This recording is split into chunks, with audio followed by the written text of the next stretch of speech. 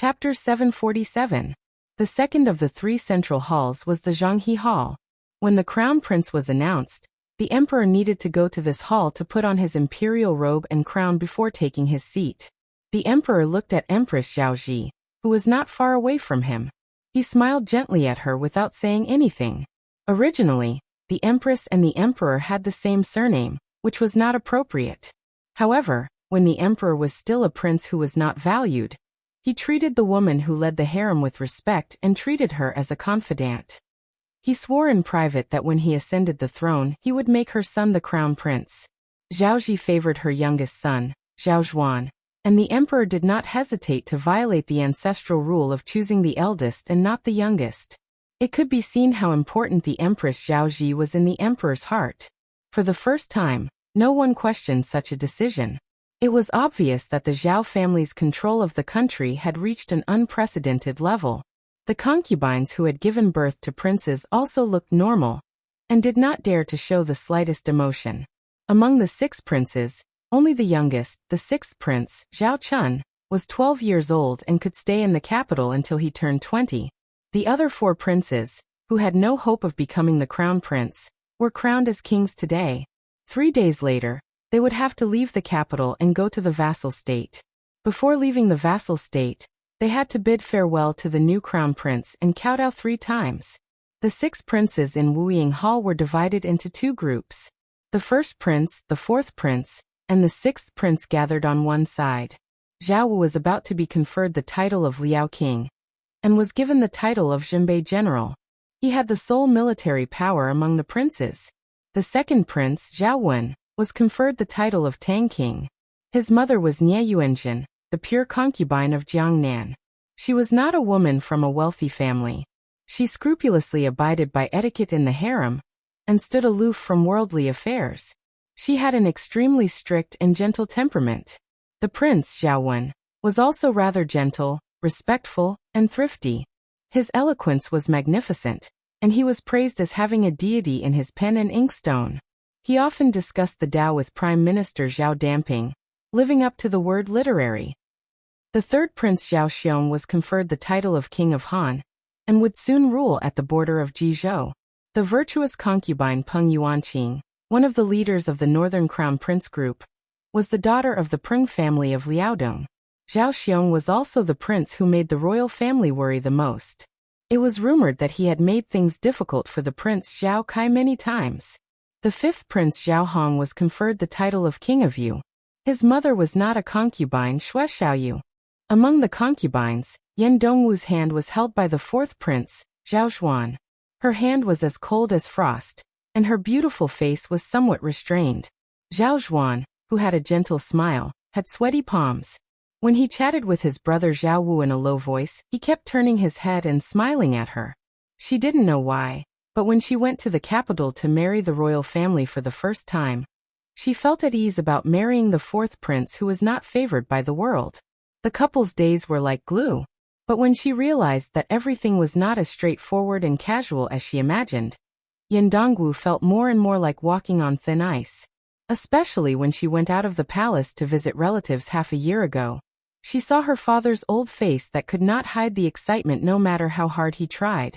She saw her father crying with joy, but he didn't say anything. Yan Dongwu began to realize that everything was going out of control.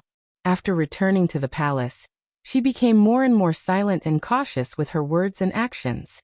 Every time she went to greet the Empress mother-in-law, with her husband, it was like a war without smoke. This made Yan Dongwu very confused. The only thing she wasn't secretly happy about was that she was going to be the crown princess. Empress Zhaoji, who was recognized as invincible in the palace, saw this and felt more gratified. However, Zhaoji would not tell this praise to her daughter-in-law. Zhaoji came to her 2 sons and tidied their collars and sleeves meticulously. The first prince Zhao Zhuan grinned. Zhao Zhuan, who was about to be announced to the world as the crown prince, was still frivolous and shameless. He held his mother's hand and rubbed it on his face. Seeing this, the young 6th prince felt that his 4th brother was even more childish than him and smiled. Zhaoji pulled back her hand and knocked on Zhao Zhuan's forehead. She pretended to be angry and said, "How old are you? How can you be so shameless? Zhao Wu put his arm around his younger brother's shoulder and said, No matter how old you are, you will always be mother's son. Zhao Zhuan said softly, Mother, why don't we let big brother leave the capital later? Zhao Ji glared angrily and said, Nonsense. The thick-skinned Zhao Zhuan was not afraid. He stuck out his tongue and ruffled the young Zhao Chun's hair. Fortunately, I have Xiaochun, to play with me in the capital. The young imperial prince pulled on Zhao Zhuan's sleeve and said expectantly, fourth brother, when will you give that ever-victorious general to me? Yan Dongwu pinched the fourth prince, who had promised to stop fighting crickets, and said gently to Zhao Chun, Xiaochun, I'll give them all to you later. If your fourth brother dares to keep one for himself, you can tell me. The young prince squeezed out a bright smile at his fourth brother, who had a bitter look on his face. Then he pretended to bow to the crown princess. Chun thanks sister-in-law for your great kindness. Zhao Ji's eyes were smiling. For some reason, His Majesty the Emperor had already put on his yellow dragon robe, and came to their side. When he saw the warm scene of everyone talking to each other from the bottom of their hearts, he was gratified. He faced Yan Dongwu, dignified but not lacking the benevolence of an elder. Dongwu, in the future control Zhuan as you should. If he dares to be rude to you, I will support you and take care of him for you. Zhuan is just a lazy hooligan who takes one step at a time. However, there is one thing that Zhuan is good about. He takes after me as his father. He may tire his wife, but he will never let his wife be bullied. Chapter 748. Yan Dongwu was about to thank them respectfully, but Zhao Ji grabbed his arm. We're all family. Just be polite in front of outsiders. Zhao Zhuan felt wronged. Father, mother, I finally found a good daughter-in-law who speaks for me. Don't teach her bad things. When the time comes, I'll nag at you every day. The Zhao family's son smiled but didn't say anything. Empress Zhao Ji raised her hand and pretended to hit him. Don't take it for granted. The first prince Zhao Wu gloated. Fourth brother, you're so miserable. I won't have a chance to drink with you in the future. Go find your sixth brother. The sixth prince Zhao Chun waved his hand in panic. No. I get drunk just by smelling the wine. The emperor laughed heartily and looked around. Then he said to all the princes in a deep voice, This time, you're all appointed as kings. You're to be stationed in different places and assist the imperial family. You're not allowed to slack off at all. Except for Zhao Zhuan. All the princes bowed and accepted the order meticulously. The two imperial concubines and Jie Yu looked at the crown prince at almost the same time. For so many years in the imperial palace, he had been amiable to everyone. Even to them, he was respectful. Even their trusted palace mates felt close to him. Originally, everyone had thought that he was a dissolute and famous scholar who planned to die of old age in a vassal state. They all looked over at the same time. The fourth prince Zhao Zhuan looked over with clear eyes and lightly nodded his chin. He still did not have the slightest impetuous attitude of someone who had achieved success. This made some of the three imperial concubines unwilling to admit defeat, and a little rascally. Against such an opponent that they couldn't hate, they really couldn't vent their anger on their own son for not living up to expectations. During today's court assembly, probably because he was proud of his nearly 20 years of political and military achievements, the Liang emperor was kind enough to grant those palace pavilions, great scholars, and Shangzhou state civil officials the privilege of not overstepping their bounds. Several great generals, who held the titles of nobility in the 4 towns and 4 campaigns, were allowed to carry swords to court.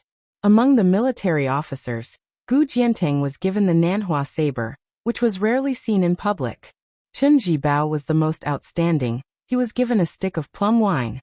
The crown prince of Bailiang, Su Fingnian, was still wearing the simple and crude Bailiang saber at his waist. However, today was different from the past. The civil and military officials were not in a hurry to enter the palace. They had to wait for the emperor, empress, and princes to arrive before they could enter. Nearly 1,000 people waited patiently on the White Jade Plaza outside the palace and inside the city gates. Unlike the newly crowned princes, who still had 3 days to stay in Graydon City, the 5 imperial family vassal kings would immediately leave the capital for their vassal lands after the court meeting. If the emperor of Liang sat high on the dragon throne at this time, he would see a gathering of heroes. He indeed had a sense of heroism, as if all the heroes in the world had entered his home. The prince of Jiaodong, Zhao Sui, took a dozen steps and came to Su Fengnian's side. They looked at the south gate together. Further south to the outer city, there were nearly 18 miles of road. There were 18 lofty gates erected. Zhao Sui did not seem to be talking to others. He seemed to be lamenting to himself. In the blink of an eye, 30 years have passed. The young people who drank and talked dirty with me in the past have all grown old. Su Fengnian said calmly. Su Xiao said that he has always felt guilty towards you, Uncle Zhao. Zhao Sui smiled and said, "What's there to feel guilty about? It's just that I owe you a few drinks. When you all have families and careers, in a few years, when the old men have all closed their eyes, there will be plenty of opportunities for us to drink together." Su Fengnian nodded. Zhao Sui turned his head and said, "If you have the chance to go to Liao province, remember to find Zhao Yi. This kid has not admired those flying Jianghu aces for the past 2 years. He only admires you. He only has 2 words for you, and that is he is convinced." Su Fengnian was confused. Zhao Sui smiled and said, "It's the truth, not just lip service. A few years ago, I heard what you said to the Taoist master mansion in Longhu Mountain on the Great Snow Plateau. This kid talks nonsense in front of me every day, and now it has become his catchphrase. As long as someone mentions to him about paying back money, he will say that. Pay back my ass." Su Fengnian looked embarrassed. Not far away, Zhao Yi, the crown prince of Jiaodong, also roughly guessed the content of the conversation. He smiled at Su Fengnian, who looked at him. Zhao Sui, the prince of Jiaodong, looked to the south. "This time the crown prince and the princes are appointed. We must guard against Chao Chongqing of West Chu coming to the capital to start a fight. I just don't know if the second in the world in the martial emperor city will guard one of the 18 city gates." Knowing that the old swordsman surnamed Sui who loved to eat swords went to the martial emperor city in the East Sea, Su Fengnian shook his head and said, "I don't think so." Zhao Sui did not ask for the reason. He laughed softly and said, "But I heard that the old ancestor of the Wu family, Su of Gojouzian, will take 800 swords to guard one of the gates. The other gates are guarded by many experts. I don't know if they can stop the Confucian Saint Chao Guanzi." There was an uproar. Su Fengnian looked up in the direction of the sound. He bit his lip, and an imperceptible thread of blood seeped out. Almost 1,000 flying swords rose from the ground at one of the city gates on the central axis. A blue robe broke through the sword formation, and then jumped through the gate, ignoring the flying swords chasing after him. Great Peace City was in an uproar. Chao Zhongqing rushed over from within the city gates like a hot knife through butter. There was also a young woman of unparalleled beauty, who rode her sword through the 18 gates. A sword hovered above everyone's heads. She stood on the famous sword that had entered the palace like this about 23 years ago. The great Liang dragon sparrow, Princess Suizhu, who was bored out of her mind, was jumping on the steps of the martial hero palace in the side hall of the Middle Harmony Hall. Her eyes widened, and her jaw almost dropped.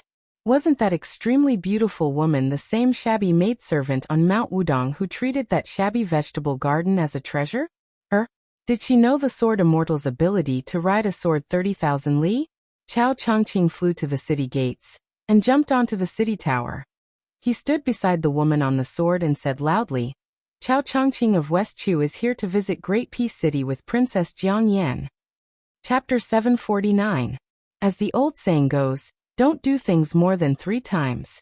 However, this was the 4th time this West Chu remnant had come to the imperial palace. However, when the official Chao Zhongqing stepped into Great Peace City this time, there was a young woman by his side. She hovered on her sword, her clothes fluttering in the wind. The civil officials who had the slightest bit of knowledge were dazed for a moment. This woman was beautiful enough to cause the downfall of a country, right?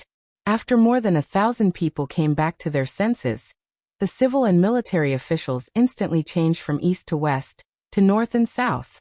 The military generals, led by the 2 assistant ministers of the Ministry of War, Liu Baijie and Liu Xingxiang, as well as many old great generals, rushed to the south.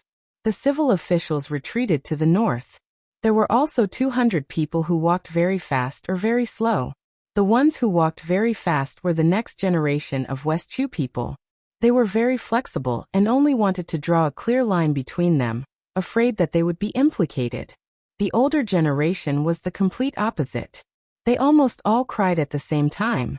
When they turned and retreated, they raised their sleeves to cover their faces and stumbled. There were dozens of old people who cried on the spot. Among them, there were some fearful descendants who wanted to support them. Without exception, the old people threw their sleeves and glared at them. This made the young talents who had finally managed to get a place in the imperial court feel ashamed and unable to show their faces. Many of the remnant officials who had been accepted into the imperial court because of the Liang imperial court also sighed emotionally and had complicated expressions. The 8 fallen countries of the spring and autumn period slowly merged into Liang. Only West Chu was still rampant and wanted to rise from the ashes. The emperor of Liang was the first to step out of the hall.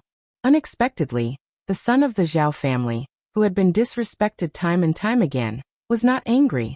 He only laughed loudly and said, "Mr. Chao, what a good West Chu coming to Great City." Chao Chongqing was dressed in normal green robes. His hair was white. If he was not standing high on the walls of the imperial palace, he would be no different from an old scholar from the Hanlin Academy. The son of the Zhao family continued to laugh and said, "My Liang dynasty has a white-robed monk who hangs the Yellow River in Beimang's Dao De sect, and Mr. Chao has come through 18 gates. This is a blessing for my dynasty."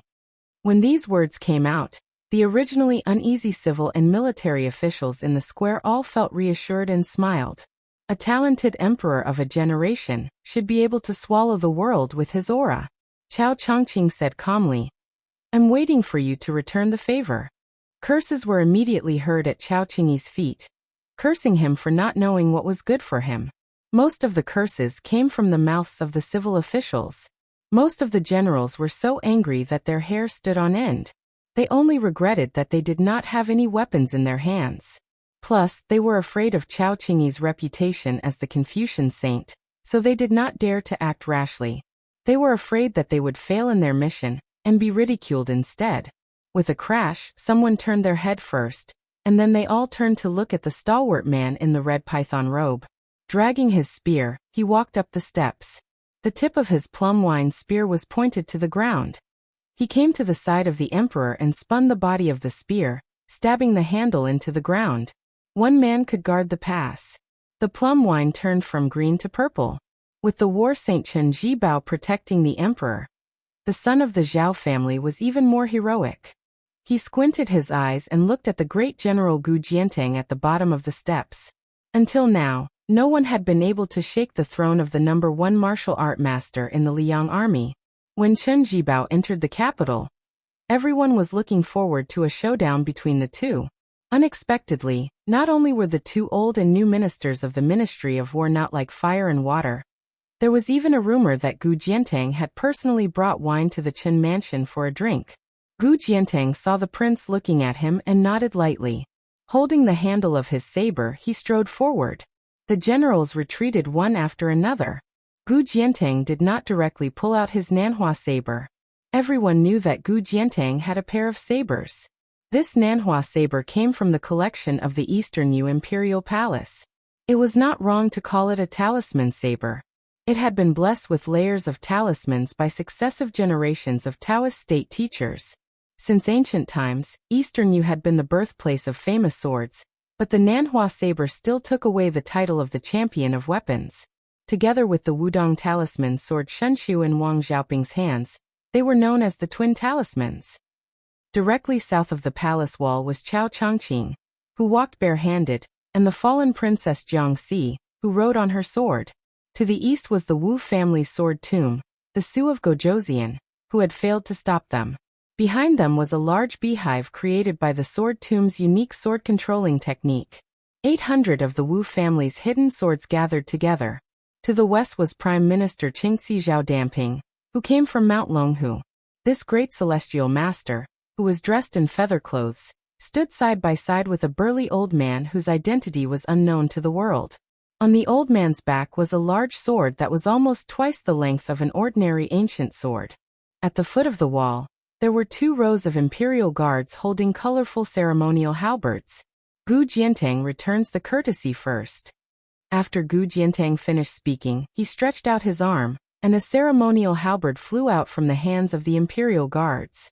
Gu Jiantang, the #1 saber user in the world, rushed out in large strides and grabbed the ceremonial halberd that was flying rapidly toward him. With a soft shout, he blasted it toward Chao Chongqing on the wall like a thunderclap. Chao Qingyi took a step forward and hovered in the air. She put her index and middle fingers together, and gently raised them toward the tip of the halberd that was coming at her with the force of thunder. The ceremonial halberd that was 1.5 feet long did not break inch by inch. Instead, it shattered into fine powder. Chao Chongqing's hair was not messed up at all. Second, Zhao Damping returns the courtesy. The sage-like Zhao Damping was wearing a yellow-purple Taoist robe. She was like an immortal. She raised her sleeves and took out 9 peachwood swords with peach talismans stuck on them. There were 9 flying swords. She actually used the celestial technique of Taoism's Taoism. Chao Chongqing sneered. "You are reciting the ancient language, but you are doing it as one of us. How do you ask for immortality?" The distinguished official who dominated the world stretched out a finger and pointed it lightly. Among the 9 swords, 8 of them killed each other and shattered in the air. The last sword tried its best to reach in front of Chao Chongqing. Even the weak civil officials who did not have the strength to truss up a chicken could see that it was like an arrow at the end of its flight. Chao Chongqing's finger that did not retract moved smoothly. The peachwood sword changed the direction of its tip and swept toward Zhao Damping. Its speed was much faster than that of a chicken and a falcon. Zhao Damping frowned. When the flying swords came out of her sleeves, she was outstanding. When she retracted the swords, she was embarrassed. When the flying swords returned to her sleeves, everyone saw that her Taoist robe sleeves were swaying. It did not calm down for a long time. It was said that this great Taoist master was very familiar with eliminating demons. However, the Confucian saint's sword was full of great spirit. How could it be easy? She returned the courtesy twice, but it was resolved by the black-robed woman with a flick of her fingers. Chao Zhongqing had passed through the palace thrice, but he had never done so under the watchful eyes of so many people. Other than Handiao Temple and a few other top experts who were hiding in the palace, no one else had seen him with their own eyes, much less experienced him. The second time he entered the palace, there were 300 imperial guards in front of him, but they were directly bypassed by the black-robed woman. At that time, if Han Diaoxi did not have the unique advantage of Xian Finger against celestial phenomena, the emperor of the Zhao family would not be the emperor next to Chen Jibao. Gu Jiantang, who came out with his saber, was only halfway through returning the courtesy when he was interrupted by Prime Minister Qing Xi. He was faintly unhappy, but he still respected him as a celestial master of Longhu Mountain. He forced himself to suppress his majestic qi until the second courtesy was over. He rose from the ground and unsheathed his Nanhua saber, which almost made the world lose its color. Chao Chongqing, who had been floating in the air, took 3 steps forward. He proudly put one hand behind his back and used his right hand to welcome the Nanhua saber. His palm directly passed through the saber light and pressed down on the edge of the Nanhua saber. "What I slay is a saint." Gu Jiantang chuckled. The Nanhua saber light disappeared. He let Chao Chongqing press down on the edge of the Nanhua saber, while his left and right hands pressed down on the hilt. Chao Chongqing frowned slightly and was instantly relieved. He turned his body like a spinning top and finally faced the ground with his feet facing the sky. His right hand did not leave the Nanhua saber. A muffled thunder exploded in the sky. The rumbling was incessant. The sky was clear and there were no clouds for thousands of miles. It was really a winter thunder that came without warning. Chao Chongqing held the Nanhua saber and stood still again. Gu Jiantang did not forcibly seize the saber. Instead, he took 2 steps back and floated to the ground.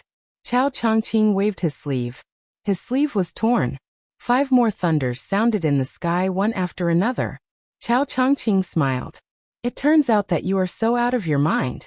You are indeed Gu Jiantang, who made the saber extraordinary." He gently threw the Nanhua saber to Gu Jiantang, who had landed on the square. Gu Jiantang did not pester him endlessly. He hung the Nanhua saber and turned to walk forward.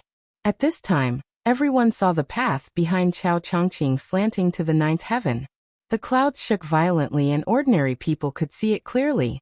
On the stairs, Chen Jibao and the emperor whispered. The latter was enlightened.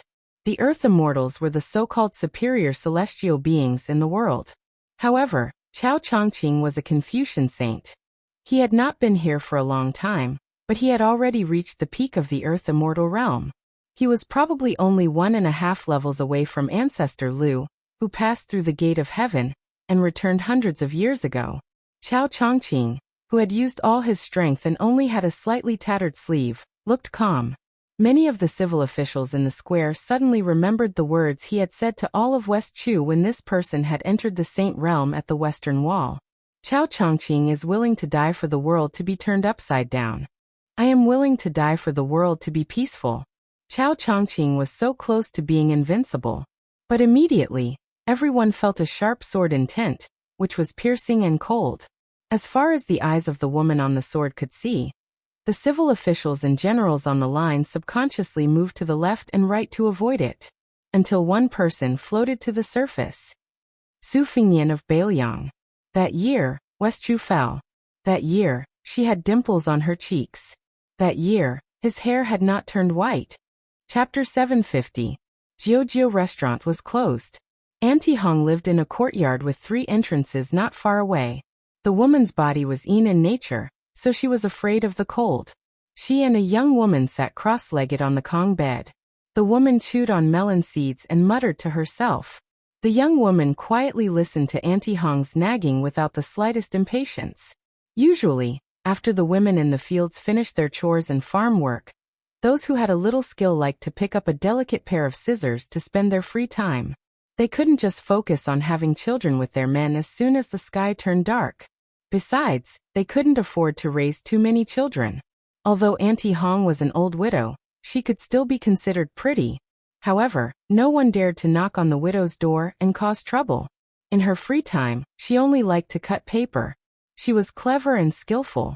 Every time there was a happy occasion, the neighbors were willing to come to Auntie Hong's side to ask for some time-consuming and laborious happiness flowers and marriage flowers. The window next to the Kong bed was covered with Auntie Hong's delicate paper cuts. It was true to the saying of the older generation that when the window was opened, Auntie Hong would hang a sweeper under the eaves on cloudy days. It was very effective. Auntie Hong chewed on melon seeds. Occasionally, she would free her hands to teach the woman beside her how to cut paper. However, the woman's appearance was boundless, but her hands were clumsy. This caused Auntie Hong to tease her good-naturedly. Auntie Hong couldn't stop talking and talked about this and that. In the end, most of it was about that family. These two should blame lame Su. The little guy should also blame his parents. One can't bear to part with Su Xiao, and the other can't bear to part with those dead brothers. In the end, the one who suffers is still their own child. They should blame those so-called loyal officials. Su Xiao isn't a gentleman who is full of benevolence, righteousness and morality, but he does things openly. How can a bullshit gentleman compare to him? When has Su Xiao ever let anyone down that he deserves? Zhaoji is just narrow-minded. She can't bear to see Wu Su being more outstanding than her. She can't bear to see Su Xiao being more manly than her man. Whoever knows her is unlucky. The young woman was cutting a magpie. After it took shape, it was awkward and funny. She smiled. Auntie Hong smiled and comforted her. Not bad. This is your first time using scissors. The woman put down the red paper and sighed. Aunt Hong looked at the window lattice, lost in thought. The western wall was in a deadlock. Ma Ling, 14 former subordinates of Beiliang, including Ma Ling, crashed their bodies to their deaths in front of the palace gate, helping the great general Su Xiao quell the boiling rumor that he was going to conquer West Chu by drawing the river. White robes and white mourning dresses beat the war drums and settled the world with a single battle. That year, of the 8 kingdoms of spring and autumn, although Western Shu and Southern Tang were still struggling at death's door, in reality, it was already difficult for them to escape from the Yang, Su and Gu families' iron cavalry. The Su family's iron cavalry was only 300 miles away from West Chu's imperial city. Su Xiao was sent 4 urgent imperial edicts a day, 800 miles away, to the capital to be rewarded, But what awaited this meritorious official was the white robe case in the capital. This caused West Chu to be surrounded for 3 years without perishing. At that time, the Prince Zhao Yi, who had not yet been conferred the title of Duke of Guangling, wanted to take advantage of the situation to gain great military merits, but he did not expect to lose 2 battles in a row. He suffered heavy losses and greatly damaged his vitality. In the end, he could only continue to be led by Su Shao on an expedition to the south, and finally broke through the lofty divine Phoenix City. During those 3 years, the young Su Fengnian was a hostage and was placed under house arrest at Dantong Pass, 300 miles south of Great Peace City. There were 600 soldiers stationed inside the pass, and more than 10,000 iron cavalry outside the pass, all for the sake of targeting the female sword immortal and the young child. The woman suddenly asked, "Auntie Hong, don't you regret meeting Uncle Sun Ping?" The woman shook her head and smiled. "Chun Yu, when you truly fall in love with someone, you won't ask such a silly question." The woman also shook her head. "It's a pity that we didn't meet." Auntie Hong suddenly thought of something and said with a gloomy expression, "Serves bald donkey Yang right for dropping in cultivation. It's good that he died. When can we kill Yuan Bunshi and teacher Lu how to our satisfaction?" Chun Yu asked, "Who can kill them?" Auntie Hong smiled and said, "In any case, it can't be a woman like me. Small scissors can only cut paper." Chun Yu picked up the magpie ascending plum and raised it above her head. Light shone through the gap, illuminating her beautiful face that could cause the downfall of a country. Even Auntie Hong, who had shamed the moon and embarrassed the flowers in her youth, felt somewhat envious and emotional. Chun Yu, they really had the foresight to name her. Auntie Hong asked, "Aren't you afraid that you won't be able to enter the imperial palace of Great Peace City, and instead go to a barren place like Bailiang to suffer?" Chun Yu directly asked, "Auntie, are you saying that I will be betrothed to that heir of Bailiang?" Auntie Hong nodded. Chun Yu smiled faintly. "Isn't it all the same?" Auntie Hong dismissed it with a smile and waved the small scissors. "Come, I'll teach you how to cut a cockfight." Chun Yu stilled. Auntie Hong explained with a smile. "Cockfight, the homonym is auspicious. The meaning is auspicious." Everyone stared dazedly at the fallen princess of West Chu that had appeared out of nowhere. The old officials of the capital did not hinder their love for beauty. They had truly never seen such an outstanding woman. Maybe that Chun Yu on the Rouge rankings could compare to her appearance, but in the end, Chun Yu was a woman who could only pick up a brush and embroider a needle.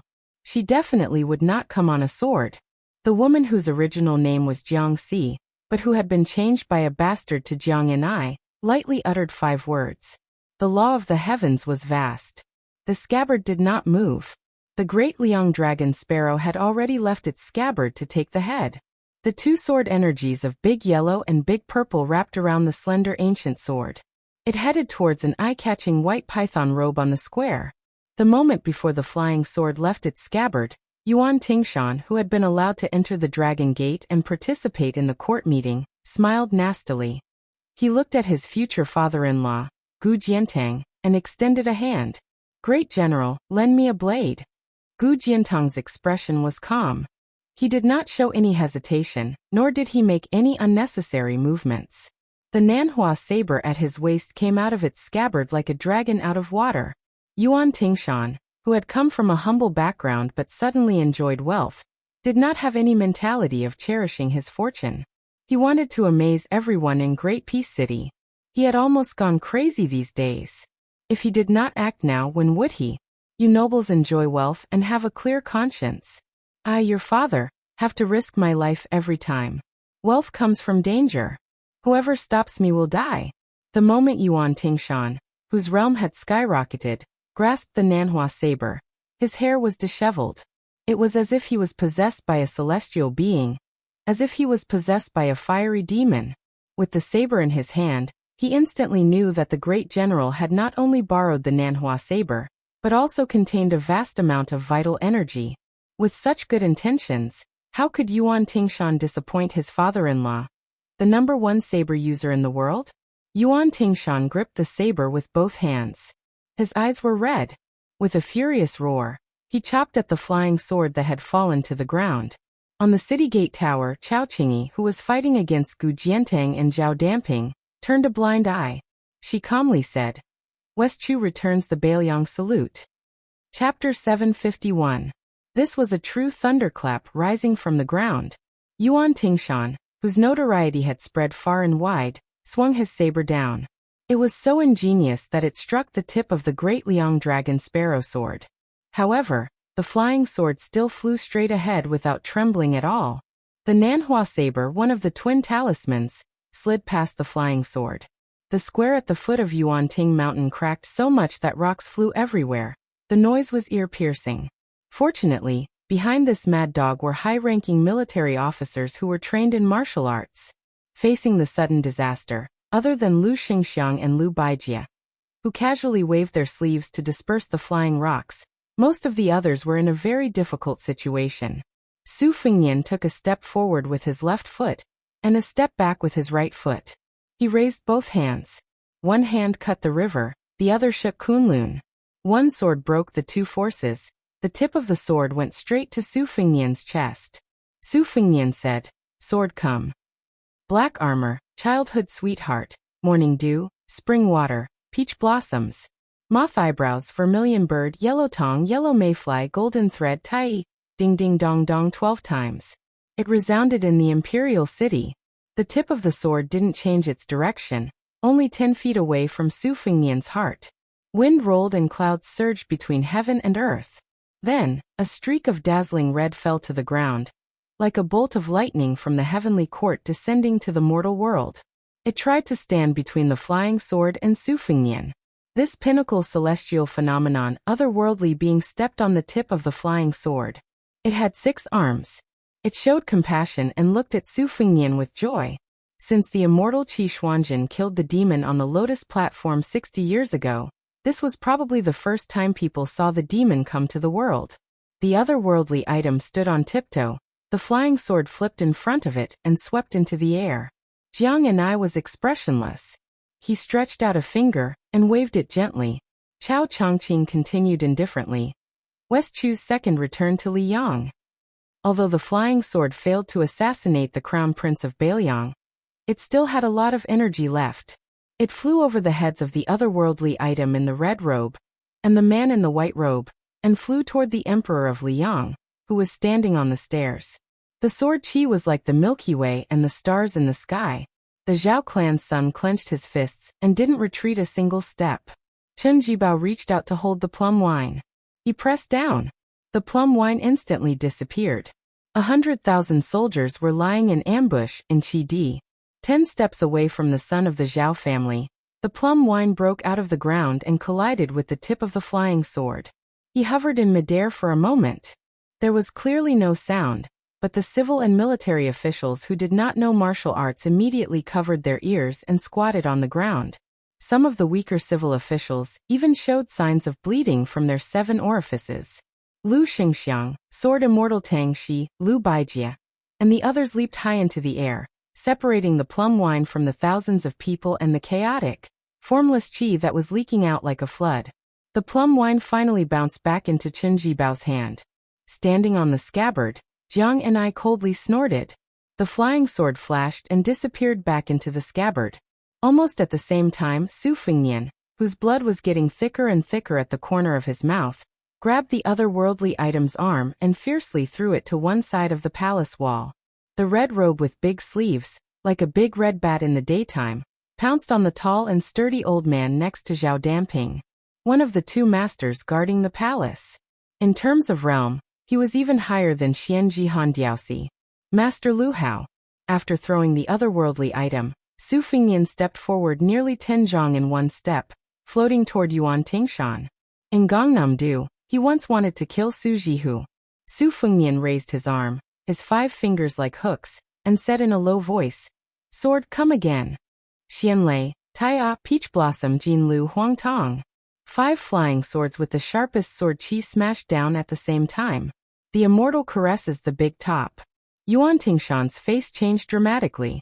His Nanhua saber raised a dazzling saber light. At the same time, he retreated step by step. However, his palm was bleeding from the web between his thumb and index finger. After taking 3 steps back, he rolled sideways. A string of blood splashed out from his back.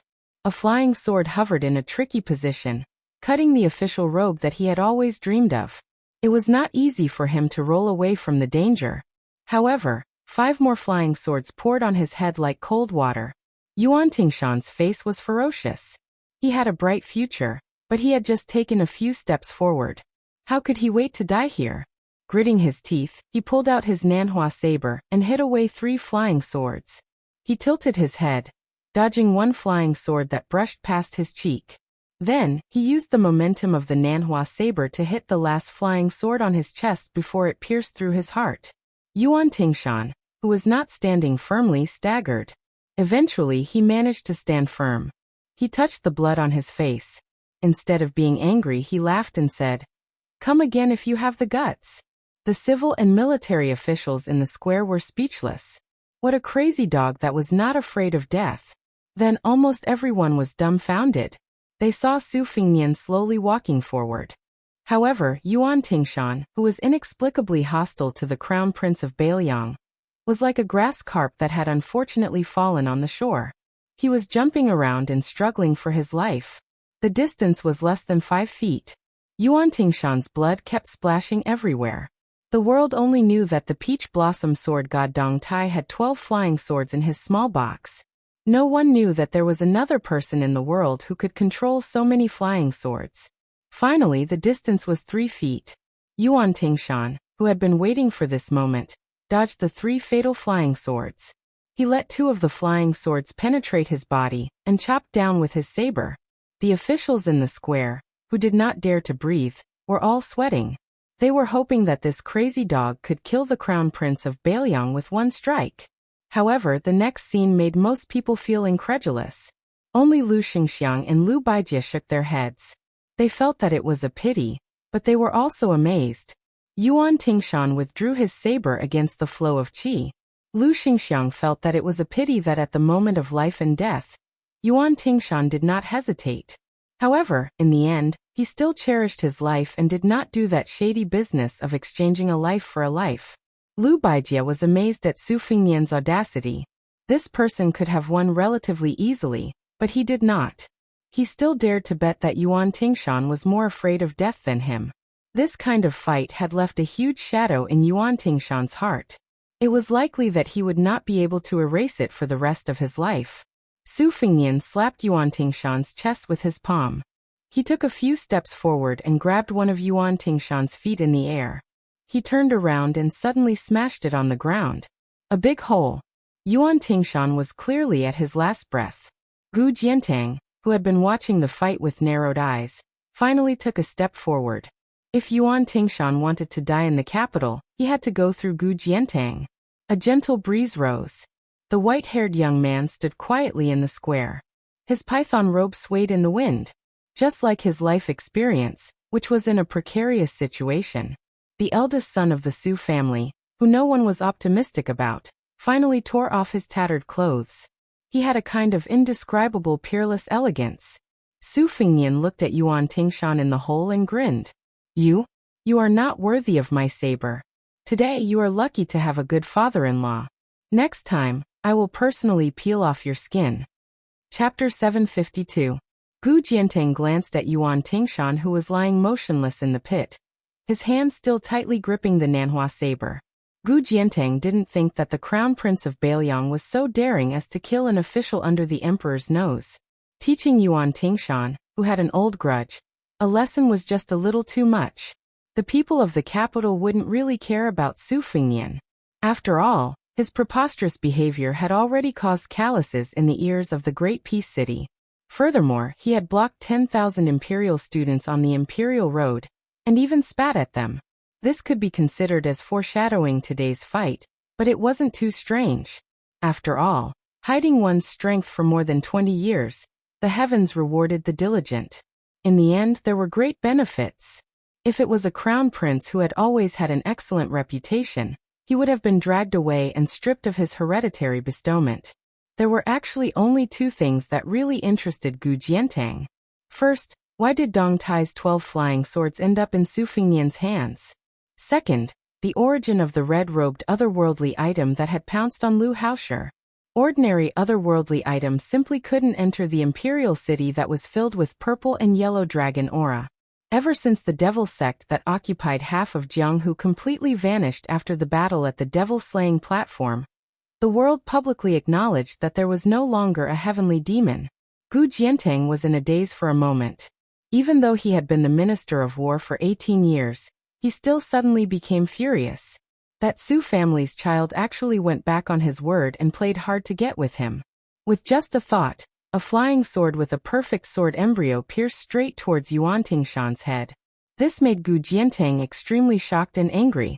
Under the feet of the emperor, you, a crown prince of a different surname, relied on the muddled debt that the Zhao family owed the Su family to collect some old debts.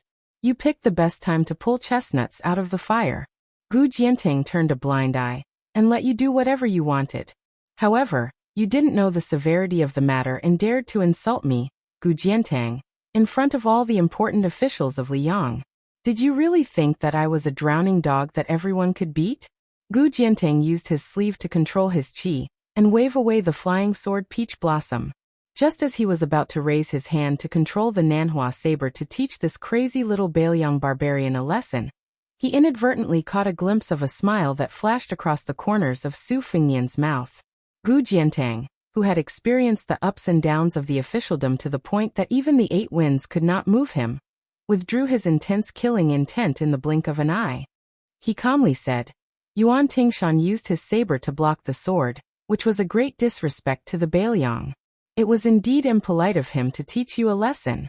However, if you want to kill Yuan Tingshan, whether it's today or next time, I will draw my saber at you once. 1 generation of grudges, 1 generation of grudges. This was the pride that only a few pillars of the imperial court possessed.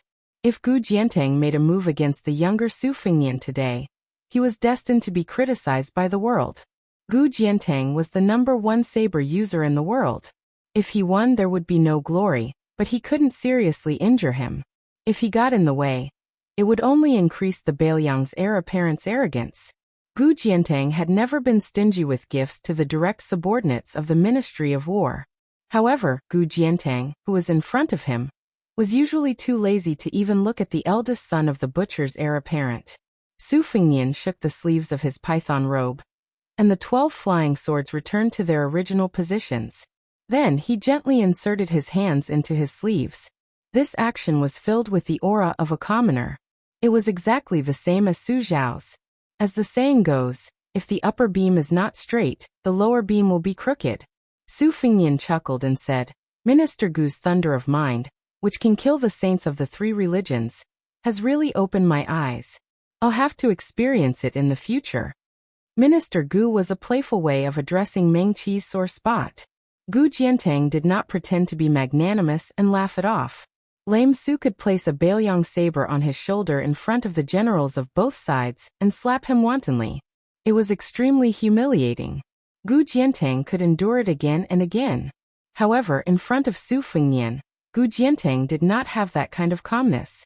This had nothing to do with tolerance. Gu Jiantang was one of the 4 great generals of the spring and autumn period who resigned from his position as the Minister of War, and was given the title of Pillar of the State.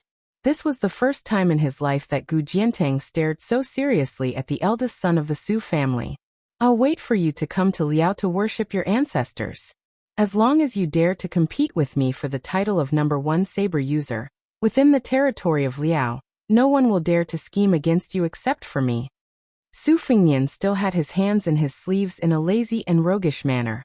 Gu Jiantang waved his hand, and 2 eunuchs led a group of Yulin guards to carry out the bloodied Yuan Tingshan from the pit. Gu Jiantang glanced at the young mad dog with a deathly still expression and a deathly gaze. Scarlet blood flowed down the Nanhua saber and dripped onto the square. Gu Jiantang said indifferently, From today onwards, the Nanhua saber will belong to you, Yuan Tingshan. Treat it as Beihu's dowry. Yuan Tingshan slowly turned his head and looked at the great general, who replaced the king of Bailiang as the only pillar of the state in the dynasty. His eyes exploded with a touch of spirit, and he grinned with difficulty. Chapter 753. Gu Jiantang ignored him and only raised his head to look at Chao Chongqing, and the woman on the sword on top of the southern city wall.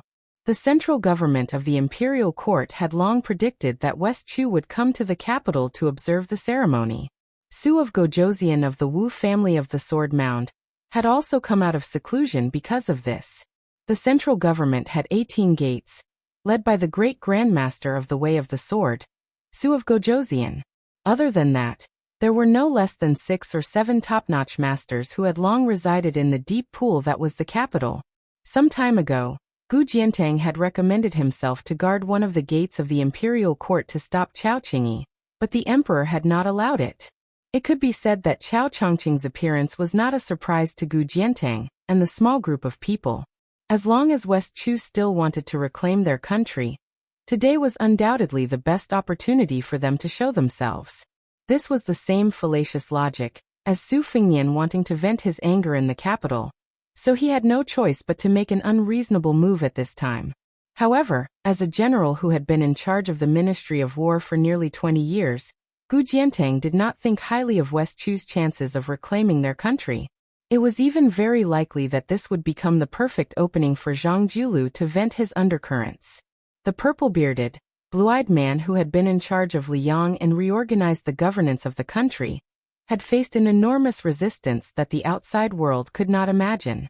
It seemed that he was relying on the emperor's trust and his momentum was like a rainbow, but as for how and when he would fiercely rebound, even Gu Jiantang did not dare to imagine. Was this ceremony not a kind of tacit understanding that could not be revealed to outsiders? Chao Chongqing was confident in the methods of the Chao Chongqing. If Great Peace City dared to shed all pretense of cordiality, West Chu, who had made a great wish when he became a saint to use his life to turn the world upside down, dared to risk his life and let the fallen princess leave on her sword. Then he would use the life of a saint to exchange for the coronation of King and Jing. This would become a tragedy of hundreds of officials dying. If the emperor really wanted to prevent Chao Chongqing from entering Great Peace City, he could have had Gu Jiantang, Pei Nanhua, Chen Jibao take the plum wine, the old ancestor of the sword tomb Su of Gojoseon, and teacher Lu guard the 4 city gates with their elite factions. If they encountered Chao Chongqing, they only needed to delay him for a few minutes. The other 3 could immediately bring people to surround and kill him. However, to Gu Jiantang's surprise, the emperor and Zhang Jiulu, as well as the broken-tongued strategist who had never left Great Peace City in his entire life, did not have such a conservative plan. They still allowed Chao Chongqing to swagger to the top of the city walls and announce to the world that West Chu had reclaimed its country. Gu Jiantang smiled. When Liang and West Chu faced off against each other, no one could have guessed that the result would be a draw. However, after 20 years of peace and tranquility, West Chu was trying to use half of its country's power to resist the alliance of the other spring and autumn countries. A snake swallowing an elephant? Gu Jiantang shook his head. In the end, Chao Chongqing still had the spirit of a scholar. The emperor of Liang took a step forward and said in a clear voice, "I hope that in my lifetime, I can peacefully play chess with Sir Chao in this great peace palace city and make friends." Chao Chongqing smiled and did not reply. Jiang and I flew away from the top of the city walls on his sword, causing the civil officials and generals in the square to tremble with fear. She twitched the corner of her mouth. The great Liang dragon sparrow soared into the clouds and disappeared. 2 dimples appeared on her cheeks. Was she laughing at him until his hair turned white? Chao Chongqing immediately turned and flew away. The emperor let Song Tonglu, the head of the imperial palace, go up the steps and said softly. Then this powerful official walked near the steps and faced the square. He said in a deep voice, "The Bailiang heir Su Fengnian is allowed to withdraw from court. He does not need to report to the court when he leaves the city." After Su Fengnian heard the imperial edict, he still put his hands in his sleeves and turned to leave. The Zhao family's son, who had been paying attention to the Bailiang heir's next move, narrowed his eyes.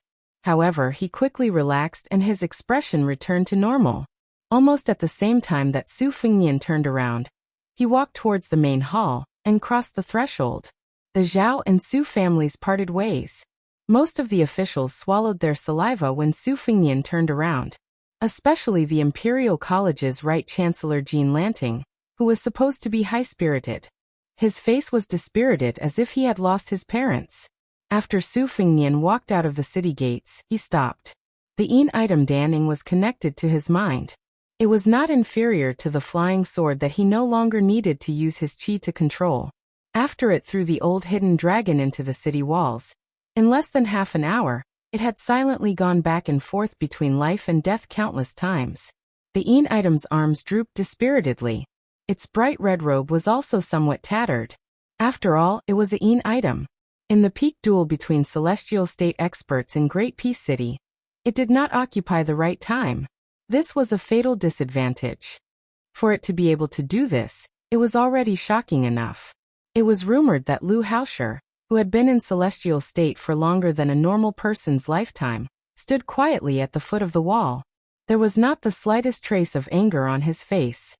His eyes were as gloomy as a poisonous snake's, tightly biting onto the Bailiang air. Su Fengnian first smiled at the item.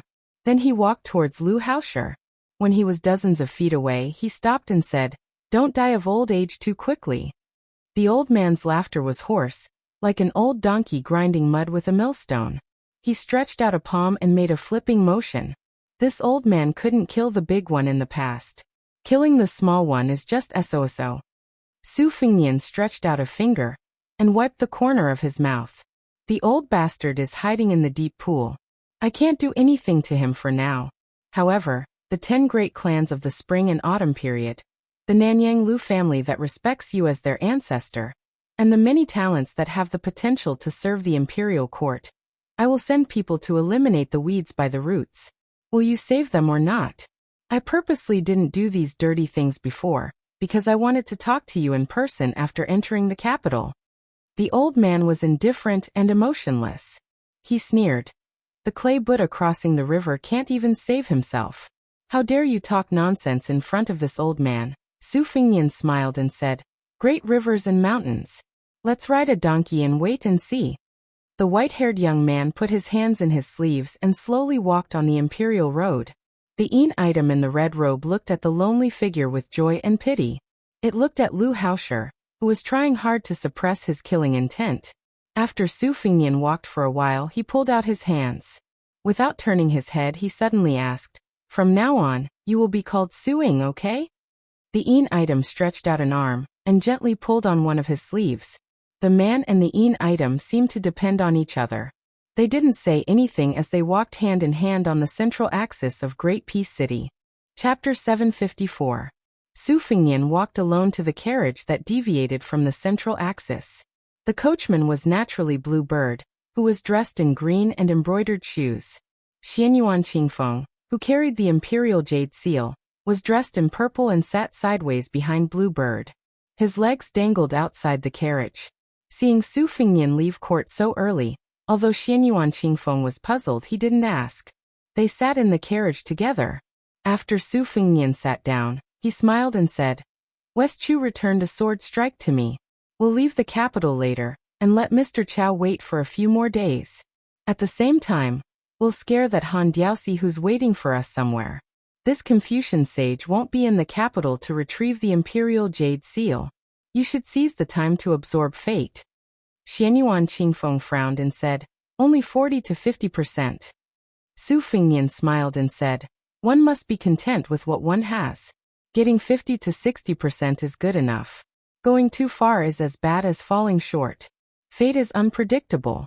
If something goes wrong, you'll be the one to suffer, not me. Come, take it out and let me take a look. I'll help you." Xianyuan Qingfeng wanted to say something but stopped. He snorted coldly and didn't move in the end. Su Fengnian was confused and said helplessly, "Do you really think this imperial jade seal is your exclusive property? Borrowing money and returning it is a matter of course.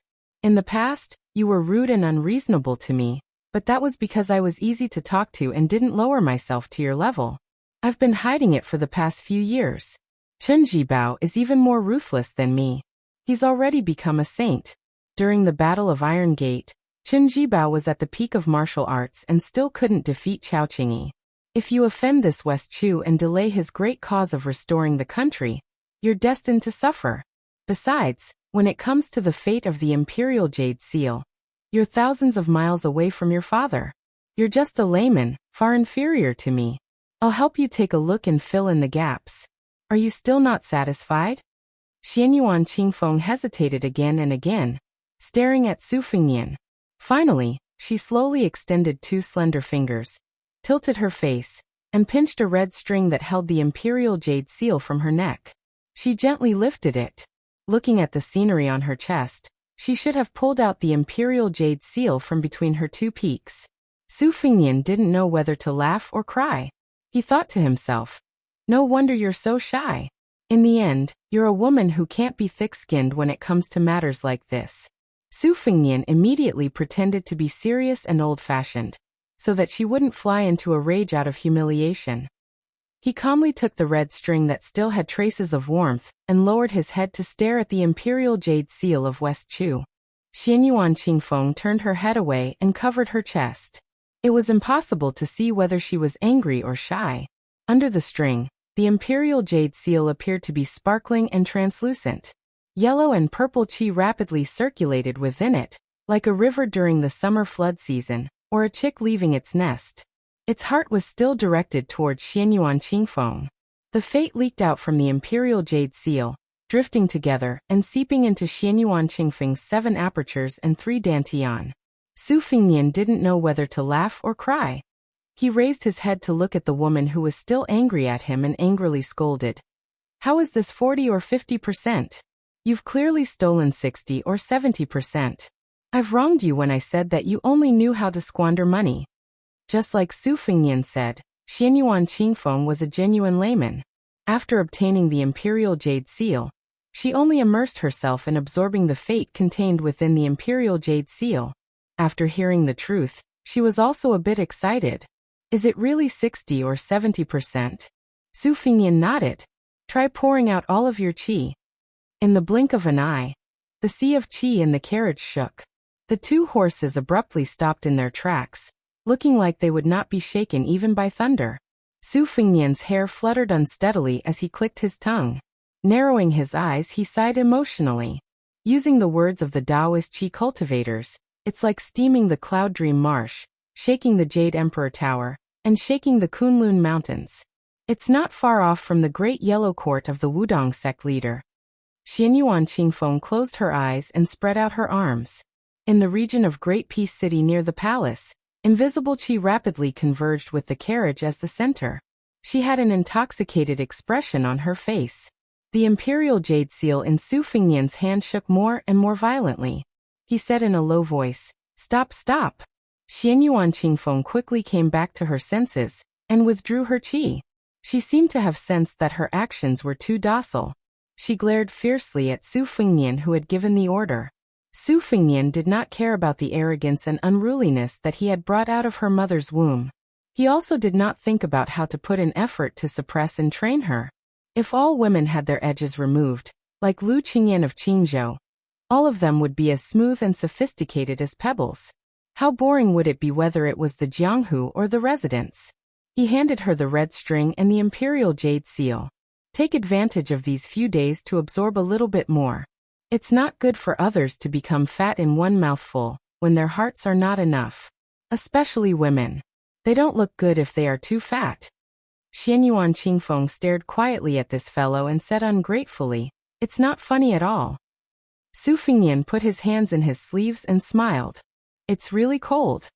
After this year's winter, Great Peace City was indeed exceptionally cold. Su Fengnian waited for Xianyuan Qingfeng to turn around and put the imperial jade seal back into the depression in the mountain range. He suddenly asked, "Xianyuan Qingfeng, have you realized that you are actually very talented in scheming? Other people rely on practical knowledge and experience in the field of politics, but you rely on intuition?" Xianyuan Qingfeng said with disdain, "Don't think that I will be your Baoyang's dog. I will do business with you one by one." Su Fengnian shook his head.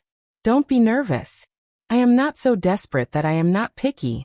It's just that I am in a rare good mood, so I will reward you verbally." Xianyuan Qingfeng hit the nail on the head. "You have made things clear with Lu Hao of the white clothes case in the capital? Have you set up the arena? After leaving the capital this time, you have completely cleared things with the Zhao family's son. In the future, you will rely on your own abilities to draw a line publicly?" Su Fingyan nodded with a smile. Chapter 755.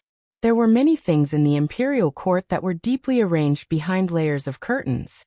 Every step was carefully planned, and every little detail was fought over. However, when put on the table and in the eyes of the court officials, it was often just that. It was very difficult to see the brilliance at a glance. Su Fingyan came to the capital to observe the ceremony as the heir of a vassal king. On the surface, he entered the palace with a saber and did not kneel. Undoubtedly, the emperor of the Zhao family gave him a lot of face. However, other than this sweet date, the other big sticks that came down were all firmly on Bailiang's head, making an exception to promote Jean Lanting as the right chancellor of the Imperial College, seducing the great scholar of Confucianism Yao Baifeng to take a post in the capital, promoting Chen Jibao, the protector of Bailiang, to the minister of war, and promoting Yan Jieshi, the magistrate of Lingzhou, to the most illustrious member of the imperial family in one fell swoop. These 4 big sticks were all openly beaten on Su Fingyan's head in front of all the civil and military officials. How could Su Fingyan not take advantage of this situation to make a big fuss? It looked like he was acting out of spite, but it could also be that Su Fingyan was using his own method to stabilize the Bailiang cavalry's morale. The carriage slowly returned to Xiamawei Station. The rotten scholar Lu Wenbao was no different from an old beggar. He was still waiting bitterly under the dragon claw locust tree, waiting for Bailiang's heir to give him a chance to fulfill his ambitions. At this moment he was squatting and gnawing on a cold and hard steamed bun. Although he had suffered in the areas of clothing, food, shelter, and transportation, he seemed to be in good spirits. Most of these people were like this. As long as there was a little bit of hope to look forward to, they could display astonishing tenacity. This was related to one's heart. Lu Wenbao was undoubtedly the type of person who had a big mouth and a big heart. After Su Fingyan got off the carriage, he still did not even look at Lu Wenbao. He did not even bother to cast a sideways glance at Lu Wenbao. Normally, a scholar who was confident that his knowledge and military strategy were not inferior to other people's would have already turned to other wise masters. However, Lu Wenbao's life had been full of ups and downs, but he still had his pride and unyielding character. The pride he gained from studying the sage's books had almost completely dissipated. Naturally, he had the great willpower to stick to the Green Mountain and not let go. But to be exact, it seemed more appropriate to stick to the Su family's locust tree next to him. Seeing that Su Fingyan was about to enter the post house, Lu Wenbao trotted over and said softly, "Young Master Su, someone is looking for you. It's a young lady with the surname Li. She didn't enter the post house and just wanted to chat with me. She waited for a long time, but in the end, she couldn't endure the hunger and went to buy food." Su Fingyan was stunned. He laughed and said, "Did she say that her family lives in a temple and that the temple belongs to her family?" Lu Wenbao nodded vigorously and said with a smile, "Yes, yes. The young lady is quite interesting. I was just wondering why there would be a girl living in a temple." Su Fingyan was truly in a good mood this time. He said to Lu Wenbao, "Go to the post house and find a warm place. If Tong Ziliang asks, tell him that I told you to stay." Unexpectedly, the old scholar did not know what was good for him. He shook his head and said, "I don't care about a day or 2. Lu Wenbao can endure hardships. He has already endured so many years. I think that when the hardships are over, the good times will be great." Su Fingyan didn't try to be courteous with an old scholar in his 50s who didn't even have a family yet. Xianyuan Qingfeng had already entered the inn. He had Qingyao enter first, and he stayed behind to welcome Miss Li Zi. Lu Wenbao asked carefully and curiously, "Young master, why did you end court so quickly?" Su Fingyan said half-truthfully, "I almost fought with Gu Jiantang, so I was chased back." Lu Wenbao was speechless and did not dare to ask further. In the distance, the young girl who was determined to be a chivalrous woman of the Jianghu jumped up and down towards the post house.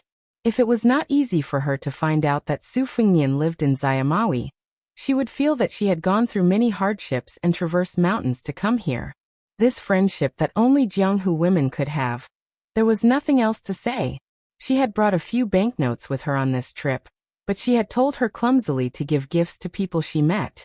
She had not thought about how to buy clothes or cosmetics, so she only had a few pitiful pieces of silver and copper coins. Today, she had woken up early for the first time and rushed outside Zayamawi.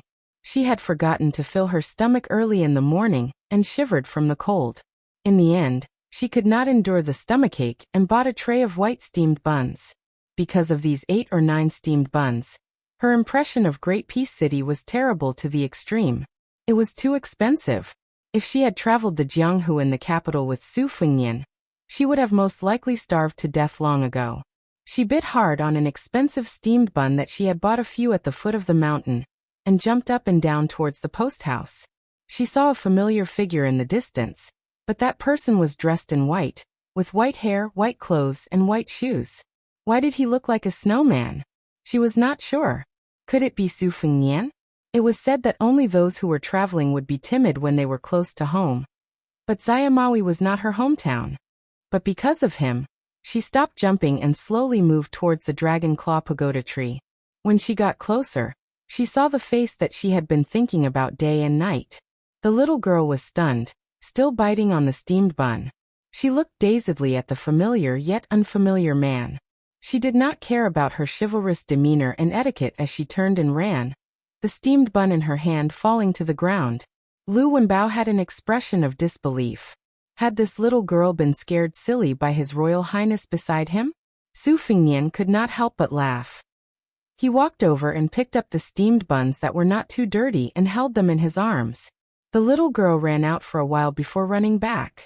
She was like a pear blossom in tears. Su Fengnian, are you going to die? My father is very capable. I'll go back and tell him. Wait for me, you must wait for me. Then she turned and planned to run again. Su Fengnian freed a hand and pressed on her little head, twisting her around. I won't die. I just felt that I had to go out and attract attention, so I had to do something unconventional. That's why I dyed my hair white. The little girl's personality was innocent, but she was not stupid. She was furious. You lied to me. Su Fengnian stuffed a steamed bun into her mouth and took one for himself. He said vaguely, Where's your family's north and south monks? Miss Li Zi took out the steamed bun and sobbed. Stupid north and south went to the palace to wait to see the emperor. They had to quarrel with that Prime Minister Qing Xiai and Mr. White Lotus again. Su Fengnian reached out to help her wipe away the tears on her cheeks. Her little face was red from the cold, looking very comical and cute. Su Fengnian did not have a younger sister, and had always treated her as his own. He smiled gently. It's not easy to see each other, and you're already crying so much? Aren't you afraid of being laughed at by North and South? Miss Li Zi said unhappily, He's so stupid. I don't even laugh at him. Su Fengnian held her cold little hand and walked down the horse. There was great joy in life, meeting an old friend in a foreign land. Su Fengnian turned and looked up gently. When someone came, they entered the Jianghu and were in high spirits. When they left, they entered the Jianghu and had a clear conscience. Su Fengnian turned and looked down at the little girl. He said calmly, It's a pity that Wenhua won't have the chance to travel the Jianghu with us. Why? Is he still so useless when it comes to swordsmanship? Or is he carrying a wooden sword? He's very promising, but he doesn't practice swordsmanship anymore. He's not in the capital? Where did he go? I'm looking for him. Wenhua didn't even wait for me. He's not loyal. If I see him in the future, I'll scold him to death. Okay, if I find that brat first, I'll scold you too. Chapter 756. On the second day of the coronation ceremony, the guards at the gate did not pay much attention to a young Taoist carrying a peachwood sword entering the city. The Taoist priests of Mount Longhu often came to the capital to draw talismans and set up rituals. The people of the capital had seen many nobles with the same surname as the emperor. The only person at the gate who was impressed was this simple Taoist priest. He was not from Mount Longhu, the ancestral court of Taoism, nor was he a disciple of a Zhenren from a blessed place. He came from Mount Wudong, which had not been famous for hundreds of years. The Taoist priests in the world were under the control of Zhao Danxia, who was in charge of all Taoist affairs. Only Mount Wudong was an exception. After the guards at the gate let him in, they could not help but take a few more glances. They did not find out why the Zhenren did not show his face. They just thought that he was an ordinary Taoist priest who could not stand the strict rules of Mount Wudong. and came to the capital to take a shortcut. After the Taoist priest entered the city, he asked for the location of the Maui post house and walked there. He accidentally took a long detour and walked for almost 2 hours before he saw the dragon claw locust tree outside the post house. He reported his identity to the guard at the gate. Li Yufu of Mount Wudong wanted to see the crown prince of Bailiang, Su Fingnian. The guard did not dare to delay and reported to the backyard in confusion. Li Yufu, who walked from Mount Wudong to the capital, did not have the demeanor of a Taoist priest. He sat on the steps outside the post house and rested for a while. He gently breathed according to the Heart Sutras of Mount Yuzhu. The old scholar Lu Wenbao glanced at him and ignored him. Su Fingnian was building the 8th snowman with Miss Li Zi in the backyard. When he heard Tong Ziliang's report, he frowned and walked to the door. Li Yufu stood up and bowed, looking a little reserved. Su Fingnian's brows relaxed and smiled. "Headmaster Li, I am not worthy of your courtesy." Wudong Mountain's Li Yufu was the next Wudong sect leader after Wang Zhongluo, who had cultivated the Great Yellow Court, and Hong Xixiang, who was the reincarnation of ancestor Lu. However, Li Yufu seemed to be even more nervous than Su Fingnian. She did not even bother to exchange pleasantries. Instead, she blushed a little. She did not look like the great spiritual master of Wudong sect, but more like a little girl who saw a handsome man. This made Su Fingnian feel confused and confused. The few times he went up the mountain, other than the young martial granduncle who rode the bull and some naughty little Taoist children, he only saw the good-tempered Wang Zhongluo and Wang Xiaoping, who demonstrated her strength with her sword. He had never even seen Li Yufu, so there were no grudges between them. It was said that Hong Xixiang had high hopes for this person, so why was he so shy? Su Fingnian suppressed his curiosity and led Li Yufu to the backyard. He was not happy at first because he was afraid of the worst result. He was worried that Li Yufu would represent Wudong Mountain to come to the capital to meet the emperor and recruit the Zhao family's emperor. Bailiang's internal affairs had been poached by the imperial court. If Wudong Mountain was added, it would really make people want to break the pot. Moreover, Su Fingnian had a very special emotional attachment to Wudong Mountain. His elder sister Su Jihu had met the cow-riding coward there. He had also practiced his blade there, and received a great favor from sect leader Wang. There was also a vegetable garden that might have been barren, and the great Gunghorn killing note that was destined to disappear without a trace. If Wudong Mountain betrayed Bailiang, even if Bailiang could tolerate it, Su Fingnian could not. Su Fingnian entered the yard and smiled at the little girl who was lighting the snowman with charcoal. "Lizi, bring a stool for the new sect leader of Wudong Mountain." The little girl quickly wiped the charcoal stains on the snowman and went to the house to bring out a stool. Li Yufu was still reserved and shy. "Your Highness, I can just stand and talk." Su Fingnian looked at him seriously and took the lead to sit on the rattan chair placed under the eaves outside the house. He joked, "Why are you not at all like Hong Xixiang? That guy's face is a few hundred times thicker than yours." Li Yufu hesitated for a moment, and finally plucked up the courage to sit on the stool. He sat upright and looked straight ahead. There were 2 rattan chairs and 1 stool. Su Fingnian was in the middle. Xianyuan Qingfeng was lying on the chair on his left. He had no breath and looked like a living dead. Su Fingnian was not in a hurry to ask about the secret. After lying down, he only smiled softly and said, "Your youngest martial uncle and I are old friends. One is willing to give and the other is willing to receive. He still owes me a lot of forbidden books. He always lies to me that your eldest martial uncle Chen Yao has confiscated all of them, like a clay ox in the sea. I don't want to lower myself to his level. I don't know why I get angry every time I see him. I can't control my hands and feet. He also likes to shout that he can't hit people in the face and kick people in the balls.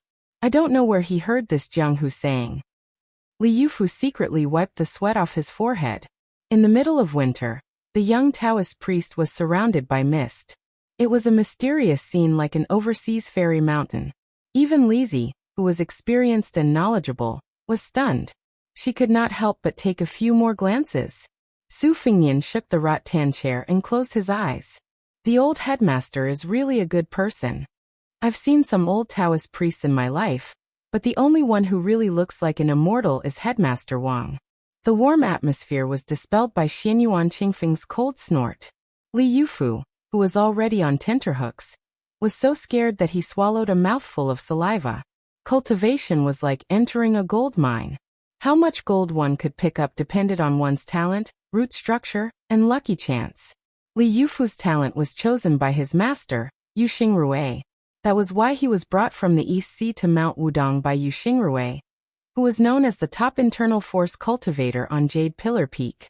After he came up the mountain, he was favored by all the martial uncles. As for his lucky chance, even Chen Zhao, Song Jiming, and the others did not dare to guess. Only one person left a prophecy. Wudong will prosper because of Yufu. In fact, Li Yufu was not timid. But the person he admired and respected most in his life was his youngest uncle, who used to be an immortal riding a crane and cutting fate with a sword. He admired him from the bottom of his heart. After he came up the mountain, everyone talked about how his youngest uncle and the heir of Bailiang were opposite in fate. Several of his martial uncles also said that his youngest uncle was indeed beaten in the capital, and was infinitely afraid of the heir of Bailiang. His youngest uncle's cultivation was as high as the ninth heaven.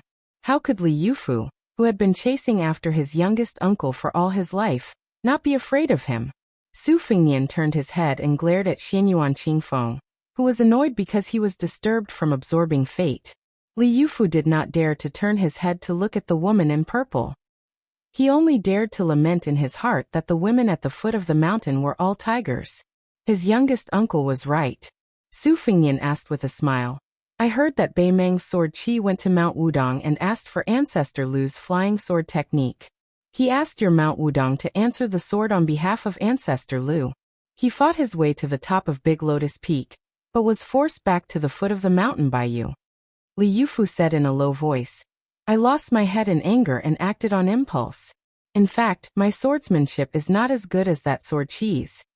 Su Fengnian smiled and said, I guess your swordsmanship is not as good as Huang Qing's. But the level of sword principle is related to swordsmanship, but not absolutely. Huang Qing asked for swordsmanship and sword principle, so it's not surprising that you lost. It's like a woman with a good-looking face. She can be more beautiful, but how beautiful she is depends on the most important thing, her temperament. Li Yufu thought about it carefully and said sincerely, Your Highness is right. I've learned a lot. Su Fengnian said jokingly, Do you really think I'm some kind of Taoist master? You're so smart. Even if I fart out of boredom, you'll be able to figure out something. Li Yufu, don't be so suspicious. The reason why I dared to beat Hong Shixiang back then was not because my cultivation was higher than his, but because he was narrow-minded. Li Yufu said seriously, Your Highness is well-mannered. Su Fengnian held his belly and laughed. Oh, when you flatter someone, you're just like a bull rider. You're so sincere. No wonder you're from the same origin. Li Yufu's face turned slightly red. Su Fengnian asked, You walked to the capital on 2 legs? Li Yufu nodded and said, I went to the Earth Lung Mountain in the middle. Su Fengnian said playfully, My second sister once took a few bags of dragon sand from the Earth Lung Mountain. She said that an evil dragon appeared in the first blessed land of Taoism. Did you go to slay the evil dragon? Li Yufu smiled and did not deny or admit it. Su Fengnian was shocked. He glanced at the peachwood sword on the back of the new chief of Wudong. Li Yufu scratched his head. I did see the evil dragon, but I didn't kill it. I was hindered by someone. Su Fengnian nodded and said slowly, For yesterday's ceremony, Taiyan City specially worshipped Jinwu Great Emperor behind the 3 main halls of the central axis. The statue was huge, like a small mountain. There was no other god worshipped in the capital. The Son of Heaven wrote the words controlling the central axis on the plaque to raise the status of Wudong Mountain in Taoism. You and I both know about this. Li Yufu took a deep breath and said frankly, Wudong Mountain had no objection to the imperial court statue of Jinwu Great Emperor in Taiyan City. But according to the teachings of Ancestor Lu, the Taoists on the mountain were not allowed to enter the capital to seek power. But for some reason, after the statue was carved, it swayed without wind. So I followed my master's order to enter the capital to investigate. On my way to the east, I sensed that it had something to do with the Earth Lung Mountain. So I went to the Blessed Land and found the evil dragon hibernating there. Speaking of this, Li Yufu stood up and said in a low voice, "I'm willing to cultivate for the sake of the common people." Su Fengnian smiled and looked at the sky. Such a young immortal. Chapter 757. The second chapter was at 3 in the morning. The third chapter was at around 5 in the morning. There was one more chapter at night. Su Fengnian smiled and asked, "When will you go to the palace to meet the emperor?" Li Yufu shook his head and said, "Since the evil dragon of Earth Lung Mountain has been slain, the statue of Zhenwu Great Emperor on the central axis should no longer be a bad omen. I will not go to the palace and damage my cultivation. Chief Uncle Master once told me that there are 7 injuries in our cultivation. One of them is that we do not follow the rules and reveal our innocence. If we violate this rule, it will be difficult for us to be listed as an immortal even if we have a strange appearance. Although I do not expect to be listed as an immortal in Tianmen, I am also timid. I am afraid to go to the place with the strongest dragon Qi and Yin Qi in the world. I came to the capital this time just to see His Highness and hear more about the 2 chief leaders. After leaving the capital, I will travel around and will not be in a hurry to return to Wudong. If I want to travel 100,000 miles in 10 years, it will be difficult for me to meet one and eliminate one." Wudong Mountain did not appear, but once it did, it would become an immortal. First, there was Wang Zhongluo who concealed his identity and traveled in Jianghu. He helped people in danger and broke the Kanglin with one finger. Later, there was Hong Shixiang who used his flying sword to suppress the dragon and tiger. He was regarded by the Qi cultivators as an existence that could suppress Wufu Wang Xianji. Su Fengnian joked, "If you meet a girl you like in Jianghu and become an immortal Taoist companion, or even give up being a Taoist priest and not return to Wudong Mountain, your master and uncle masters will be so angry that they will vomit blood." Li Yufu blushed and said, "I don't dare." Su Fengnian caught the loophole in his words and said, "You don't?" Li Yufu said sincerely, "I'm not as good as Uncle Master. I'm not good at divination, so I don't know the mysteries of heaven. I don't dare to say what will happen in the future. Although I don't know many things in the world, I know what I should do. If I meet a girl I like, I can only forget about her in Jianghu." Su Fengnian remained silent. Li Yufu did not know the ways of the world, and did not know how to warm up the atmosphere. He could only stand up and bid farewell. Su Fengnian came back to his senses, and stood up as well to send him to the door. Li Yufu, who carried an ordinary peachwood sword on his back, hesitated for a moment. He pointed at the old pagoda tree and said softly, "Your Highness, do you know that a Qi cultivator has done something to the Dragon Claw pagoda tree?" Su Fengnian shook his head, his eyes gloomy. Li Yufu was relieved and did not ask any more questions. He condensed his qi and exhaled. The 7 steps of gang treading, the peachwood sword that had no murderous aura was slowly unsheathed and inserted into the root of the dragon claw locust tree. The current Wudong sect leader stretched out his fingers and made a gesture. He whispered, "Draw the ghost and draw the evil." Lu Wenbao was shocked and hurried away from the dragon claw locust tree. The old Confucian scholar had learned a variety of things. He was skeptical about the yin and yang divination Taoism, but he did not dare to underestimate it. He opened his eyes widely and only saw the young Taoist show a good swordsmanship. After that, there was no movement. Lu Wenbao was very disappointed. Li Yufu frowned and approached the pagoda tree. He bent his right thumb and cut his index finger. The blood kept flowing. He drew a talisman on the tree trunk and patted it gently. The talisman disappeared.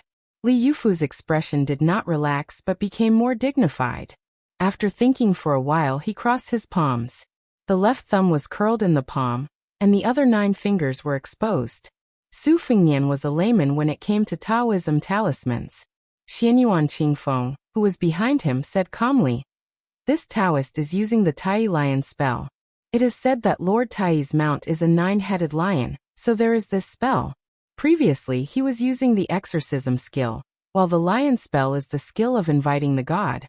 If the Taoist immortal of Dragon Tiger Mountain wanted to do it in one go, it would take half an hour. This shows that this Taoist is not weak. Why is he so submissive in front of you? Is he really the current Wudong sect leader?"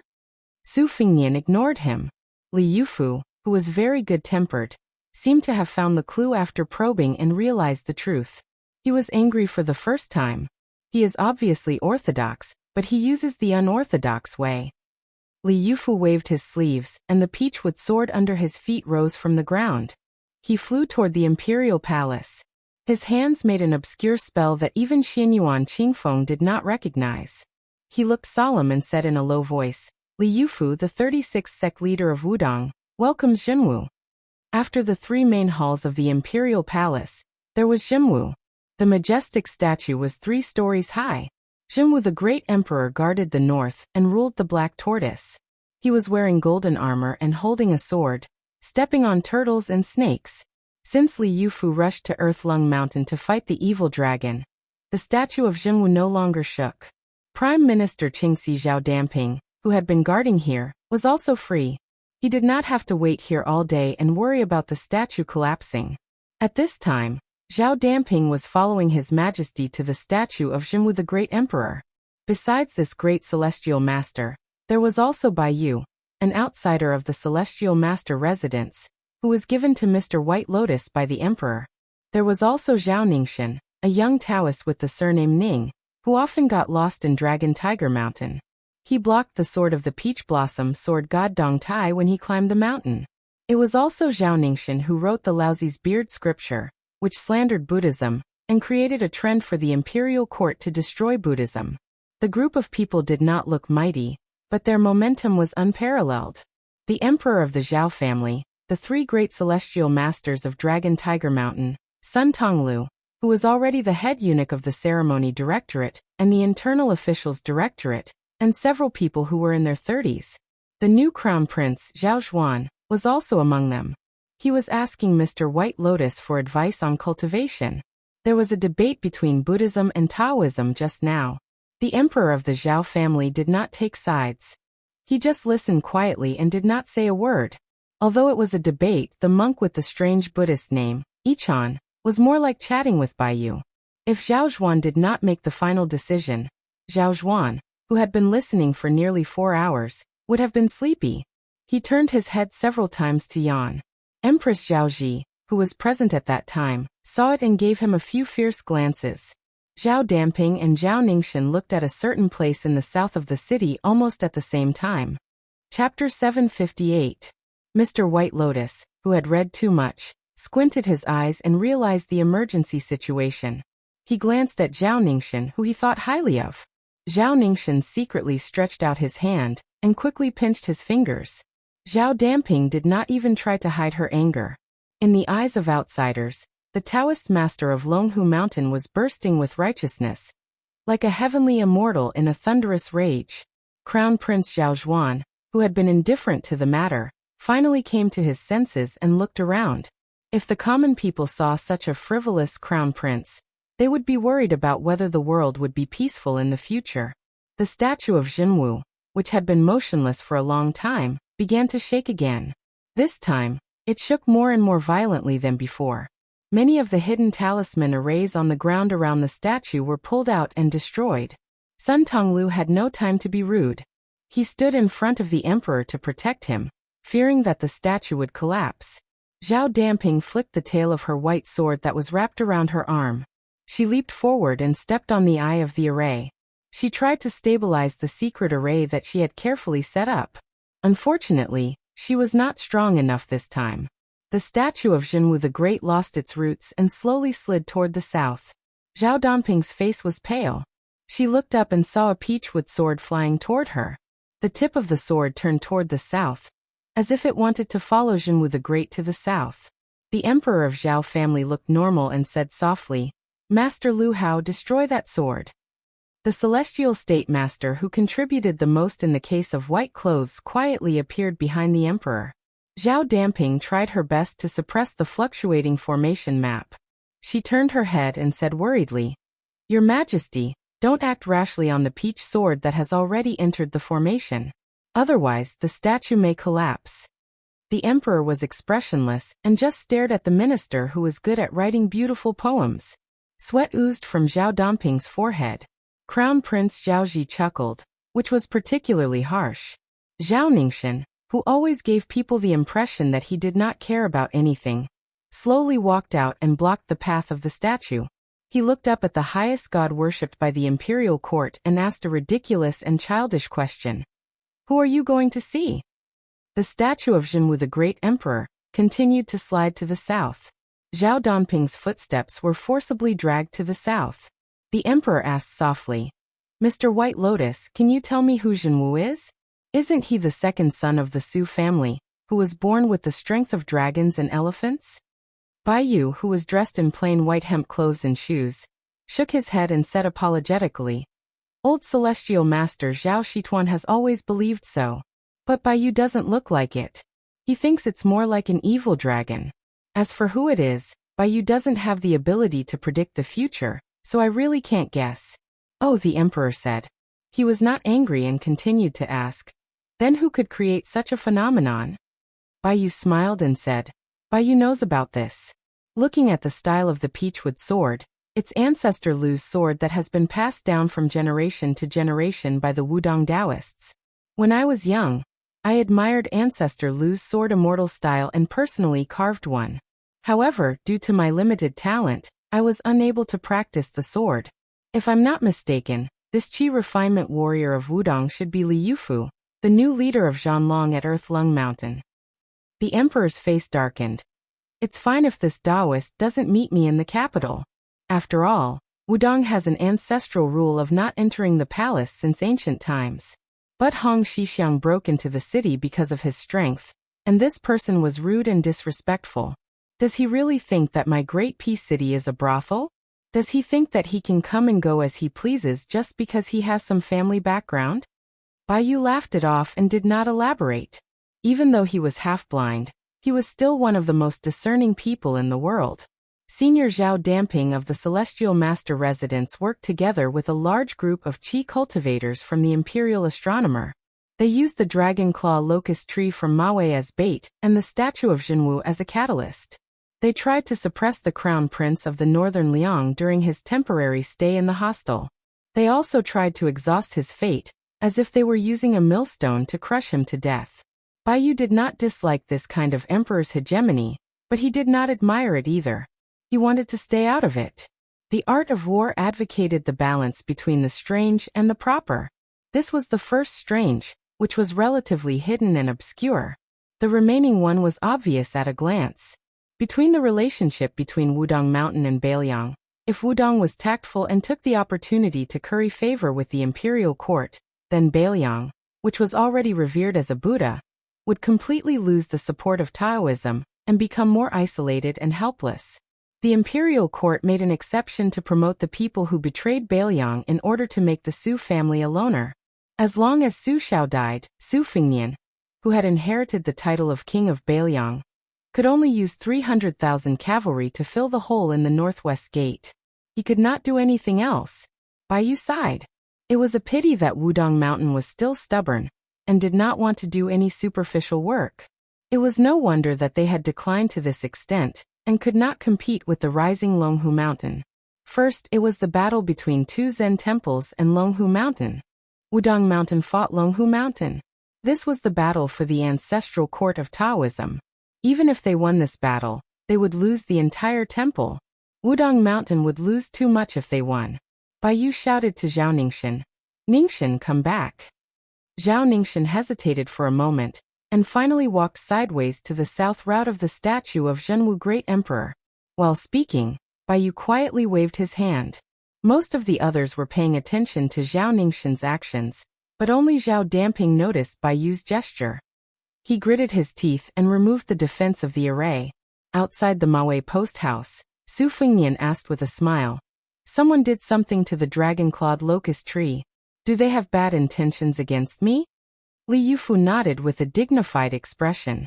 Su Fengnian asked, Is it related to fate? Li Yufu still nodded.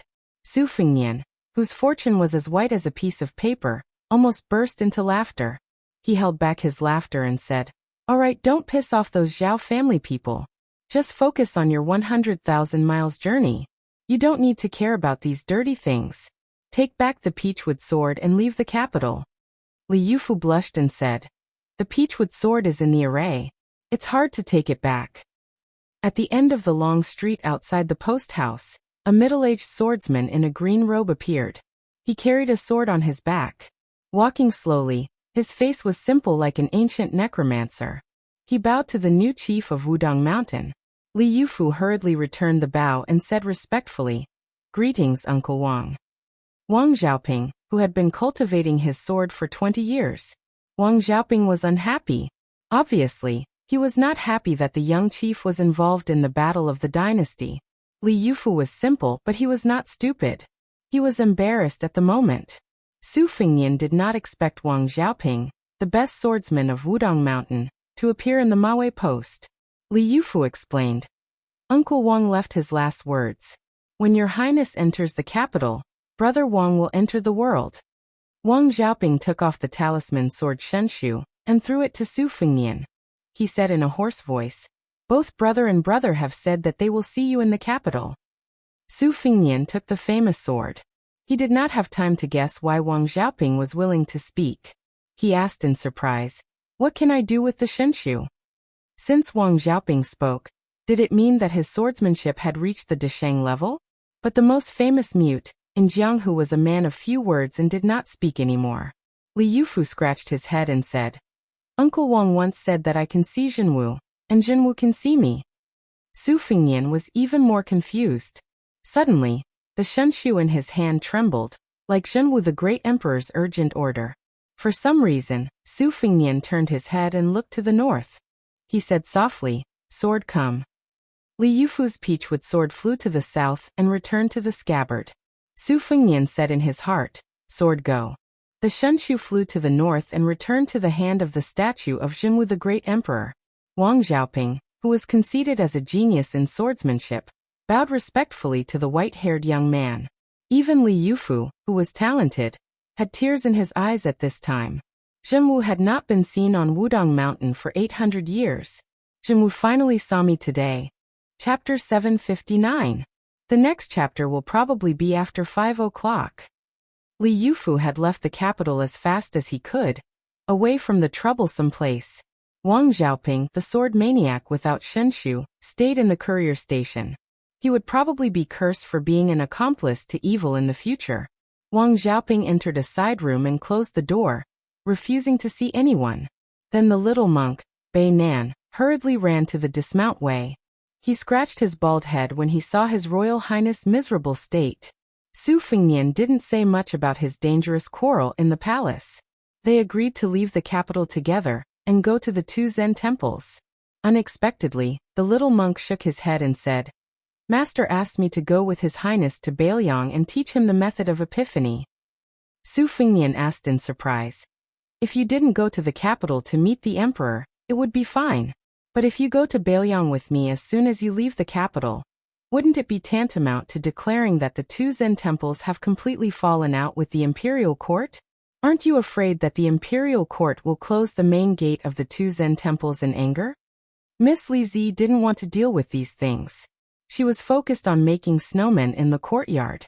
After the snow in the backyard was used up, she had asked Su Fengnian to go to the outer courtyard, and even the streets to shovel the snow and put it in baskets back to the courtyard. She had already made 30 snowmen of different sizes. It was a magnificent sight. Beinan grinned. "Master said it's okay to close the temple. The monks in the temple won't starve to death anyway. It's only natural that we feel full and warm. Only when we suffer will we be sincere." Su Fengnian said helplessly, "Your master is very open-minded." Beinan looked worried. "I'm afraid I can't explain master's epiphany well." Su Fengnian was bored to death on the rattan chair. He said with a casual expression, "Beinan, why don't you and Li Zi not go to Bailiang? Or when I miss you, I'll invite you to Bailiang as guests." Miss Li Zi had already used up all the accumulated snow and successfully made the last snowman. She patted her frozen red hands and walked over. When she heard this, she was stunned. She wanted to refute aggressively, but then she thought of something. She was so scared that her face turned pale, and she hesitated. Apparently, she had remembered the nightmare of the stupid Nambe who had left after becoming a Buddha. Su Fengnian said calmly, "I believe in fate. I'd rather believe in it than not." But believing in it doesn't mean that I have to accept my fate. I don't care what your master, Li Zi's father, thinks. If you dare to go to Bailiang, I can tie you up and throw you to the South Sea or the East Sea. Bailiang is indeed the easiest place to spread the enlightenment of the Dharma, but you also said that one's heart is more sincere when one is suffering. Then go to a place other than Bailiang to suffer. Bailiang, we will not open this door to you for the time being.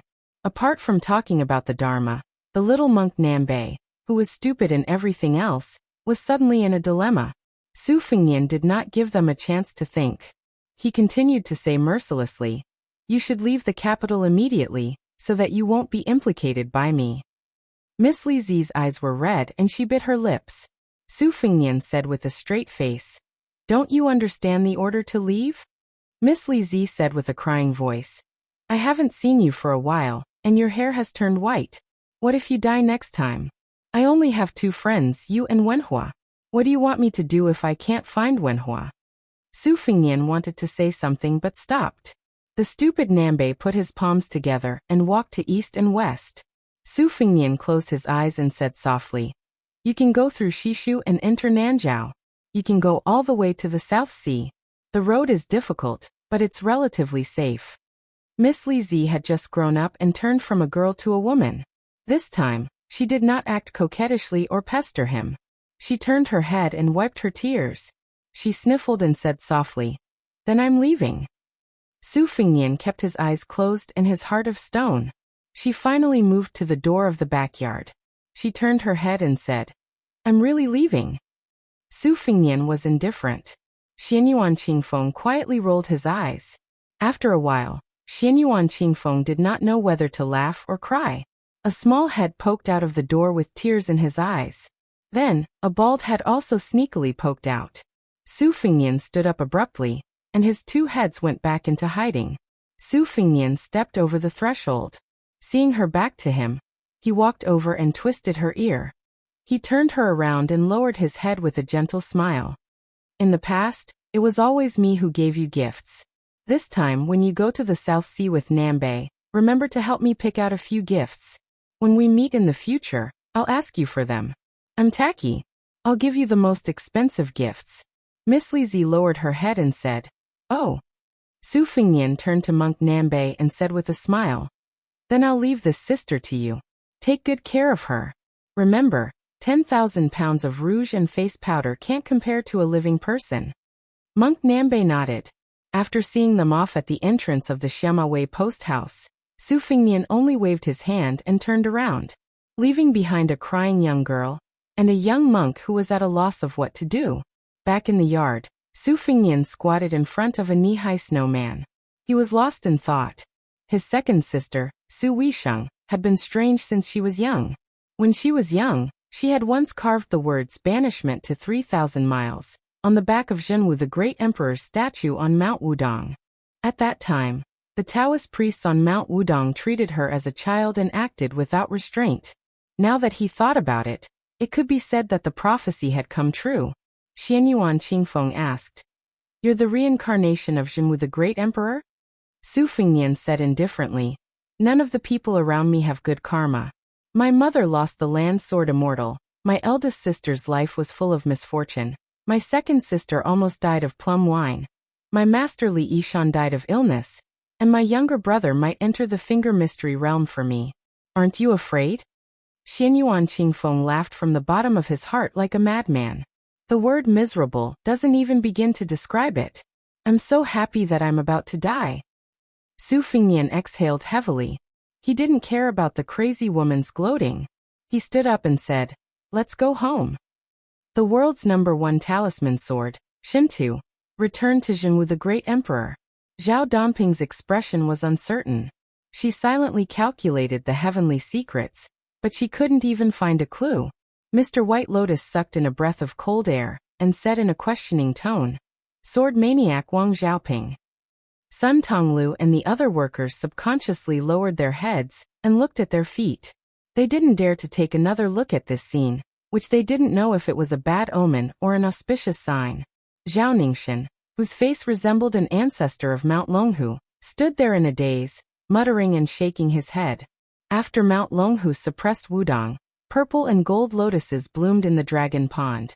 Mount Longhu's Taoist masters were also full of talents, and there was a tradition that the surname Zhao and the surname Zhao complemented each other. After Qi Xuanjin slew the demon, Qi Xianxia, who wielded a horsetail whisk as a sword, became famous in Jianghu. He was said to have the potential to become one of the top swordsmen of the generation. His name was Jimiao. Qi Xianxia was indeed chivalrous and had the air of an immortal. In addition, the four great celestial masters with the surname Zhao were still alive. Zhao Damping was in the capital, and the junior Zhao Ningxin had appeared out of nowhere. Moreover, with Mr. White Lotus's assistance, Mount Longhu's luck could be said to be quite prosperous. However, although they looked good, the celestial master's residence was worried. There weren't many lotuses left in the dragon pond, and they were still showing signs of withering. This puzzled the celestial master's residence.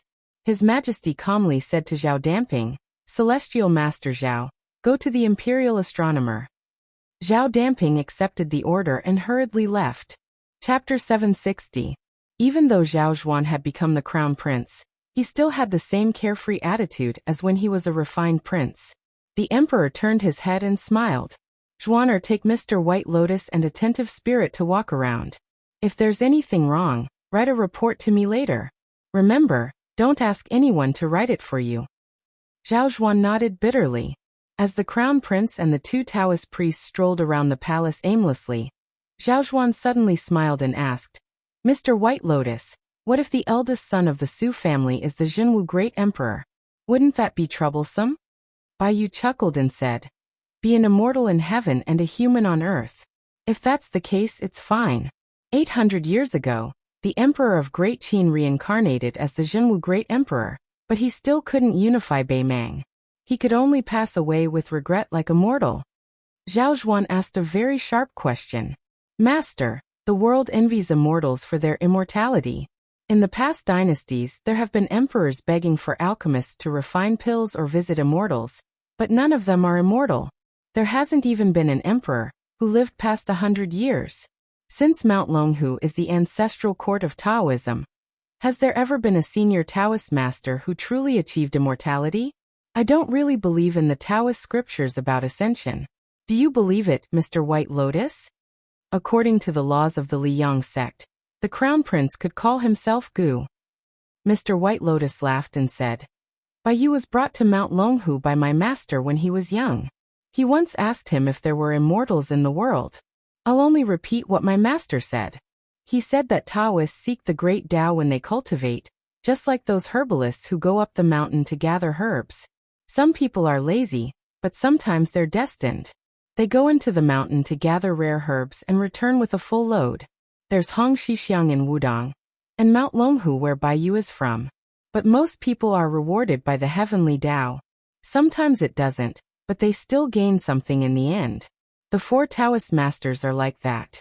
They become living immortals in the eyes of the outside world, and are only a step away from becoming Taoist masters. Even more people returned empty-handed. However, if they frequently climbed the mountain, not to mention picking herbs, they would be able to look at the mountain scenery and broaden their horizons. They would feel relaxed and happy. If they walked the difficult mountain paths that they rarely walked, they could also train their bodies and prolong their lives. In the previous dynasty, there were indeed many lousy alchemists who used the art of immortality to charm the emperor and confuse the imperial court. To Bai Yu, this was harmful, and the people of the future should be aware of it. However, Mount Longhu's inner core cultivation method did not use the word immortality to confuse the masses. Regardless of whether it was the emperor, ministers, or commoners, they could all learn it. That's why when His Majesty first summoned me to the capital, he asked me with a smile like the crown prince did, whether there was a carefree immortal or a supreme art of immortality. I said no. In fact, Bai Yu was a cultivator and naturally believed in the existence of immortality. The emperor's duty was not to seek the heavenly blessings, but to seek the peace of the world. The art of immortality was against the will of the heavens. The emperor was called the Son of Heaven because he was blessed by the heavens. Therefore, to achieve immortality was extremely difficult and was not favored by the heavens. The movement of the stars, the flow of the rivers, the imperial court, life and death all followed the two words, etiquette. In the current dynasty, Confucianism was ranked higher than Taoism because of its benevolence and righteousness. It was indeed the best medicine to govern a country.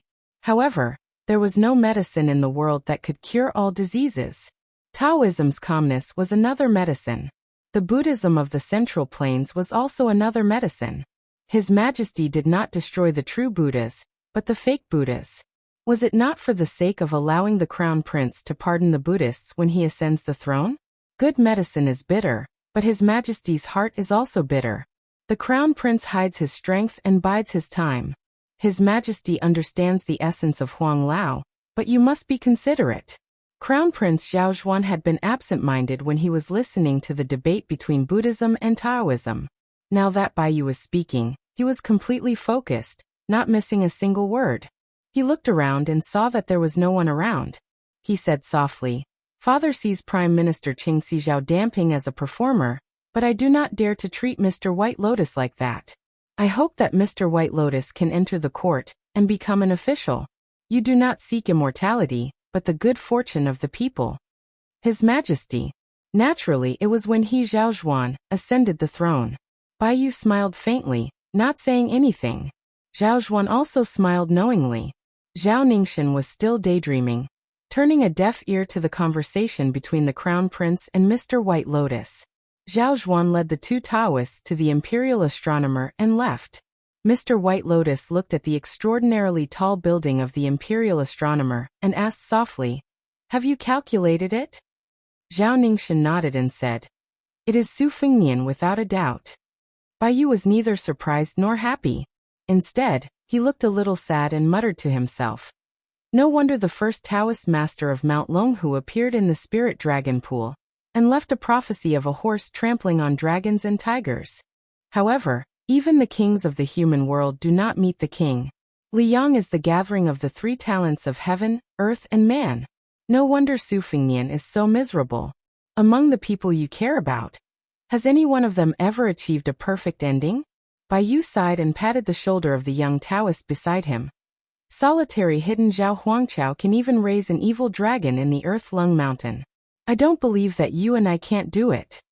50 miles away from the capital city, there was a small town. Back when the Liang dynasty pacified the Central Plains, they took in all kinds of rich men and craftsmen. Before the city was expanded, most of the people could only stay outside the city. After a long time, the place was taken over by other forces. This hidden dragon town was not far from the capital city. It was quite prosperous. It was surrounded by mountains and rivers. Some of the mansions in good areas were still occupied by the nobles in the capital city. They were used for strolling in spring, avoiding heat, and enjoying the snow in autumn. In a quiet inn in the hidden dragon town, an old man with a head full of silver hair came.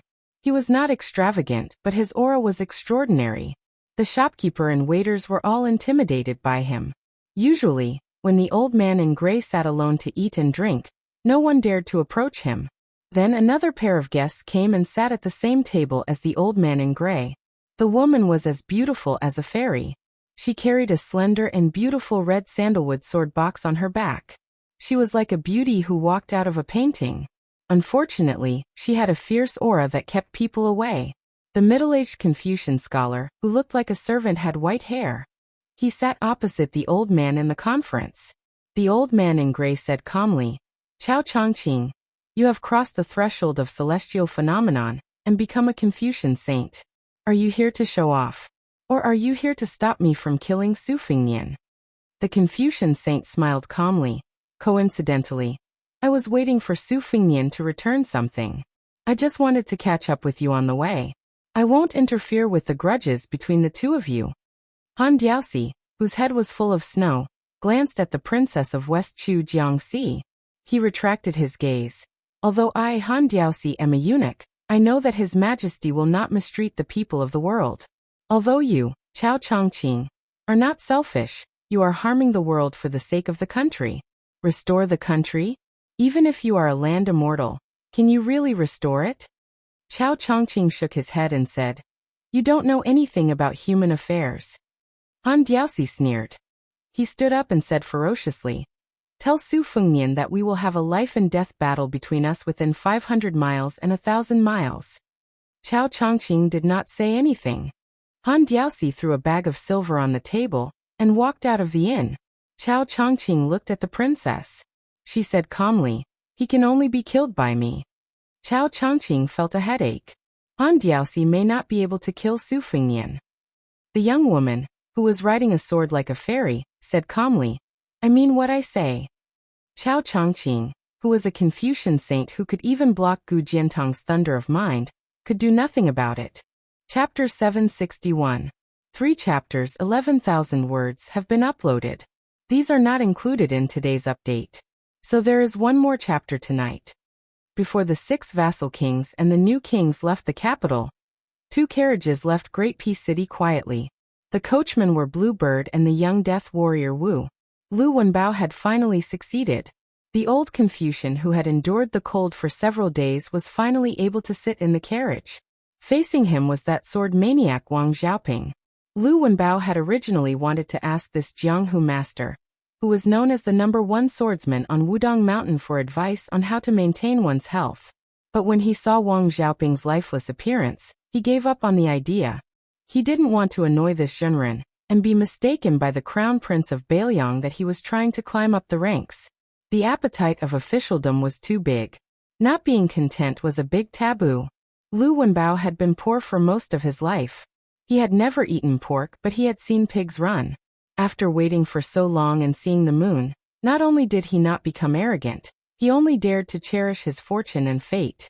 Leaving the city gate of Great Peace City, Lu Wenbao lifted the curtain and poked his head out to look back. His expression was complicated. It would be a lie to say that he didn't regret not being able to become a proper official of the temple. But to be able to display his tyrannical skills in Bailiang, the northwest gate of the dynasty, that little bit of regret was nothing. Lu Wenbao put down the curtain.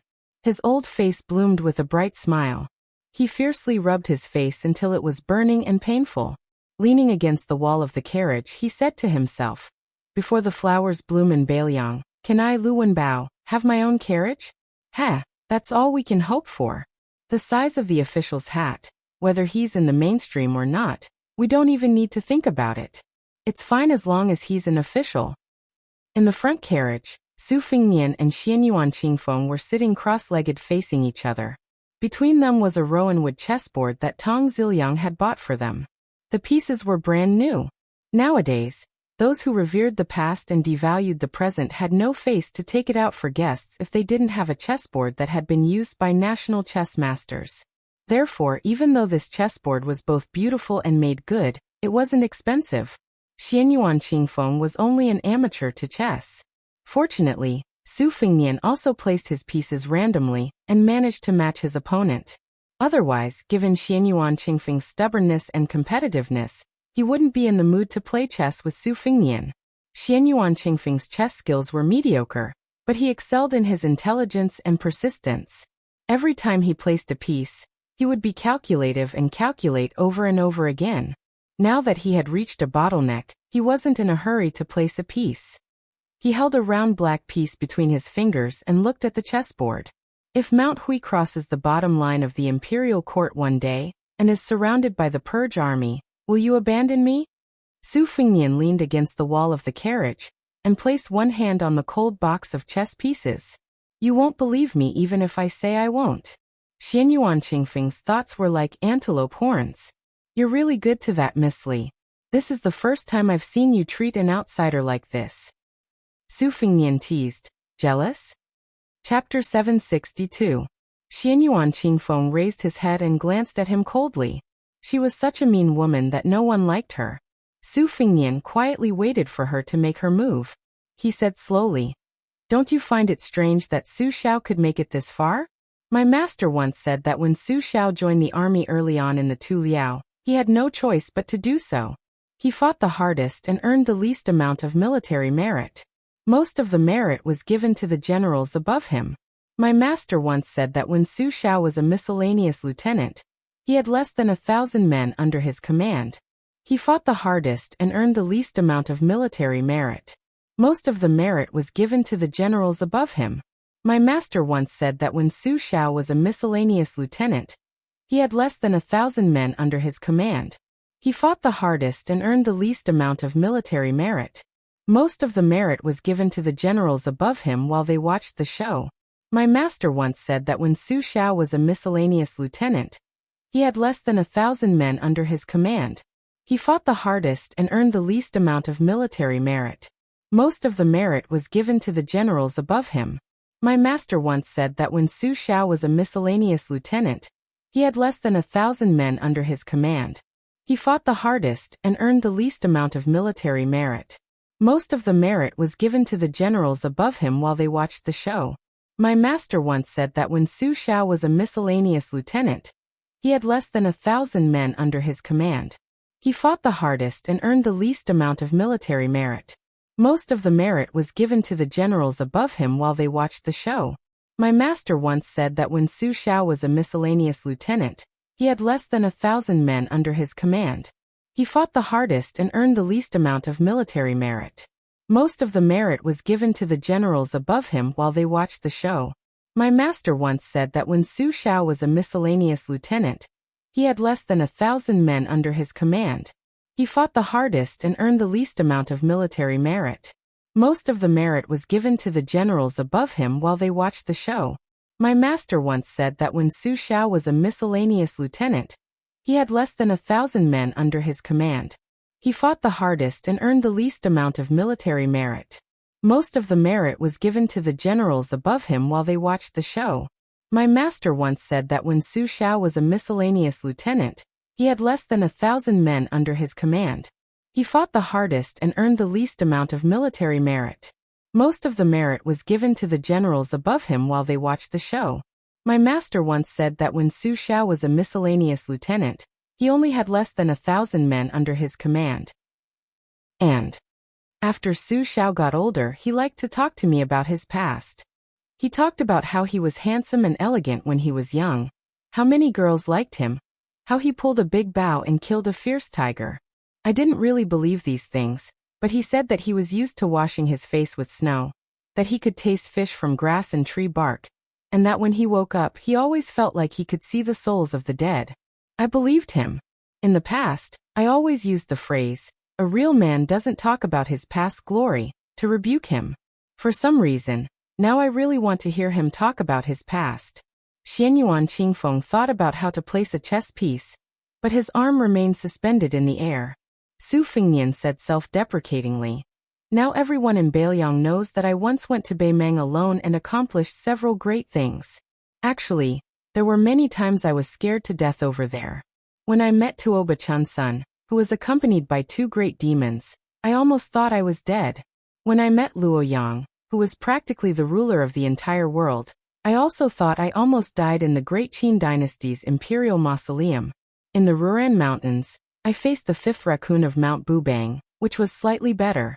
I used to wonder how Su Xiao could become the king of Beiliang. It was only after my 3 travels that I began to understand that being a man is actually just walking with your head down. Who knows, one day, you might be able to raise your head and touch the sky." Su Fengnian stretched out his hand, indicating for the confident Mount Insignia mountain chieftain to continue playing chess. "I'm embarrassed to say these words to others, but you're different. In the end, we're the same kind of people, so I know that you'll definitely let it go in one ear and out the other." After Xianyuan Qingfeng placed a chess piece, he looked at the chessboard and felt some regret. Su Fengnian laughed. "If you want to take back a chess piece, then take it back. That Su Xiao, that stinking chess piece, didn't take back 10 or 20 moves when playing chess with me. That can't even be called chess." Xianyuan Qingfeng really did pick up that white piece, and conveniently picked up a few black pieces as well. The originally deadlocked chess game immediately tipped to one side. Su Fengnian couldn't help but laugh. Xianyuan Qingfeng asked, "What are you laughing at?" Su Fengnian laughed generously. "I was thinking that in the future, when you become the unprecedented female Wulin Alliance chief, there will definitely be several young and outstanding Jianghu talents who will fall in love with you and be willing to pledge their lives to you. Then I was thinking that even though I'm not a member of the Jianghu, I'm actually able to sit in the same carriage and play chess with you. Moreover, You're taking back a chess piece without any sense of propriety. I found it very interesting. Xianyuan Qingfeng laughed coldly. Boring. Su Fengnian shook his head. That's not right. Xianyuan Qingfeng turned hostile as soon as he said so. Without rhyme or reason, he asked with an angry expression. Is it the words or the face? Su Fengnian laughed heartily. You finally remember how I secretly mocked you back then? When they first met, Su Fengnian had once said that Xianyuan Qingfeng's appearance was not right. Xianyuan Qingfeng raised 2 fingers, holding a chess piece between them. From the looks of it, he was going to reward Su Fengnian with a Xian finger if they didn't agree. Su Fengnian's expression was casual. But to tell you the truth, if you had even half of your charm and bearing back then, I guarantee that I wouldn't have said those words. The first time I wandered the Jianghu, my mind was filled with the image of a beautiful female hero falling from the sky, falling in love with me at first sight, and then walking the Jianghu with me. I felt that it was a very honorable thing, and it angered those young Jianghu heroes to death. Now, thanks to your good fortune, I've fulfilled one of my wishes. Xianyuan Qingfeng's expression was strange. How can someone like you fake the Xian finger and celestial phenomenon? Su Fengnian placed down a chess piece, reversing the situation a bit. He lowered his head and said, I'm reminding you not to open my scars. Before Xianyuan Qingfeng placed down a chess piece, he picked up a few more black pieces. Su Fengnian raised his head and glared at him. Xianyuan Qingfeng, aren't you bored? Xianyuan Qingfeng's expression was one of righteousness, making Su Fengnian, who knew that reasoning with her was pointless, feel extremely sullen. Then he kept retracting his chess pieces and placing them down. After leaving the Maui post inn, Xianyuan Qingfeng, who had hung the imperial jade seal of West Chu on his wrist when he entered the carriage, instantly exploded with Yin Qi. Su Fengnian was well aware. He turned around and lifted the curtain, seeing a Confucian dressed in blue standing far away on a secluded road. Shifting his gaze slightly, he saw a field of white snow. A woman was squatting in the snow. She had probably built a snowman out of childishness. Su Fengnian didn't get off the carriage. He took the imperial jade seal from Xianyuan Qingfeng's hand and gently tossed it back to its owner. The carriage brushed past the Confucian sage, Chao Chongqing, who had carefully placed the imperial jade seal in his sleeve, said in a warm voice, Han Diaoxi has declared that he will meet you within 1,000 li, 500 li away. He will fight to the death. Xianyuan Qingfeng looked at the guy who unexpectedly didn't get off the carriage. You won't even see him once? If it's really as Li Yufu said, we'll forget each other in the martial world. Su Fengnian didn't say anything. Xianyuan Qingfeng clicked his tongue a few times. That subjugated princess even wanted to kill. Some of it was towards you, but most likely towards me. Su Fengnian cleaned up the mess and put the 90-odd black and white pieces back into the box. Xianyuan Qingfeng smiled and asked, have you ever thought about what you would do if West Chu were to one day revive their country and be defeated like your black pieces? Would you watch helplessly as she ended up like the sword emperor of West Chu, with her sword broken and her body dead? Then you would think about it in your spare time and never tell anyone? Su Fengnian raised his head and looked at the she-devil. She returned his gaze and stared at him sharply. You don't dare to think about it? Su Fengnian smiled. Su Fengnian quietly put away the pieces and put down the chessboard. He sat up straight and still. If that day really comes, I will make sure that the Beimeng cavalry can't enter Bailiang. I will take all available Bailiang cavalry and go straight to West Chu. I will let the world know that I can bully Jiang and I, but you can't. I, Su Fengnian, am a man of my word. Chapter 763. The capital was decorated with lanterns and colored banners to welcome the new winter, and to congratulate the princes for leaving the capital and becoming vassals. On this day, Dusk was like a woman who had just woken up and wanted to speak, taking off her clothes extremely slowly. A middle-aged man dressed in luxurious clothes got off the carriage and stepped on the afterglow as he slowly walked into the restaurant. Inside the restaurant, there was not a single self-proclaimed glutton. They were all blocked by the wooden sign outside the door, and had come in high spirits only to return in disappointment. Fortunately, everyone in the capital knew that the proprietress of the Jiu restaurant was even more arrogant than the royal family, so they were used to it. The diners who came to the street around the same time as the man saw that someone had actually entered the restaurant and wanted to follow in to try their luck. In the end, they were blocked by a few retainers holding the hilts of their knives. After catching a glimpse of the retainers' scabbards wrapped in golden silk thread, they were scared into silence and immediately retreated. The pretty widow surnamed Hong slowly lifted the curtain. The mutton hot pot was already steaming. She only carried some secret seasoning bowls and plates and placed them on the table. The man raised his left hand and gestured for the woman to sit down. He then picked up a piece of mutton but meat with his chopsticks and put it into the pot. After a while he did not take his chopsticks back. The woman who had not sat down did her best to restrain her anger, and said in a flat tone, "Don't waste the meat." Hearing this, the man took his chopsticks back and slowly dipped them in various exquisite bowls and plates before putting them into his mouth. He nodded. It was indeed a unique flavor. He kept chewing the most authentic mutton hot pot in the capital, but did not open his mouth to speak. The woman just stood there with a straight face.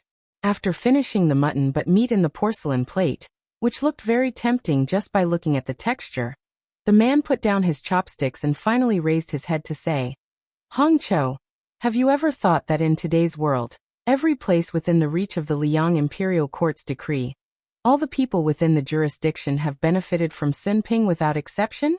All of this is due to his death, due to me not saving him back then, and due to the guilt I felt towards him after I ascended the throne." The woman who was addressed by the current emperor sneered.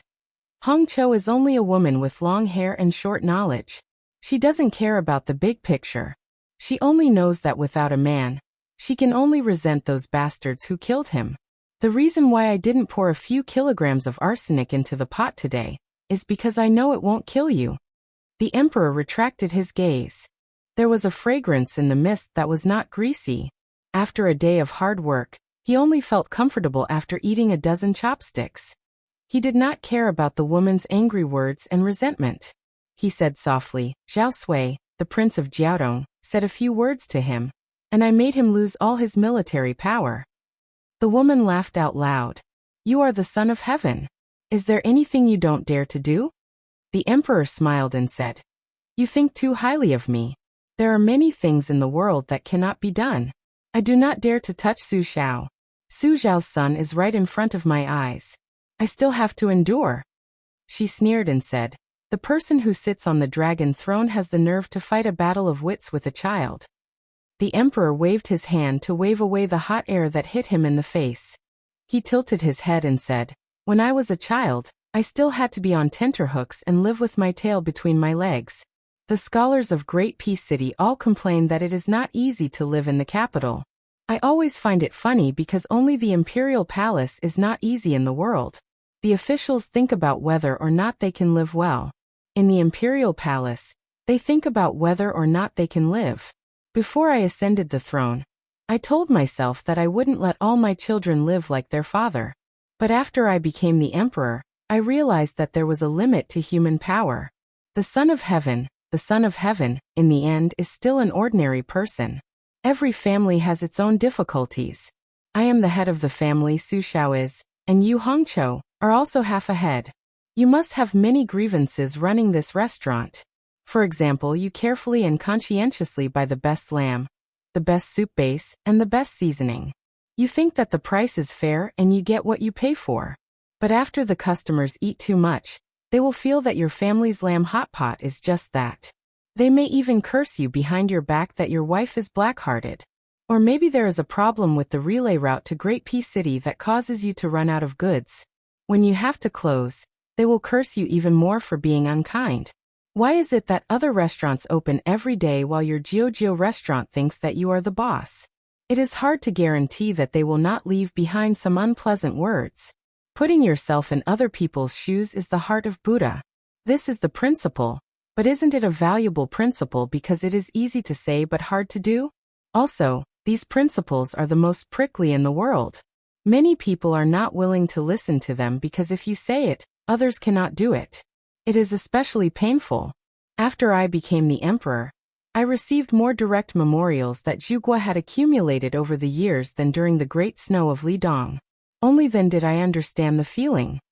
Chapter 764. The emperor didn't turn to look at the woman's face.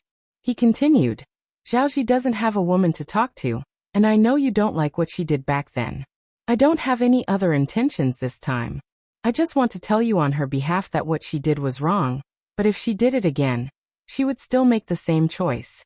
But in her heart, she would still feel the same as I did when I knew she was wrong. People are not plants, they all have compassion. I'm not saying this to ask you to forgive Zhaoji, just like when you first met her. All these years in the palace, the bronze mirror she used was still the one you gave her back then. She remembered clearly that it cost 8 silver coins. The emperor, who was known for his diligence and frugality, stood up and walked to the door with a smile. He stopped and said, I have to admit one thing. I'm very jealous that Su Xiao was able to talk with the previous emperor, and even didn't forget to leave a will before he died. Su Xiao must be killed as soon as possible. First, it's good for the stability of the imperial court. Second, he can see Su Xiao in the underworld earlier. If there really is a Yin Ming Fengdu, they can continue to conquer the underworld together. With Su Xiao's help, he can laugh at the king of hell. Otherwise, without this meritorious general, he won't be at ease. But if Su Xiao's son grows up, you must treat him well. It's a pity that I, as his son, couldn't do the 2 things the old man asked for before he died. Walking out of the restaurant, the emperor didn't rush to get into the carriage. He walked slowly by the frozen river. On the river, there were many naughty children chiseling the ice to catch fish against their parents' orders. The retainers of the imperial court didn't dare to get close. They just followed from afar. Only Lu Hao walked 5 steps away from the emperor. The emperor said casually, Lu Hao, a group of promising children of the Lu family have been sent to the capital. Don't worry. Since he had been respectfully addressed as Lu Hao's teacher, the old celestial state master didn't bother to thank the emperor. He just nodded. The emperor stopped and stood by the river. He cupped his hands and said to himself, Su Xiao, if your son dies before you, I'll give you a perfect title. But if I were to die before you and kill the innocent, Zhen would give you such a well-deserved title. The grass withers, the eagle's eyes are sharp, the snow is gone, the horse's hooves are light. On the post-house road, there were 2 carriages heading south at high speed. In the sky, there was a mystical green and white luan piercing through the clouds. He went to the Shangyin Academy. When the melon is ripe, it will fall. If he didn't pick it now, it would be too late. Su Fengnian had always wanted to turn Wutong'an into another spring snow building in Guangling. Although it was not impossible to operate without her, he knew that oil and salt were expensive when he was in charge. Moreover, Su Fengnian did not want the girl who liked to carry the white cat to be looked down upon in Shangyin Academy. At this time, Su Fengnian and Blue Bird were sitting back to back, enjoying the scenery along the way. Wu, the man of sacrifice, was a young man. The 2 carriages were running side by side on the wide road. Blue Bird always gave others an unapproachable appearance, but once they were accepted by her naturally, it could be said that she was very considerate. She made a gesture to the young man. Wu grinned, and the 2 jumped up to exchange carriages. Su Fengnian moved slightly and sat sideways behind the young man. Wu wanted to say something but stopped, so he couldn't swing the whip so smoothly. Su Fengnian smiled and said, If you have something to say it. The young man who didn't even have a name asked softly, Young master, I don't like the woman in purple in the carriage. I hate her from the bottom of my heart. Su Fengnian asked curiously, Why? Wu, the young man, was a straightforward person. Since he had opened his mouth, he poured beans out of a bamboo tube. He complained, Who is this woman? Isn't she just a female bandit from a small mountain? What right does she have to be so arrogant in front of young master? If it were me, I would have kicked her off the carriage. She isn't satisfied at all. Even if she is doing business with young master, she is still taking advantage of you. Why is it that when it comes to you, she becomes a big figure? You make it sound like she is the empress. Young master, it's not that I want to criticize you, but you can't spoil a woman like this. Besides, there is nothing good about her. I have glanced at her a few times, but I didn't see if her buttocks were raised or her breasts were bigger. Only her face is acceptable. But young master, who are you? You are an indomitable spirit. In this world, other than you, who would dare to kill the emperor's son? Young master, don't you think so? Su Fengnian laughed loudly. Where did you learn this flattering skill from? It's a mess. Wu turned around with a face full of resentment. Young master, I am being serious. Su Fengnian retracted most of his smile. He squinted his eyes and looked into the distance. It was a pity that it was not snowing, so there was no beautiful scene of snowflakes. He smiled softly. Actually, it is not just you. No one would like a woman like her. Wu waved his horsewhip. That's right. Then young master, why do you always go along with her? Don't tell me you have really fallen for her. Then I have to say something. Young master, you are blind this time. It is not worth it. Su Fengnian was not afraid that the woman in the carriage would be angry. He leaned his head against the wall. Before last year, there were not many people in the world who liked me. We are all in the same boat. Wu had a confused expression. He knew that young master was making sense, but he did not understand. He only made an "oh" sound and reluctantly accepted it. Su Fengnian joked. Many people and things are like a woman who is pregnant for 10 months. You have to wait. You can't rush it. Young man Wu chuckled and said, Young master, if you make that woman pregnant and then leave, you'll be able to vent your anger.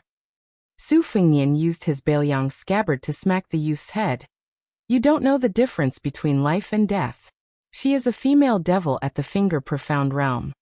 Su Fengnian was a little puzzled. The insignia mountain chieftain in the carriage was unexpectedly not angry. She did not even bother to make a sound. Inside the carriage, the purple-clothed woman was looking at herself in the mirror. It was like the sound of ice being swallowed by water.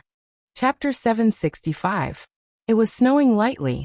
This year in the south, there were snowflakes as big as a child's hand that were rarely seen.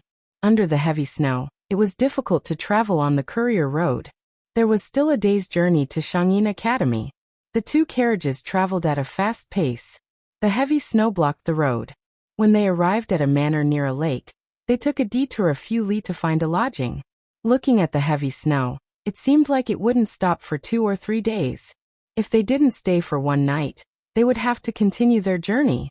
This was because the path from the official courier road to the private residence was particularly bumpy.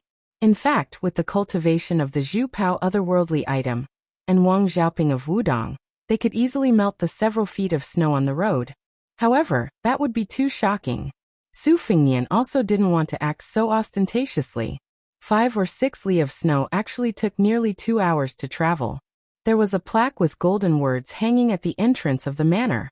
Su Fengnian was a knowledgeable person. With one glance he could tell that this plaque was written by Dong Fu, who wrote the 4th line of the world, the sacrificial text for deer reaping. Yuyan Mountain Manor was a big manor that had produced a father and son Wulin alliance master. Their family had a long history. It was one of the few sects in Jianghu that had dominated Jianghu with the strength of a single family. They cultivated both internally and externally, and were good at qi cultivation and sword forging. Yuyan Mountain Manor's Dragon Rock incense burner was once as famous as the Tongxi sword furnace that forged the Bashio sword, but the Tongxi sword furnace was now in ruins. Although the Dragon Rock incense burner did not follow in the footsteps of the Dragon Rock incense burner, it was a pity that it had been closed for 20 or 30 years. In the past 60 years, this manor had never produced any outstanding talents. It was only supported by the accumulated kindness of its ancestors. However, within the boundaries of a province, it was still worthy of being called the leader of Jianghu and could not be underestimated. Su Fengnian got off the carriage. The manor was sweeping the snow in front of its door. Even though it was snowing heavily, the manor still had servants diligently sweeping the snow every few hours. This caused the snow on the ground to be thin, which was enough to show its foundation. When the two carriages came to visit the villa under this kind of heaven-defying circumstances, the gatekeeper, who was warming himself with the fireplace in the side room near the gate, hurriedly ran out, for fear of neglecting the guests. Yuyan Mountain Villa had always had a good reputation, and was considerate and meticulous to the servants. After winter, before it snowed, they had already sent out mink hats and thick clothes, as well as an extra bag of silver to keep out the cold. As the gatekeeper of the main gate, Zhang Mu could be considered a small leader, and was also the face of the villa. The quality of his mink hat was exceptionally good, and he was also able to wear a fox fur coat. Even an ordinary official of a county may not have such an imposing manner. Zhang Mu welcomed and sent off people, and had seen many people of the government in the martial arts world. The 2 carriages were not out of the ordinary, and were the handiwork of a small family. But the men and women really made Zhang Mu, who had trained his fiery eyes, jump in fright. The young man in the lead had white hair, white fur, and white boots. There was a simple blade hanging from his waist, and a pair of red phoenix eyes. He was so handsome that it was out of control. The young master of the villa could already be considered a rare handsome man, but seemed to be inferior to him. Beside the white-haired young man stood the purple-clothed woman. Not to mention her appearance, that strange and deep aura. Why was it like the old villa master he had seen when he was young? Why did he feel fear and dread from the bottom of his heart? After just one glance, he did not dare to look any more. Behind the young man and woman, there was a robust young man, as well as a withered man whose depth could not be determined. There was also an old Confucian scholar, who was shivering in the cold and stamping his feet. Zhang Mu muttered in his stomach. They were all unfamiliar faces. Could it be that it was almost the new year, and they had come to the villa to borrow a sword to observe the sword? Yuyan Mountain Villa had a lot of hidden swords, and all of them were extraordinary. Many famous swordsmen in Jianghu liked to borrow swords here to feast their eyes. The current villa master had a generous personality and had friends all over the world. It was fine to observe the sword, but if you met someone who wanted to borrow a sword, you would not be able to return it. This caused the number of hidden swords in the villa to dwindle day by day.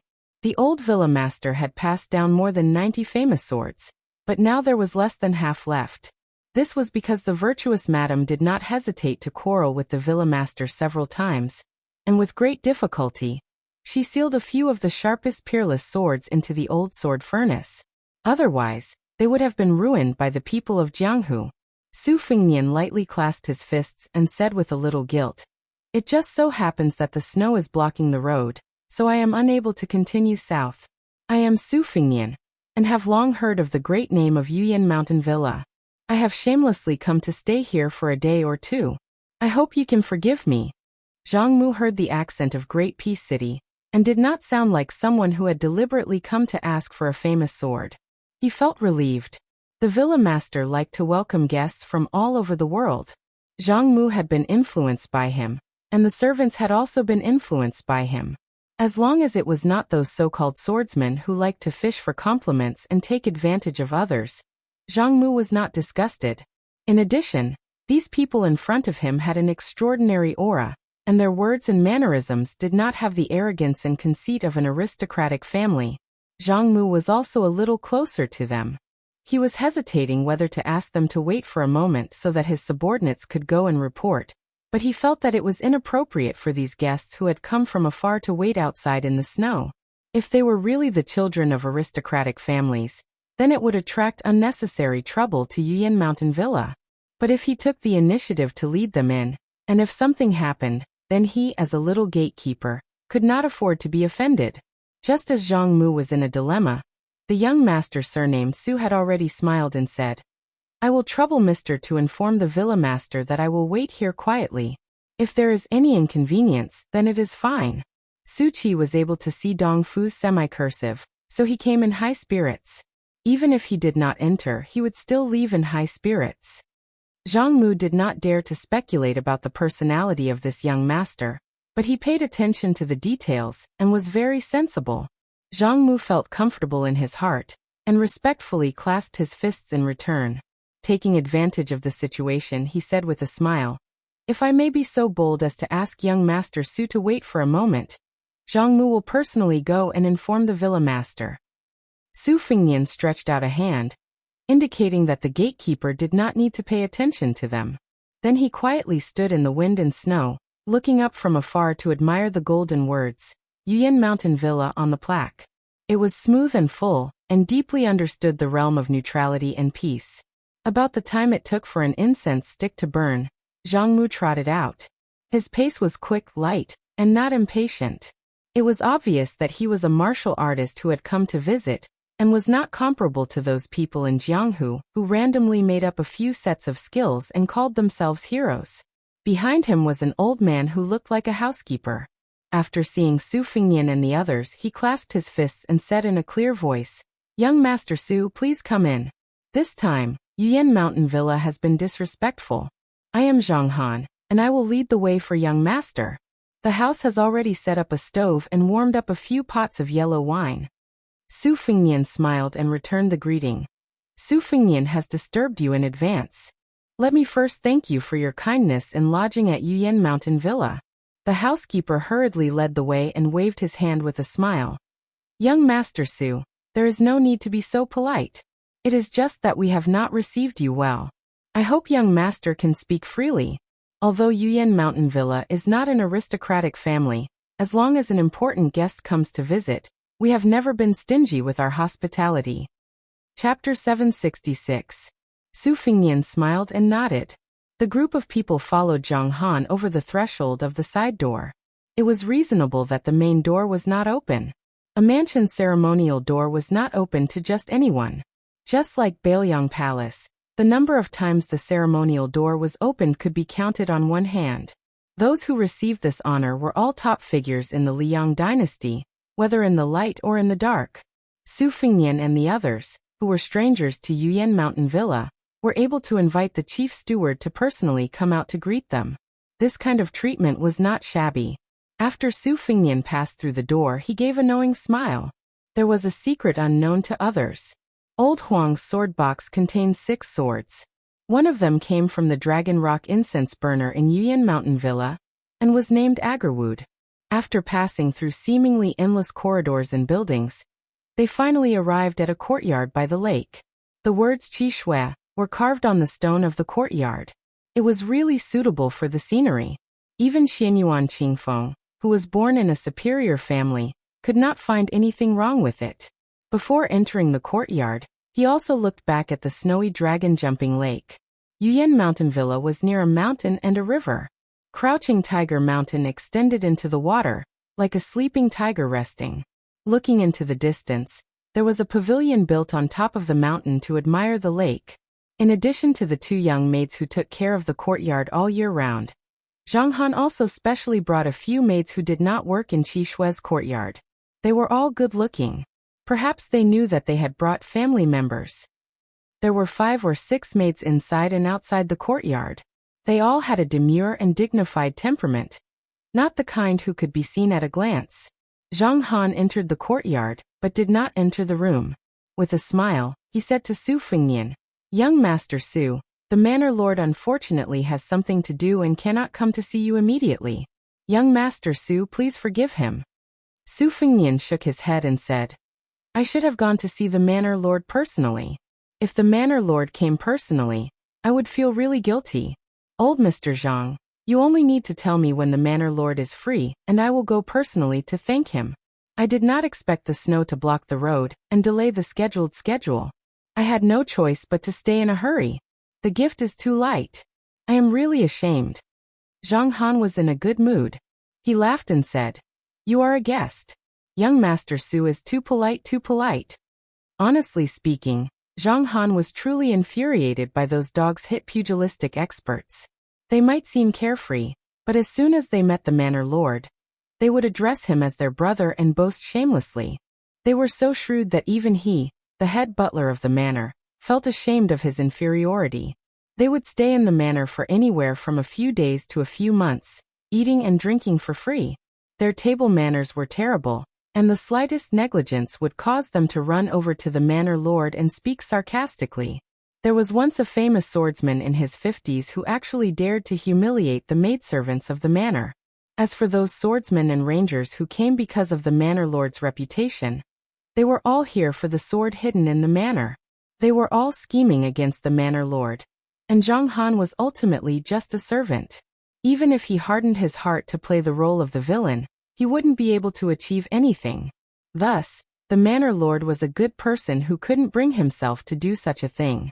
Zhang Han was ultimately just a servant, and even if he hardened his heart to play the role of the villain, he wouldn't be able to achieve anything. Today, meeting such a polite and tactful young Master Su made Zhang Han feel more at ease. After all, if Yuyan Mountain Manor wanted to make a comeback, they needed those down-to-earth Jianghu friends. The more the better. If the manor lord's father was a disciple of an official with real power, it would be a great blessing to Yuyan Mountain Manor. Zhang Han left quietly. The 5 maids' beautiful eyes rippled. They could not help but take a few more glances at the young master in the fox fur coat. He was really handsome. Moreover, it was not the kind of handsome that was made up of makeup, but filled with a heroic spirit. The 3 outer courtyard maids originally had some complaints. Who would be willing to serve an outsider in this cold weather? After seeing Su Fengnian with their own eyes, they were filled with joy. Their beautiful faces were overflowing with joy. This made the young man Wu secretly happy. I knew that his young master would be popular wherever he went. He could not help but glare at the woman in purple. The latter was keenly aware of the young man of sacrifice's gaze. Their gazes crossed. It was unclear what was going on. At the very least, there was not much killing intent. The young man was stunned for a moment. Did this ghostly woman change her personality? There was no sign of fighting or killing. The small courtyard really had warmed up a few jars of the manor's own superior yellow wine. There was plenty of charcoal in the stove. The door was half open, but it still made people feel warm. Through the courtyard door, one could see the silvery white lake. The courtyard was not big, only 2 entrances. There was enough room, and it did not give people a feeling of desolation. The 2 maids who had been working in Qishue's courtyard were busy. In fact, the courtyard was clean, but it was nothing more than a show to let the guests feel the hospitality and goodwill of the manor. The 3 maids who came to visit served the yellow wine and the guests. Su Fengnian smiled, and asked them if they could drink wine. They looked at each other and smiled. After nodding, one of them said that they could only drink about a tael of wine. They did not dare to drink too much. Otherwise, if they were seen by the steward, they would be reprimanded. Su Fengnian asked for a few more wine cups. The guests and the maidservants drank the yellow wine together, and the atmosphere was joyous and harmonious. Sword maniac Wang Xiaoping did not drink. He went into the room and closed the door. Lu Wenbao's nose was red from drinking, and he was mumbling to himself. It was a beautiful poem about drinking, which amused the few servant girls who mistook him for an old accountant. Su Fengnian smiled and asked, "Before entering the courtyard, I saw a small boat tied to the lake. Can I go to the lake at this time?" A courageous maid said with a soft voice, reporting to young Master Su, "There are people in the manor who specialize in rowing the boat. As long as I go to inform them, I can go fishing in the lake. I can also warm the wine on the boat. But the snow is too heavy now. If you go fishing on the lake, it will be too cold. You have to wear a thick cotton raincoat." Su Fengnian nodded and said, "Then I'll have to trouble you to bring me a raincoat. There's no need to row the boat." The graceful maid nodded and stood up to leave. Not long after, she swayed her body and returned. Blue Bird stood up to put on the heavy raincoat for the young master. Su Fengnian carried the intricate bamboo hat and a box of refined bait that he had already prepared. He walked out of the courtyard. Aside from Xianyuan Qingfeng, the rest of the group accompanied him to the lake. Su Fengnian stepped onto the boat alone and waved to everyone with a smile. The 5 maids stared blankly at the young master's celestial appearance. They thought that clothes make the man. Even if this young Master Su wore a raincoat, he would still look handsome. They did not notice that after the white-haired young man called Su Qi boarded the boat, he did not even move the paddle. The boat gently glided into the lake. Snowy lake, lonely boat, raincoat. Fishing alone in the snow. After the maids regained their senses, they did not want to leave for a long time. When they could no longer endure the snow and cold, they reluctantly returned to Qishue's courtyard. An hour later, a group of people in white stepped on the water. There were both men and women. They were as graceful as white butterflies and had an otherworldly aura. They floated as if they had ascended to immortality. This group of immortals stepped lightly on the water. They leaped 50 to 60 feet high and flew over the boat, heading straight for Yuyan Mountain Villa. Chapter 767. When the group of immortal-like white-clothed men and women charged towards the lakeside villa, there was a handsome young man standing in the Crouching Tiger Pavilion. There was a famous sword from the Dragon Rock incense burner on his waist, inscribed with the 4 ancient words, "Rootless Heavenly Water." Coincidentally, he saw the scene of the white butterfly on the lake. He clenched his fists, his body emitting a sinister aura, anger mixed with fear. Everyone said that there were immortals in the ancient times. When they were in seclusion, they ate the clouds and drank the dew, standing aloof from worldly affairs. As long as they appeared in the world, they would be sucked in as clouds and rain, and called out as thunder. As the young master of the Yuyan mountain villa, the young man standing alone in the pavilion had extremely high vision. Naturally, he would not mistake the group of white-clothed people for immortals. They were just qi cultivators that had split into two factions in the spring and autumn period. The northern faction was led by the imperial astronomer of Great Peace City. North of the Guangling River, they had all become the lackeys of the imperial court, diligently helping the emperor of the Zhao family observe the weather, and had been criticized for a long time. The southern faction was relatively disorganized, led by the White Bottle Guanyin sect of the South Sea. They lived in seclusion on an isolated island overseas. Their conduct was similar to that of a wandering immortal. These dozen or so qi cultivators led by a qi cultivator grandmaster were undoubtedly people from the high and mighty immortal island. The reason why so many people were mobilized and left the South Sea to reappear in Jianghu was because of the talisman sword made from the dragon rock incense burner. This was a tyrannical business that the South Sea was willing to attack, but willing to accept. In the past, there was a South Sea girl who entered Jianghu barefoot. She was shocked as soon as she entered Jianghu. Countless heroes and talents worshipped her. If she was not beaten back by the sword godly Chungang, perhaps there would be more stories of immortals that were passed down to today. 25 years ago, a qi cultivator from the Guanyin sect quietly arrived and wanted the girl to commit suicide. The infatuated Zhang Bingling did not hesitate to seal the sword furnace that had been passed down from generation to generation.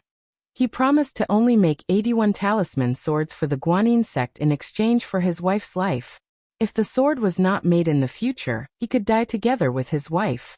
It was not easy to make a sword, and the talisman sword that the qi cultivator needed was even more difficult. 25 years later, only 36 talisman swords were forged. The Yuyan mountain villa was on the verge of collapse and was close to bankruptcy. How could the young villa master Zhang Chunlin not hate these qi cultivators from the South Sea, who wanted to take their lives? Did he really have to watch his parents die for love? A man and a woman who were close to 50 years old, but did not look old, slowly climbed the mountain. The man had a rough appearance and was born with a leopard head and round eyes.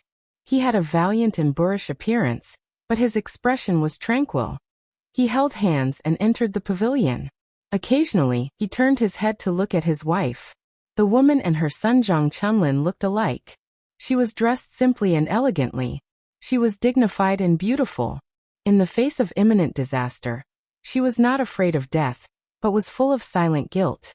When they entered the pavilion together, Zhang Chunlin gritted his teeth and turned his head away in a fit of pique with red eyes. The woman went to gather her son's top-grade Liaodong fox fur coat and said softly, "It's my fault. Not only did I delay your father, but I also harmed the ancestral property of the villa." The villa master of Yuyan Mountain Villa, Zhang Bingling, slightly glared and said, "What are you saying? What delay and harm? Nonsense. For Zhang Bingling to be able to find such a good wife like you is already smoke rising from his ancestral grave. If he has any more complaints, he will be struck by lightning." Although Zhang Chunlin was courteous and watertight, he did not need to wear a gentle mask in front of his parents. He looked at his father Zhang Bingling with moist eyes and said, "It's all your fault. Your swordsmanship is mediocre. You only know how to forge swords. You can't even protect your mother." Zhang Bingling was speechless. He did not feel that he had to pretend to be a hero in front of his son. He only made a sound of agreement. The woman's face became colder. She reprimanded, "Chunlin, don't talk about your father like that." Zhang Chunlin lowered his head and looked at his hands. He choked with sobs and said, "It's all my fault. I couldn't protect my parents. I'm a coward. My hands are still trembling. I can't hold the sword steadily. I don't dare to draw the sword against those people." Zhang Bingling smiled gently. His eyes were kind. He touched his son's head and said, "With your father around, even if the sky falls, you should be the first one to hold it up. Chunlin, we are people of the Jianghu. Especially when it comes to swordsmanship, Not everyone can be a Pin 1 expert. We can't even dream of being a sword immortal. It's enough as long as we don't do anything wrong. We are not afraid of ghosts knocking on our door. Hey, these qi cultivators outside the Xiaoyao Sea can be regarded as the so-called immortals in the Jianghu. Your mother and I did not leave in vain when the immortals knocked on our door to collect debts. Although you have already reached the age of 20, you don't have to blame yourself too much, and don't think about revenge wholeheartedly. Father and mother have earned enough in the past 20 years. Besides, we have you. We have earned so much. If you continue to be stubborn after we leave, we will feel uneasy in the afterlife. Your father is a rough man and only knows how to forge iron and swords in this life. I have never taught you how to conduct yourself in this world, so I can't give you any valuable advice. But there is one thing that you have to remember. There are too many things in this world that you want to do, but you can't do it. You can't suffocate yourself to death.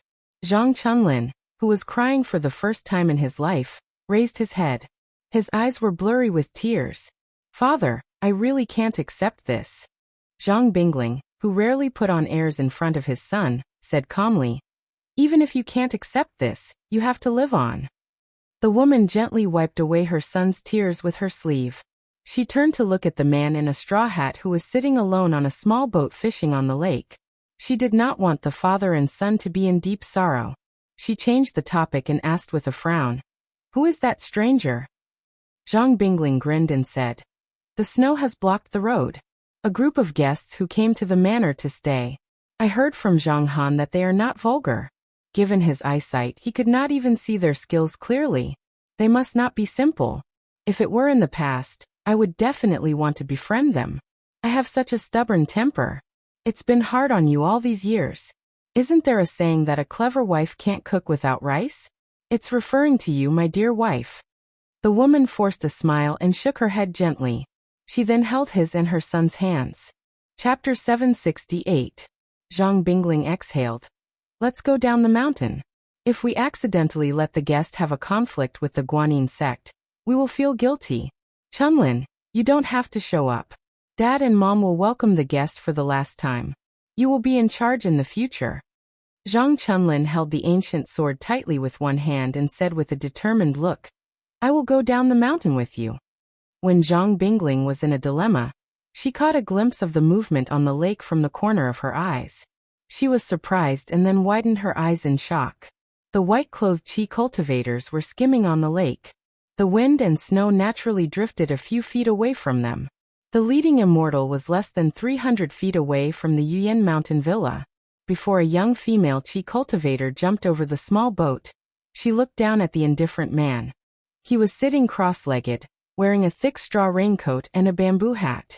There were 2 strands of white hair that were beyond his age gently hanging down from his temples. She saw the face of the fisherman at first glance. He was very young.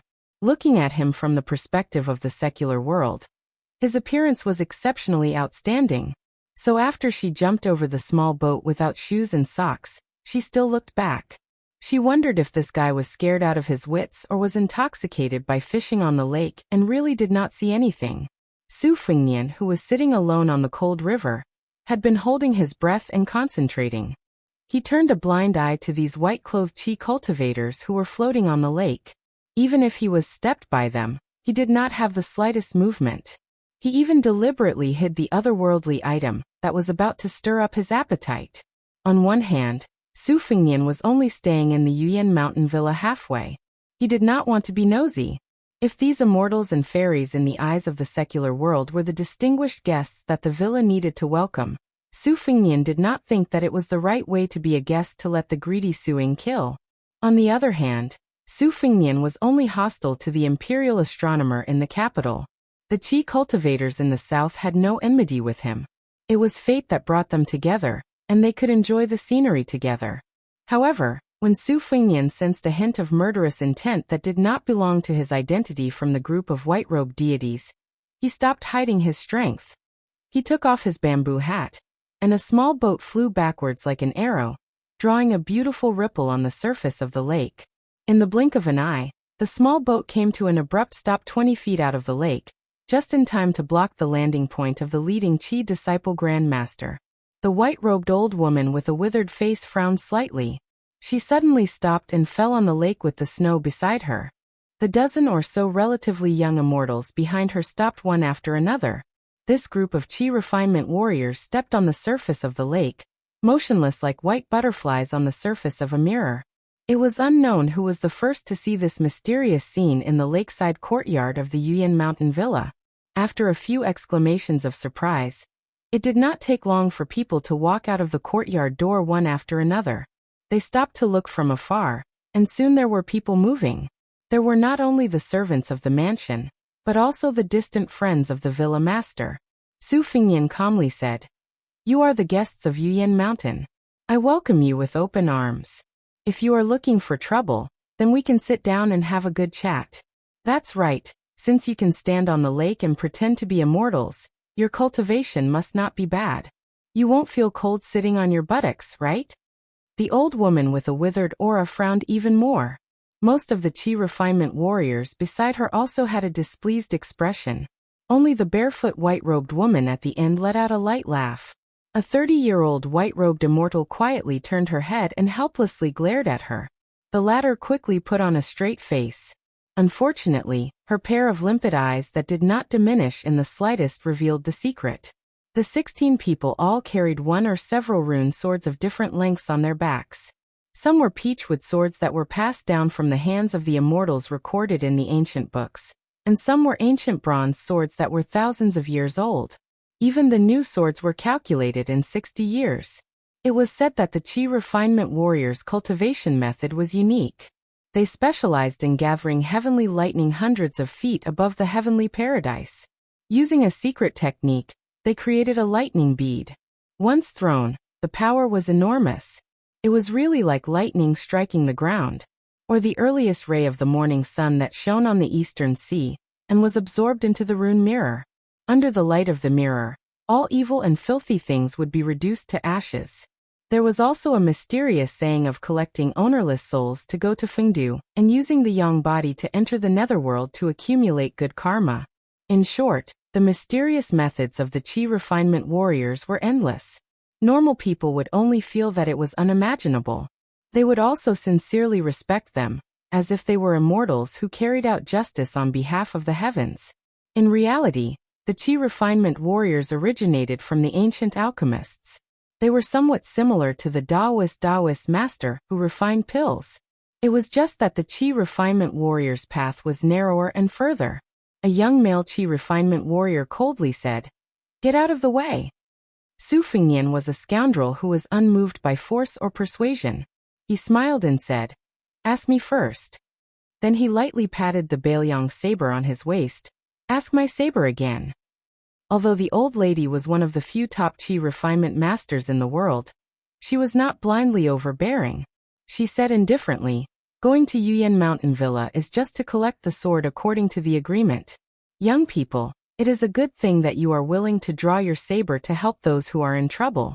But you must also be reasonable." Su Fingyan stood up and patted the snow on his shoulders.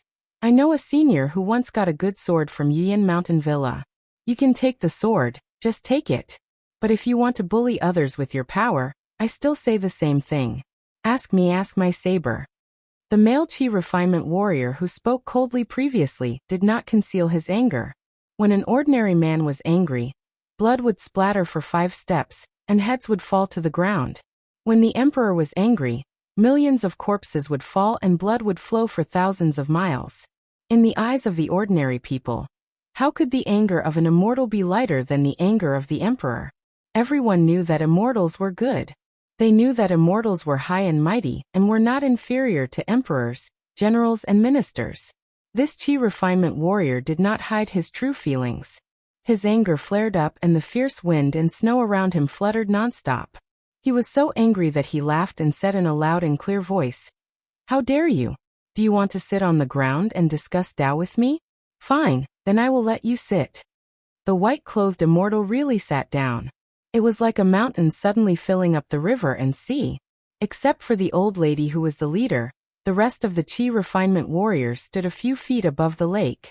The lake was shaking and the momentum was terrifying. But what made this person extremely embarrassed was that the lake near him was shaking violently, but the small boat was as if it was out of the lake and on the shore, unmoving. Su Fingnian did not use harsh words to mock the Qi refinement warrior, who made a fool of himself. He only narrowed his eyes and looked up at the goose-feather-heavy snow. He said to himself, "An old senior who ate swords once said something that made me yearn for very much. There are 3 million sword immortals in the sky, but they all have to bow down to me. It really suits the occasion." Su Fingnian retracted his gaze. After taking off his straw raincoat, he said with a smile that deserved to be taught a lesson, Come. You have to ask me first before you are qualified to ask about the Bailiang saber on my waist." Chapter 769. 4,000 words, so it's a little late. There's still the next chapter. Try to get it done before 6 o'clock. Zhang Chunlin said angrily. Is this person crazy? The head of the villa, Zhang Bingling, was also worried. The woman was the personal disciple of a Qi refinement master in the Guanyin sect. She was expected to inherit the mantle and take over the master's legacy. This was also the reason why the Guanyin sect was furious. There were millions of people who practiced martial arts in the world. A rare character like her had always been seen as an embryo that cannot be bought with money. After the woman fell in love, she focused on helping her husband and teaching her children. Her cultivation was already gone, but her foresight was still there. Similarly, she did not think that the guests could gain any benefits. It must be known that the old woman among the 16 Qi refinement warriors not only had a high status in the Guanyin sect, but also had a very high seniority among the Qi refinement warriors in the entire south. She looked like an old woman, but in fact, she had lived for nearly 2 decades. In martial arts, she might be afraid of the young and strong, but in Qi refinement warrior, there was no doubt that the older she was, the more experienced she was. Like swordsmanship, Li Chungang, who had a huge feud with the Guanyin sect, could reach the top before the age of 30. After reaching the top, no one could compare to him. But for Qi refinement warrior, in 1,000 years, only a few people had great luck before the age of 30. The pugilistic world liked to praise someone's supreme talent as a rare occurrence in 100 years. For Qi refinement warrior, it was not an exaggeration to say that it was a once-in-1,000 years occurrence. Li Chungang happened to bury such a talented person, who did not change half of the country's territory. Zhang Chunlin immediately took the lead and walked out of the pavilion. I'll go and stop that lunatic. There's no reason for outsiders to bear the disaster of the Yuyan Heights. Zhang Bingling and the woman looked at each other and smiled. They went down the mountain hand in hand. Newborn calves were not afraid of tigers because they had not entered the mountains and did not know the power of the conical eye worm. Due to Zhang Chunlin's family background, he was afraid of the Qi refinement warriors to the extent that he did not even dare to draw his sword. Zhang Bingling mocked himself as a blacksmith and his swordsmanship was average. But Zhang Chunlin's talent was excellent. When he was 20, he was only a step away from the master realm. In the past 5 years he did not dare to slacken waist. He was obsessed with swordsmanship, but he still did not dare to fight with the whites. So when he saw the small boat on the lake blocking the road, he was a little annoyed that the guest did not know what was good for him. He was more worried that the white-haired man who was fishing alone in the boat would be implicated by the Yuyan Heights.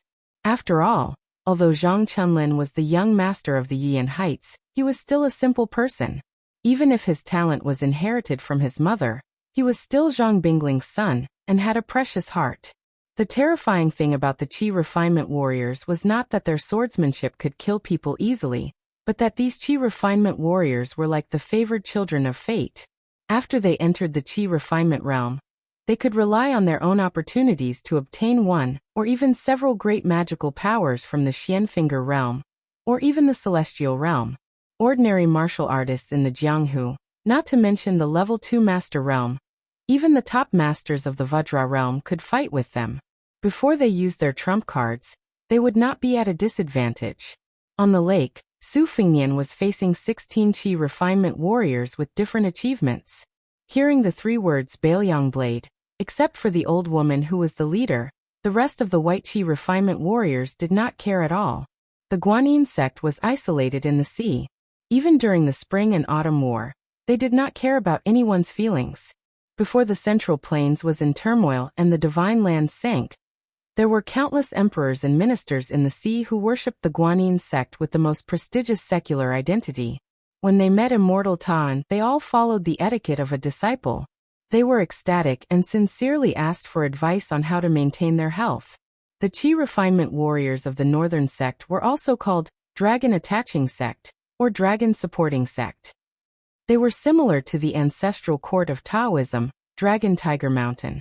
The Qi refinement warriors of the southern sect were more like the peaceful Wudong Mountain in a corner. They did not ask about the common people, but only ghosts and gods. After the 16 white Qi refinement warriors of the Guanyin sect left the sea and landed on the shore, they only walked on the steep path. They climbed the mountain when they met the mountain, stepped on the water when they met the water, collected the sky thunder when they passed the heavenly abode, and hunted the flood dragon when they were near the abyss.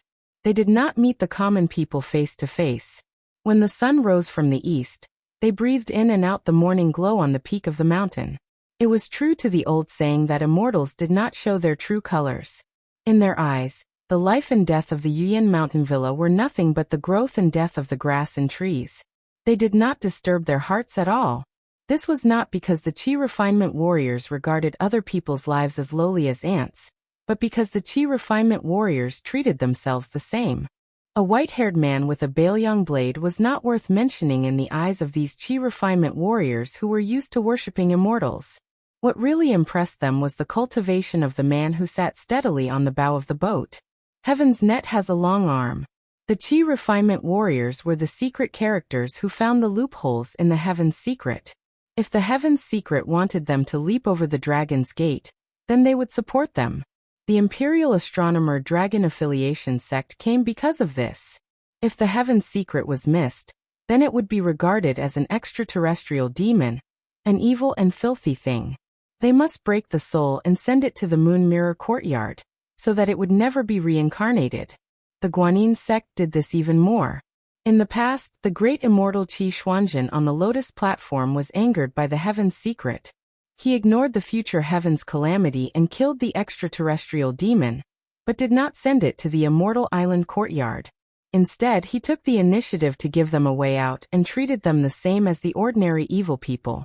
He only sent them to the 6 paths of reincarnation. Therefore, the Guanyin sect had always regarded him as a brilliant earth immortal. When Su Fengnian fought with others, no matter how extraordinary he was, he never liked to nag. It was only a matter of life and death. Today he made an exception. He lightly stepped on the boat, and the fishing rod on the boat jumped up. He held it with one hand and shook his wrist. Wherever the fishing line touched, the snowflakes were crushed and scattered. The reason why I stopped you today is because I have 2 things to say.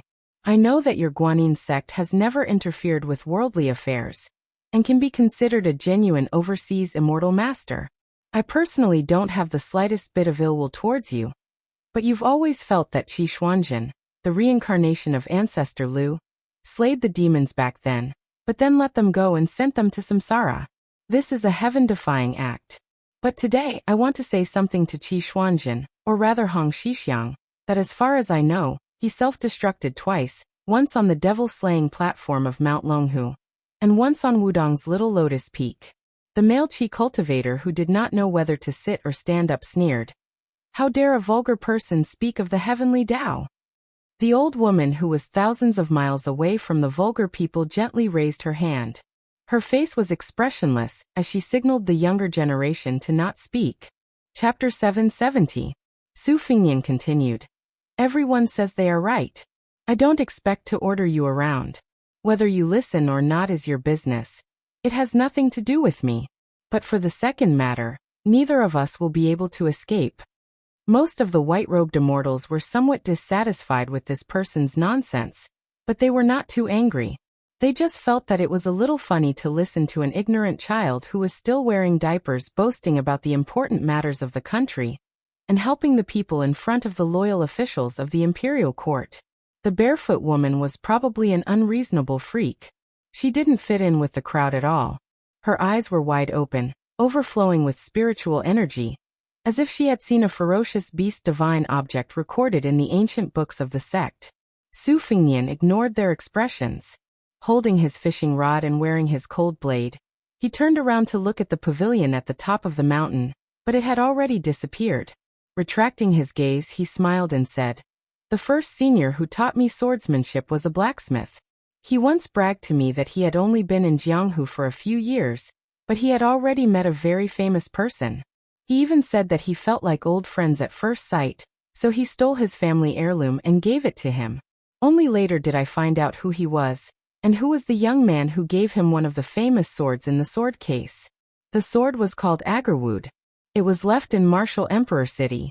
It was once the best sword made by the Dragon Rock incense burner. The young master who gave him the sword back then also became the master of Yuyan Mountain Villa. I don't know why you Guanyin sects sent 16 people here at once, but I sense that one of you had a murderous intent. So even if I am unreasonable, I have to interfere. Yes, you won't care if I'm wearing the Northern Liang saber or not. You won't even be afraid of the Northern Liang saber and the 300,000 iron cavalry. They're thousands of miles apart. Even if one side is Su Xiao and the other side is the sect master of the Guanyin sect, it's impossible for them to go to each other's territory to cause trouble. Therefore, today's matter is over. If you can't reach the shore, can you not kill people in the village? If you have something to say, you can talk about it peacefully with Zhang Bingling's family of mortals." The old woman sighed. "Today's matter is over. If everyone was like you, there would be no place for us qi cultivators in the world." Su Fingnian waited for her to continue. The old woman shook her head. "Unfortunately, some rules can't be broken. Our agreement with Yuyan Mountain Villa was set by the master before he went into seclusion. If there are 81 talisman swords in the Dragon Rock incense burner, it doesn't matter if there are a few less. I can risk being punished and plead for Zhang Bingling to keep her life. But the talisman sword's matter is really important. Moreover, whether Zhang Bingling is alive or dead, our sect doesn't care. But the traitor must be killed. Without rules, nothing can be accomplished.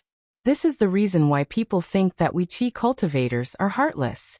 If you want to do the heavenly Tao, you can kill your own family." Su Fingnian smiled. "You have explained everything. Since we don't owe each other anything, then let's fight to the death." Even on the island, the old woman who was known for being close to the heavenly Tao smiled. After leaving the island, the total number of words she said was less than 10. At this time, in less than 30 minutes, she had already exceeded it. "Young master, you can do whatever you want. Even if I and 15 disciples of the sect die on the lake, it is because of fate and will not implicate anyone. But in the talisman swords matter, even if 16 people died, there will still be another batch coming to Yuyan Mountain Villa. As long as you don't play tricks, you can stop them. Naturally, you are very lucky. Even if the whole Guanyin sect dies and no one survives, we will have no regrets." The original heroic scene of wind and snow blowing in the cold mountain lake was ruined by Su Fingnian's following words. "Your Guanyin sect won't have hundreds or thousands of qi cultivators, right?" The old woman who was praised for not missing anything was speechless. Her expression was strange.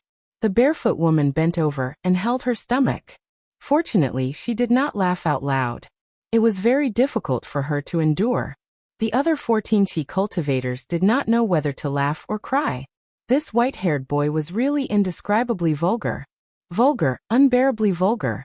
But the old woman seemed to be very serious. She said in a dignified voice, "Go ashore."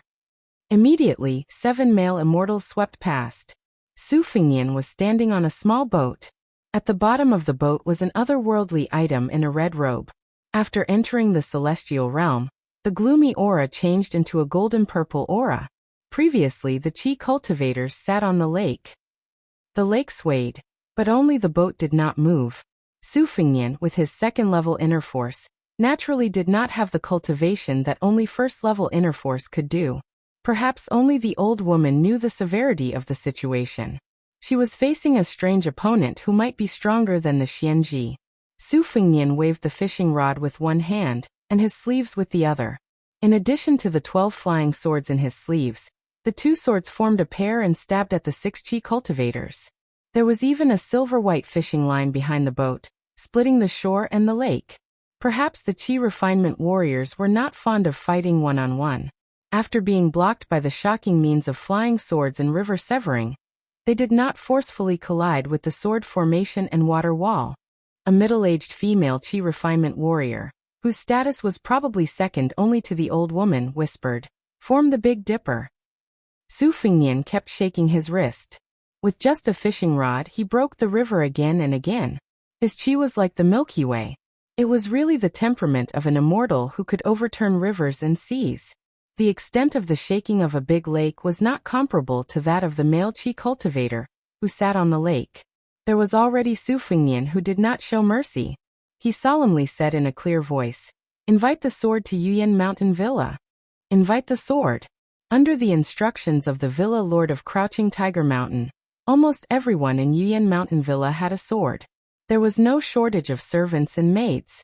With lightning speed, they brought out all the famous and ancient swords hidden in the villa. Zhang Bingling even brought his wife and son and rushed back. The villa lord carried 2 swords sealed in the Dragon Rock Incense Burner, Dragon Whisker and Beacon Fire. The woman carried a slender waist Yangchun. The young villa lord Zhang Chunlin removed his rootless heavenly water, and carried the last famous sword sealed in the sword furnace, Shadong. On the lake, it was as if several evil dragons were working together to harm one side. The waves were unstable and the scene was terrifying. Su Fengnian threw the fishing rod into the lake with the broken fishing line. He cut the river for the last time. His white hair was no longer restrained and fluttered freely. He looked like a celestial being who was mixed with celestial beings and demons. It was not that heroic spirit, but a sadness that no one could understand. His voice was as loud as a bell. "The world can't remember you, so I'll do it again for you. Sword, come."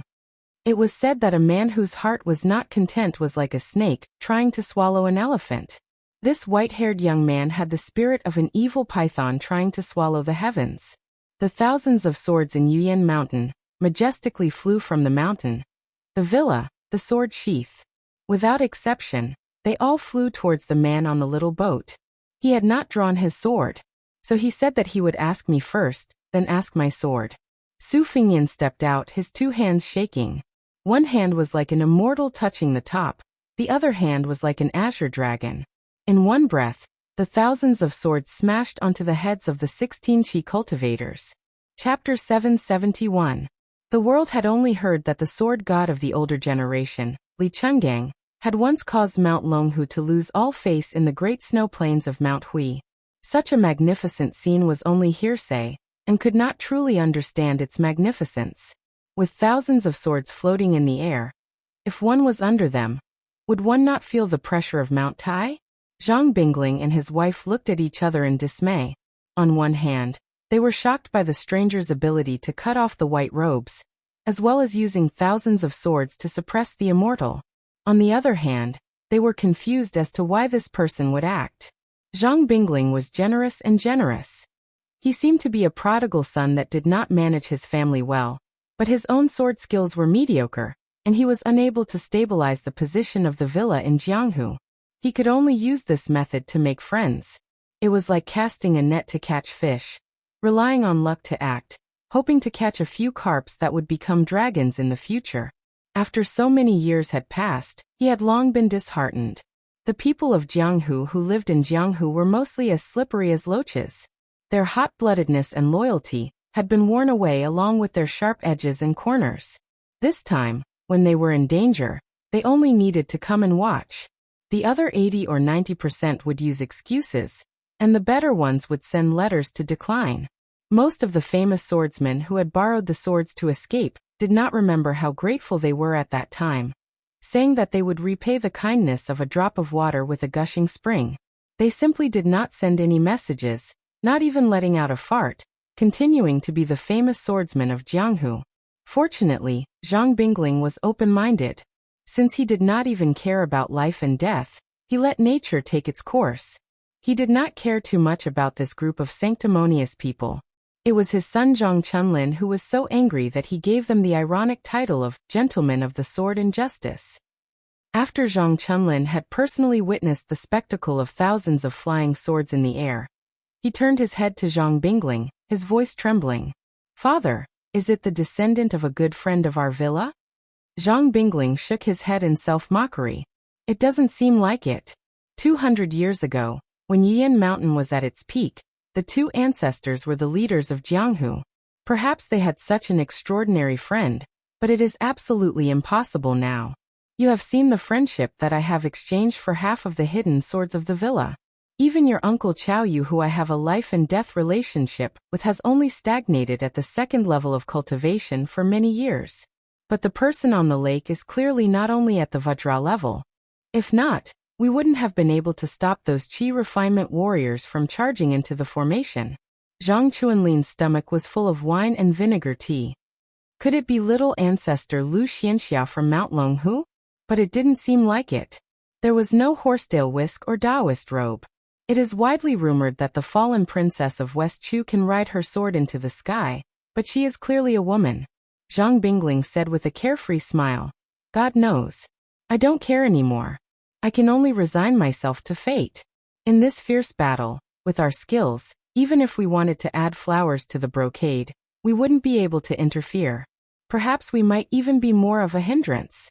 If Yiyan Mountain Villa can escape this calamity, then Zhang Bingling is willing to kowtow 100 times to this unknown benefactor. Zhang Chunlin asked cautiously, Father, I want to learn swordsmanship from him, can I? Zhang Bingling said helplessly, If you want to learn, then this young sword immortal must be willing to teach you. In Qi Shui's courtyard, 2 of the 5 maids even pretended to hold the sword. Since Yiyan Mountain Villa was famous for its Qi cultivation and sword casting, the servants in the villa had also practiced some mental mantras and skills that were very clever in the eyes of outsiders. But after the 2 words sword, the flying sword was unsheathed. The 2 people outside Qi Shui's courtyard not only did not notice how the ancient sword was unsheathed, but their delicate bodies were also pulled forward and almost fell to the ground. Not to mention that they were so surprised that they couldn't close their mouths, and their minds were blank. They couldn't understand why such a handsome child, who was very easy to talk to and drink with them around the stove. Even the gatekeeper Zhang Mu and the chief steward Zhang Han burst into tears in an instant.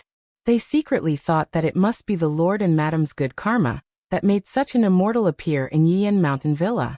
A woman in purple holding a zither in one hand, and wine in the other slowly walked to the pavilion on Crouching Tiger Mountain. The zither was Qi Shui's treasure. A jar of yellow wine turned from boiling to warm. When she was about 70 or 80 feet away from the pavilion, she rushed up and sat on the ground. With the zither on her knees, she raised her head and drank a mouthful of yellow wine. She just suddenly pressed the string with one hand. The sonorous sound was like the cry of a phoenix in the 9th heaven, clear and unparalleled. That year on the top of Mount Hui, when the scholar entered the sage realm, there was no snow on the snowfield. It was just a heavy rain. After the waves calmed down, before Li Chungang became a sword immortal on the land again, there was a man she hated to the core who held an umbrella for her. She didn't know whether she hated him or not. When she came to Mount Hui, she finally caused the death of her parents. She could only feel guilty for the rest of her life. Or she hated him for having the identity of the heir of Bailiang, which was envied by everyone, so he didn't have to suffer like her. She could only rely on herself like a weak duckweed. She didn't know why she was asking a tiger for its skin. She was willing to do business with such a sloppy beggar who was in dire straits when she first met him. When did she stop hating him as much as before? Was it because she knew that he went to Beimang alone and his luck was gone like a piece of white paper, while her state skyrocketed because she absorbed the imperial jade seal, so she could finally pity him? Or was it because after he knew that the wooden sword ranger broke his sword, he was so depressed but didn't tell anyone? He only told her about his dream and the snowman while lying on the deck chair? Or was it because he bent down and gently tied a knot for her skirt under the table when they went to the Jiuzhou embassy in the snow of Tai and City? Sitting on the top of the pavilion, Xianyuan Qingfeng finished a jar of wine and threw it high into the lake. Sword maniac Wang Xiaoping was probably the last outsider to join in the fun. She walked out of the courtyard and looked up at the heavy snow. She didn't know if she was thinking of the time when she saw her master carrying her younger brother up the steps of Wudong. She also saw her eldest brother following behind silently and continuously brushing off the snow for her younger brother. Wang Xiaoping, who was serious in speech and manner, smiled knowingly. The resentment in her heart that her eldest brother was lucky to have the golden court, and then lost it. She also felt that her younger brother didn't hesitate to sacrifice himself to achieve the Great Way for another 300 years. Looking at the back of the young man on the lake, Wang Xiaoping patted some snow off her shoulder. Senior brothers, even if I, Wang Xiaoping, once disliked Su Fengnian from the bottom of my heart, I will still bear the burden. Wang Xiaoping, who was practicing her sword on the mountain, and going down the mountain to ask for the Tao, was still smiling. She strode to the lakeside and stretched out her hand. She condensed a long sword from the snow. It was crystal clear. Who dared to come ashore? Since Wang Xiaoping was doing things like killing demons, she had also killed the so-called immortals from overseas. Chapter 772. In fact, Su Fengnian did not expect Xianyuan Qingfeng and Wang Xiaoping to take action. This had nothing to do with trust. He was used to not relying on outsiders for everything. Of course, the otherworldly item in the red robe was an exception. The friendship between a living person and an otherworldly item was built up from several life and death battles. They worked together to kill the devil Luoyang at the Dragon Wall of the Yellow River, went to Ruoshui to meet Su Huainan, went up the mountain of soldiers to kill the fifth raccoon, secretly intercepted at the Iron Gate Pass, the Sky Demon's descent in Taiyan City, fought against Master Lu Hao, and finally left the palace city hand in hand. Su Fengnian believed in her, which was the same as believing in himself. Therefore, the otherworldly item named Suing was hidden at the bottom of the boat to nourish the realm. Su Fengnian relied on it to borrow thousands of swords. Facing the 16 white-clothed immortals, he could only feel at ease. The flying swords, which were densely packed like locusts, fiercely smashed down with the immortals' great momentum. Only then did Su Fengnian personally experience the power of these immortals from overseas. If it was a one-on-one battle, except for the old woman who led the group, Su Fengnian was confident that he could kill them within 10 moves. However, the 7 male Qi cultivators formed the Big Dipper formation. The accumulated power of the 7 talisman swords could not be underestimated. The more than 300 flying swords on their heads only destroyed the sword formation, severely injuring one of the immortals who was guarding the eye of the formation, and slightly injuring 3 or 4 others. The rest could fight with all their strength. Since ancient times, Guanyin sect was famous for having more yin than yang. Therefore, Su Fengnian took out 600 swords and threw them at the 8 immortals. The strange sword formation formed by the talisman sword spun like pearls, forming a mirror. Not only did it not hurt anyone, it did not even destroy one of the talisman swords. The remaining swords flew towards the old woman alone, but were all bounced back when they were 10 feet away from her. It was Su Fengnian's first time controlling swords on such a large scale.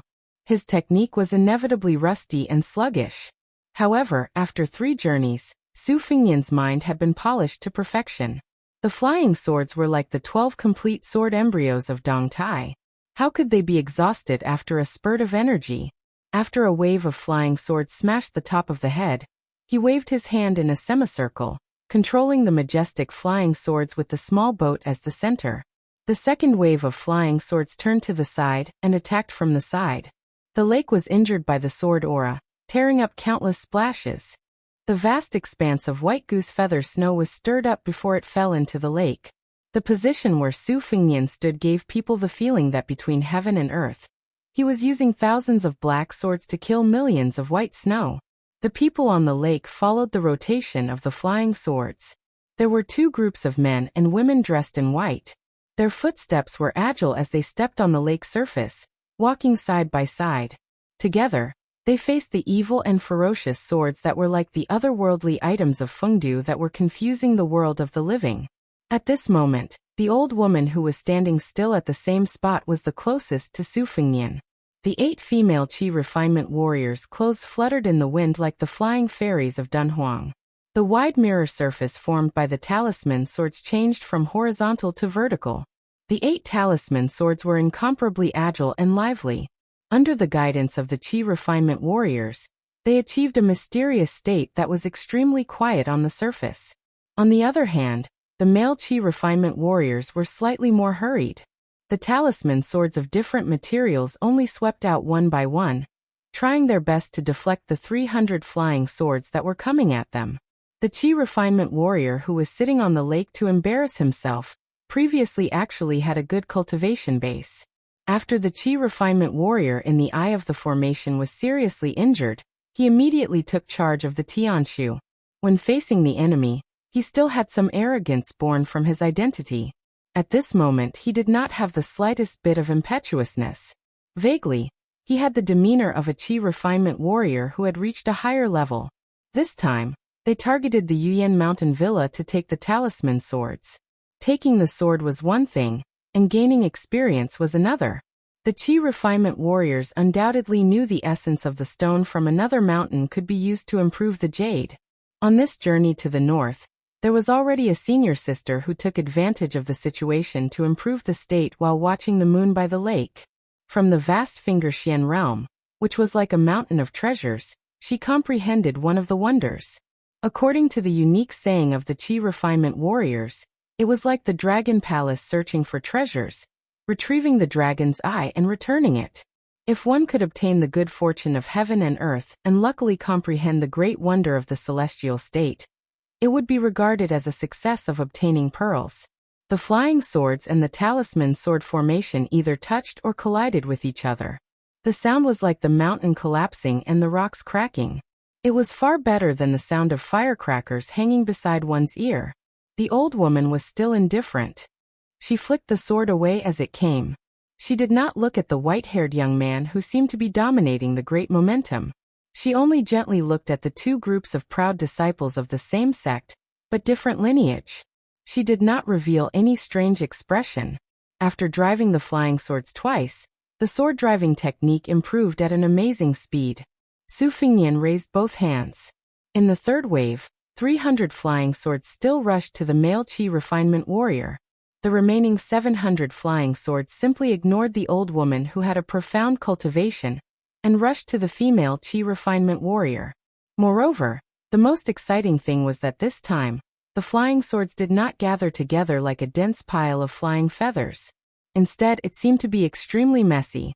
The flying sword's trajectory was simply chaotic, making it impossible to guard against. It was not possible for a sword formation mirror to block all of them. The Qi refinement warrior was better than concentrating on Qi refinement warrior. In the end, their Qi could swallow the heaven and earth. Only in terms of physique, most of them were far from being comparable to second-grade martial artists. Not to mention 700 flying swords. Even if only a few flying swords pierced through the body, these fairies in white would die. A female Qi refinement warrior who was as beautiful as a gorgeous woman, but had a graceful temperament said calmly, "Condense the treasure bottle."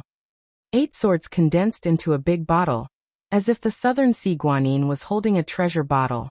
The talisman swords turned from moving to still, and their Qi was connected into a net, weaving into a big net. The woman who had escaped from the treasure bottle sword formation smiled slightly, and withdrew her talisman swords. She gently breathed on the talisman swords and murmured softly, "Finger sword. Finger mountain to fill the sea." She had encountered the bottleneck that every Qi refinement grandmaster in the Southern Sea Guanyin sect would encounter. This time, after leaving the island and observing the moon to comprehend the mystery of finger mystery, she finally broke through the bottleneck with the finger sword. The white fairy did not ride the flying swords out. Instead, she straightened her middle finger and hooked her thumb to her ring finger. Using this, she kept pointing on the flying swords. A little spiritual light was a talisman, and little spiritual light formed the fairy book. The flying swords covered the sky and the sun. First, one of them fell into the lake, then 2, for 8. Perhaps there was a limit to the power of human strength. After about 100 flying swords fell into the lake, she flipped them over. Finger sword. Finger CC to destroy mountain. The 100 swords in the lake jumped out of the water again. They were actually under her control. They turned the tips of the swords and flew toward Su Fingnian's flying sword. In this way, not only did the pressure on the treasure bottle sword formation decrease, but it also allowed the male Qi refinement warriors of the Big Dipper talisman sword to take a breath and change the formation. Some of them even took out their treasured weapons. They could not only fight against the flying swords with their talisman swords.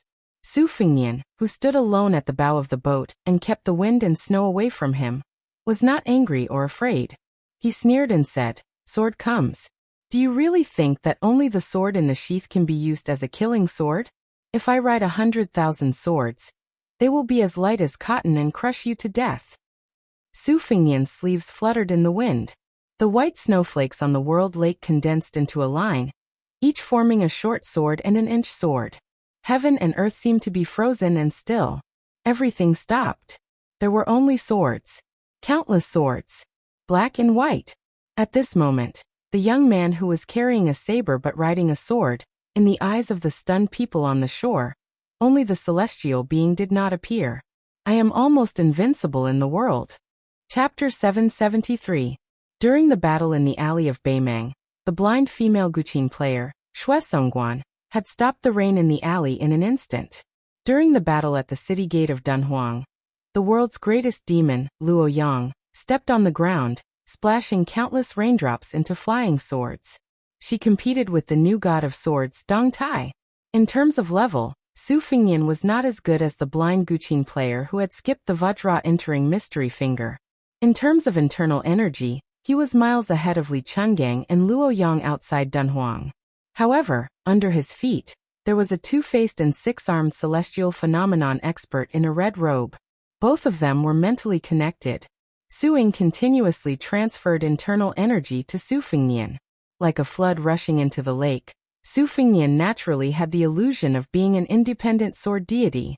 Su Fengnian thought he knew his limits. He used his heavenly energy to make tens of thousands of crooked snow swords. The deterrence was far greater than the actual effect. However, he did not know that in his body, there was a dilapidated pond that looked like a withered lotus leaf. A purple gold lotus seed had broken out of the ground, and a tender seedling was swaying gently. Above everyone's head, there were tens of thousands of white swords on the lake. They were slanted horizontally and vertically, and their thickness and length did not have a fixed pattern. However, in terms of grandeur, it was indeed rare. Su Fengnian's unique understanding of swordsmanship, coupled with the support of Su Ying's perfect celestial phenomenon level, had finally created this picture scroll on the Dragon Lake. In Jianghu, there was an unavoidable grassroots atmosphere. If one could not afford a sword or a secret manual, he would be in poverty. A single copper coin could kill a hero. In Jianghu there was a vicious atmosphere. Although they called each other brothers, they would backstab each other. In Jianghu there was a righteous spirit. Drawing a sword and becoming a swift strike would not disappoint the youth. However, the Jianghu also had the aura of immortals and chivalry. The Qi cultivators' white robes fluttered in the wind as they walked on the lake. This was undoubtedly the aura of immortals in the eyes of the commoners. Su Fengnian insisted on blocking the way for the sake of his old friend's kindness. At first, it seemed like a mantis trying to stop a chariot. This was the aura of chivalry that ordinary people could not understand. Tens of thousands of snow swords floating in the air was even more of an aura of immortals. Su Fengnian bravely pursued the cornered bandits, not giving them the slightest chance to catch their breath. He suddenly pressed down with both hands.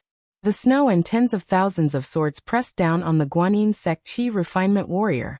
The barefoot young woman who had been mediocre all this while suddenly giggled and said, "There are thousands of swords in the world, but one sword in my hand is enough."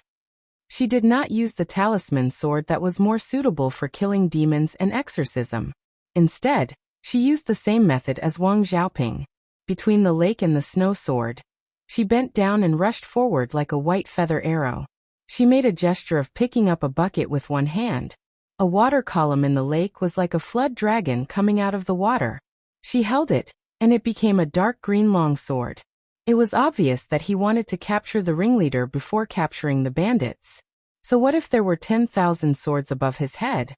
"If you make 10,000 snow swords, I'll break it with a water sword." It was unknown when such a strange saying had spread in the Jianghu. There was a dragon lady in the South Sea whose swordsmanship had reached perfection. The wind was high and the waves were fast, but the sword traveled 10,000 miles while riding a toad. On the last page of the bladesmanship manual, there was a saying that the sword had a tacit understanding. Su Fengnian, who had accidentally lost the Great Vajra realm and dropped 2 levels, could only settle for the next best thing. He wholeheartedly rode on his sword and fought in close quarters. He boasted that he could kill anyone below the Xian finger realm with 12 flying swords within 100 feet. Su Fengnian was not afraid, and continued to let the snow sword press down on him. Swordsmanship had always been controversial. It was difficult to have both the bear's paw and the shark's fin at the same time. For hundreds of years, Li Chungang was the one who had both. The two-sleeved green snake was the pinnacle of swordsmanship, and the sword opening the gate of heaven was the pinnacle of swordsmanship.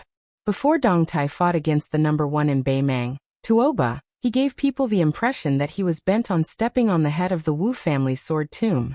He wanted to reach the pinnacle of swordsmanship and achieve Dao. It was only after he borrowed the sword that he changed and began to focus on swordsmanship. This was not to say that the Peach Blossom Sword God's swordsmanship was bad. It was just that his attainments in swordsmanship were not as brilliant. Using the sword in one's hand to inflict the greatest amount of damage and reach the terrifying realm of being able to fight against 1,000 people, the requirements for both swordsmanship and swordsmanship were extremely high. It was not difficult to break the armor of the soldiers with a single sword strike, but the armor was an inanimate object after all. The soldiers were not inanimate objects, and they were not wooden stakes that would allow the sword chi to injure them. Furthermore, the exertion of all forces in the world would result in a backlash.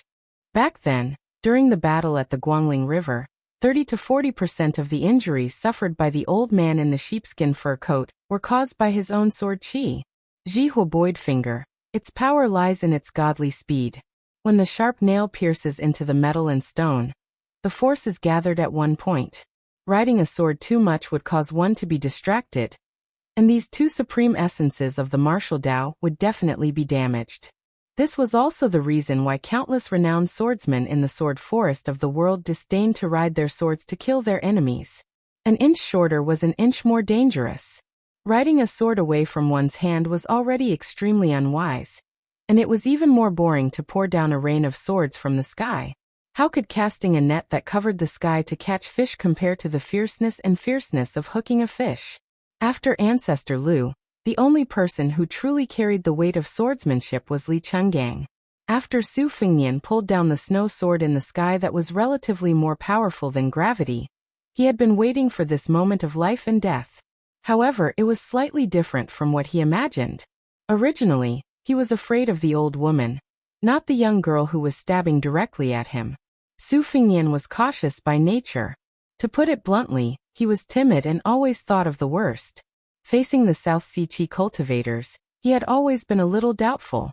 Although the Qi cultivators were untainted immortals, these 16 people whose cultivation levels differed greatly from the South Sea's shore, and went deep into the Liang dynasty's hinterland, they would definitely not fight in close quarters like tigers that were made of paper.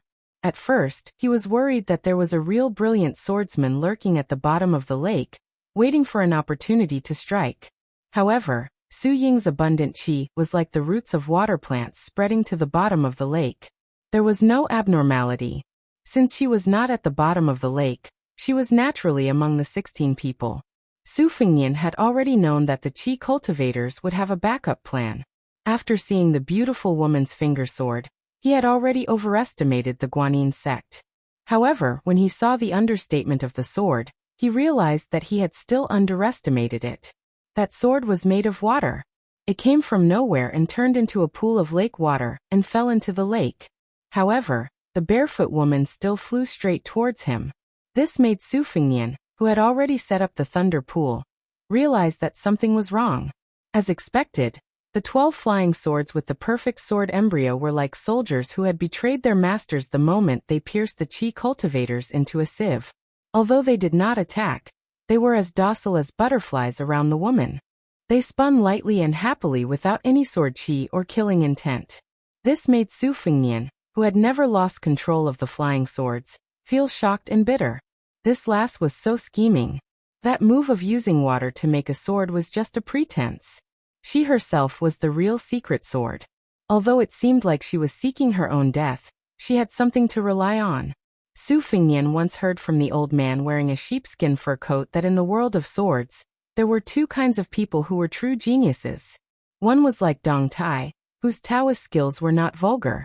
Peach blossom branches were swords, rotten wood was swords, and rainwater was swords. There was nothing in the world that could not be used as a sword. The other kind was even rarer. They were born with a natural affinity for swords and could subdue swords. They themselves were the supreme sword embryo. No matter how good your swordsmanship was or how sharp your sword moves were, as long as you were not a sword immortal, if you were not careful, you would be defeated after you used your sword. Since he had asked the sword, then he would ask the saber. Chapter 774.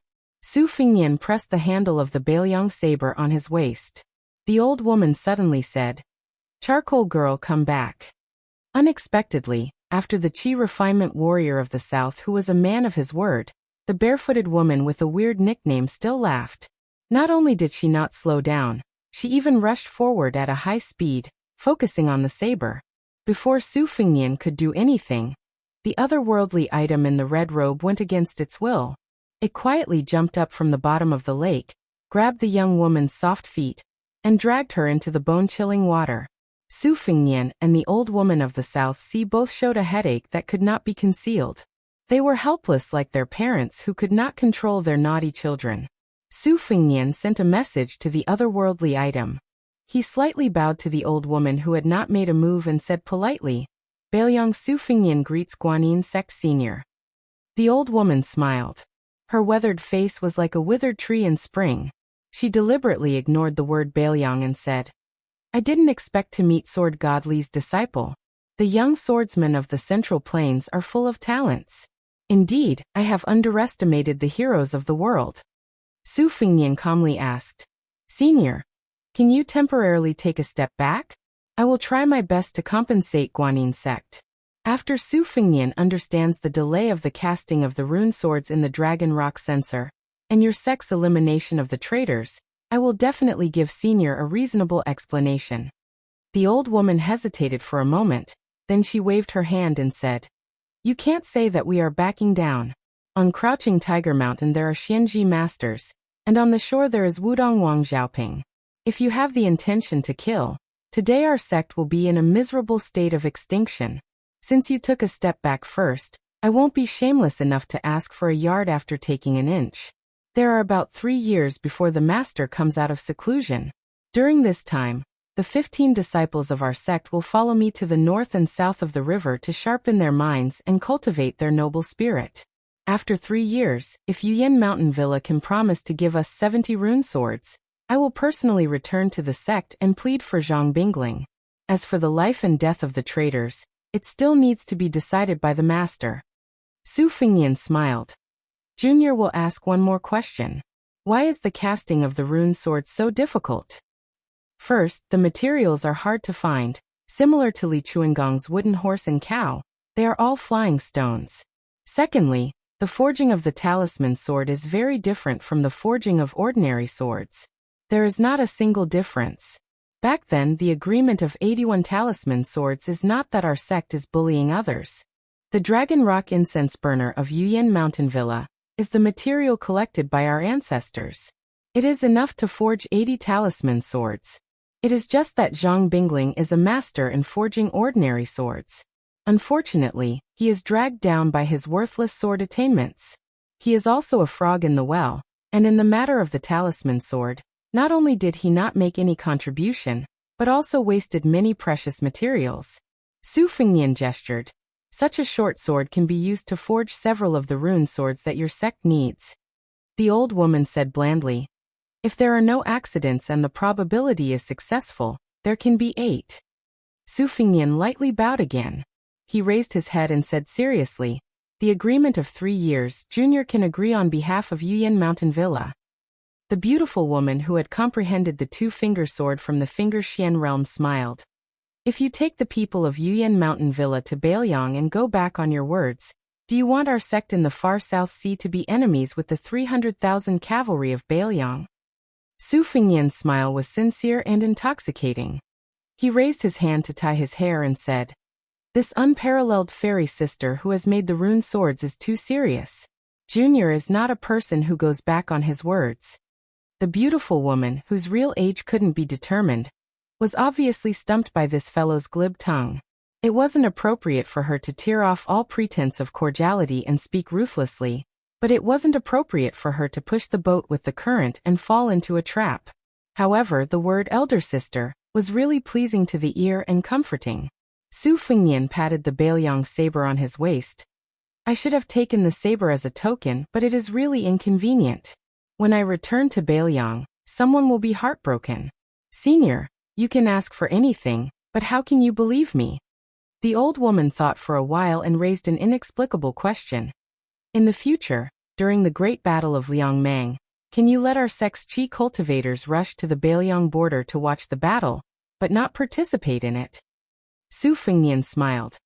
As long as you don't do anything to harm Bailiang, there will be no problem. The old woman smiled. It's a deal. Su Fengnian hurriedly flattered. Senior is straightforward. This is a real expert.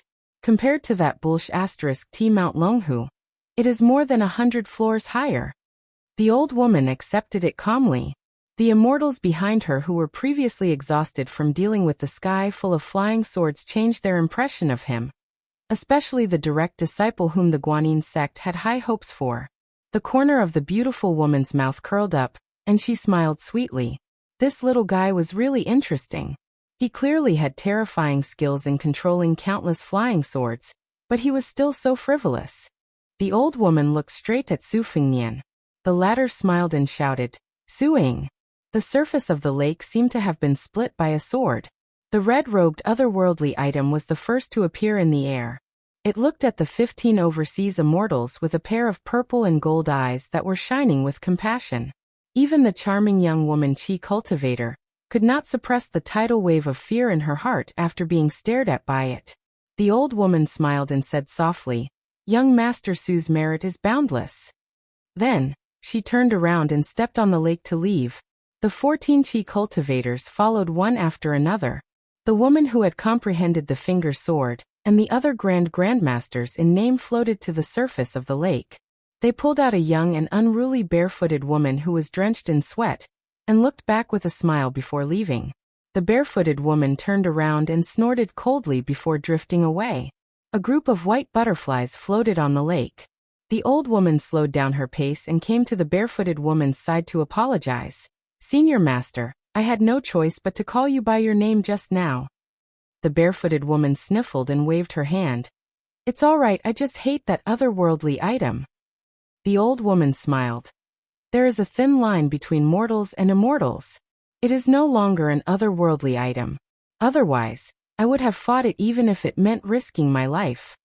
The young woman who was not yet 20 asked, Why did you stop me from receiving that person's attack? The old woman said in a low voice, Since you are Li Chuangong's disciple, you might be able to borrow his strength to open the divine gate. The young woman said with hatred, Just you wait. The old woman said softly, Senior Master, the evil dragon of the Earth Lung Mountain was injured by Li Yufu. It is a good time to pluck the ink dragon. Speaking of this, the old woman revealed a trace of embarrassment. The barefoot woman smiled mischievously. She lifted her foot, and a large group of flying sword fish that she had stolen from the bottom of the lake jumped out of the surface and dived back into the lake, continuing to swim. This fierce battle on the lake was not a small one. Although it was not a life-and-death battle, it had already shocked the 300 to 400 Jianghu people in the Yuyan mountain villa. Su Fengnian had originally wanted to borrow the swords first, so he had to finish what he started and return the swords one more time. At the same time, he could also show off his elegance. However, he didn't expect that he would be missing 200 swords. This made Su Fengnian turn around and curse at the lake. In this way, how could he persuade the Yuyan mountain villa to work for Bailiang? The next time they met, he would beat him until he cried and went back to the South Sea like old Manly. Chapter 775. By the time Su Fengnian put on his straw rain hat again, and went ashore with his fishing rod and fish basket, sword maniac Wang Xiaoping was nowhere to be found. Bluebird stood quietly on the shore, and took the items from her young master. The fish basket was completely empty. Su Fengnian was somewhat embarrassed. Not to mention fishing. Even if you bent down and slapped the water, a few carps would jump into your hands. Su Fengnian was freezing on the lake. He had painstakingly fished for 2 hours, but in the end he returned empty-handed. Other than Lu Wenbao, Zhang Bingling and Zhang Chunlin of Yuyan Mountain Villa, as well as the woman who betrayed the Guanyin sect, had also rushed over. They were all grateful from the bottom of their hearts. Without waiting for Su Fengnian to say anything, Zhang Bingling, who was the leader of the Jianghu of a province, was about to kneel down and kowtow. Su Fengnian hurriedly held him up, not allowing him to do such a big bow. Zhang Chunlin, who was full of famous swords, had a face full of reverence. He could not wait to be apprenticed to his master. Su Fengnian hesitated for a moment, but in the end, he did not reveal the truth. It was rare for him to pretend to be a chivalrous hero. He politely said, "Manor head stayed here first, and I returned the favor later. We don't owe each other anything. Manor head Zhang, don't worry too much. To be honest, I borrowed more than 1,000 swords from Yuyan Mountain Villa, but in the end, many of them were stolen by those South Sea Qi cultivators." Zhang Bingling had always thought that he was going to die. How could he care about the hundreds of swords that were stolen? Furthermore, the dozens of famous swords in the manor's collection were still there. Like Zhang Chuanlin's Rootless Sky Water, Dragon Whisker's Wind Beacon, Slender Waist Yang Spring, and Killer Winter. All of them had been returned to their rightful owners. Zhang Bingling was willing to seal the ancestral Dragon Rock incense burner for the woman by his side. How could he value the famous swords in the manor more than his wife? Zhang Bingling was inarticulate. At this time, he did not know how to express his gratitude and repay a little. Such a great man could only tremble with his lips. He held the white-haired young man's hand in front of him. Everything was understood without words. Su Fengnian was not in a hurry to return to the snow courtyard.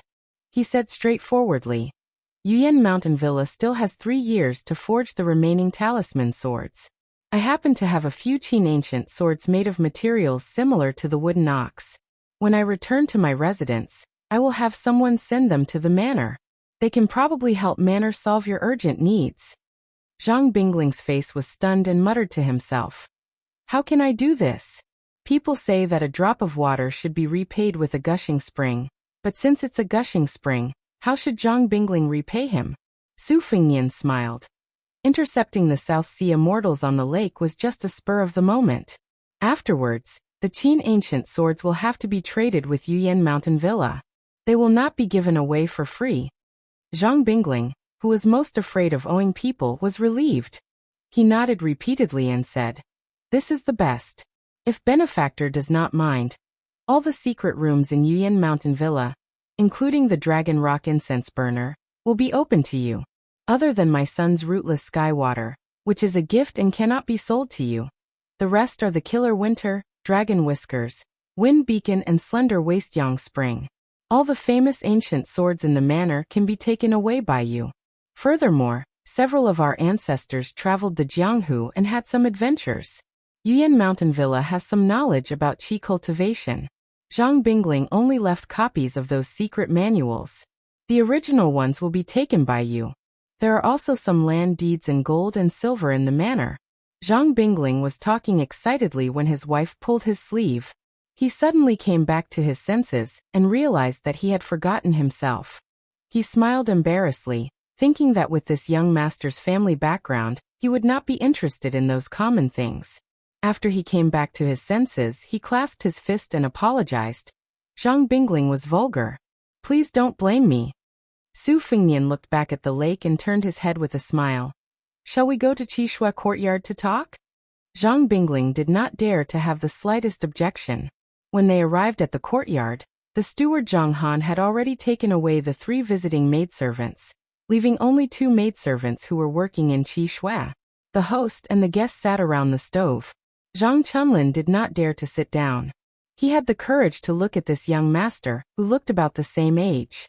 He had several famous swords in his arms, which was somewhat funny. If he had a few more swords on his back, he would almost look like a person who sold broken swords in the Jianghu. Perhaps because Su Fengnian's borrowing of the sword was too shocking, Zhang Chunlin mistakenly thought that this white-haired sword immortal only looked young, but in fact, was a transcendent immortal who was already 60 years old. Su Fengnian drank a mouthful of yellow wine. Has the master ever thought of moving the foundation of Yuyan Mountain Villa out? Bailiang was short of land and gold and silver, but it was short of talents. Yuyan Mountain Villa's superb sword-making skills were passed down from generation to generation. It was a fisherman, not a fish. There were nearly 100 skilled craftsmen in the village who had been working with swords all their lives. Their value could not be measured by a few famous swords. For Bailiang, whose cavalry was the strongest in the world, it was very precious. Next, the imperial court would definitely tighten the neck of Bailiang in the matter of salt and iron. Su Fengnian had to plan ahead. If there were a large number of experienced craftsmen in his hands, it would be equivalent to saving a large number of iron ore. Zhang Bingling was stunned and bitterly said, "Benefactor, to be honest, in these 2 years, seeing that there was no hope of completing the talisman sword, Zhang Bingling had hesitated whether to take my wife and children to the ends of the world and live in hiding. But every time I came to the Dragon Rock incense burner, I would not have this thought. Zhang Bingling can die, but the ancestral property of more than 20 generations cannot be destroyed in Zhang Bingling's hands. Not to mention other things, every year during the Tomb Sweeping Festival, no matter how useless the descendants are, they have to do it." Su Fengnian nodded and did not force him. Zhang Bingling did not even dare to breathe loudly. He was full of guilt, and felt that he had let down his benefactor who was slowly drinking the yellow wine in front of him. Su Fengnian smiled and said, "Then I will exchange swords for swords and take the 9 famous swords, including the dragon Su Feng Sui." Zhang Chunlin was anxious and hurriedly interrupted. "Benefactor, take this rootless heavenly water that I am wearing as well. Even if the village has to sell everything, we have to gather 100 good swords to repay your kindness." Zhang Bingling smiled and said, "It should be like this. If Benefactor thinks that 100 swords is too burdensome, Yuyan Mountain Villa can personally deliver them to your residence." Zhang Chunlin volunteered, "I can do this. I just happen to want to travel the Jianghu to gain experience." Su Fengnian did not refuse and raised his head to look at the elegant Zhang Chunlin. "For this trip, I have 2 carriages. One of them can be used to carry 100 swords. But forget about the rootless heavenly water. A gentleman fulfills the beauty of others. A petty person takes what others like. I am not a gentleman, but I do not want to be a petty person. My table manners are too ugly. It was not easy for me to act like a true man in the Jianghu in front of the village master and madam. I cannot break it in the blink of an eye." Chapter 776. Zhang Bingling was a simple man who did not like to smile. Hearing this, he also grinned. This benefactor was a genuine person. The manor mistress also unraveled some hidden knots in her heart. Her eyebrows relaxed, and she became more gentle and tranquil.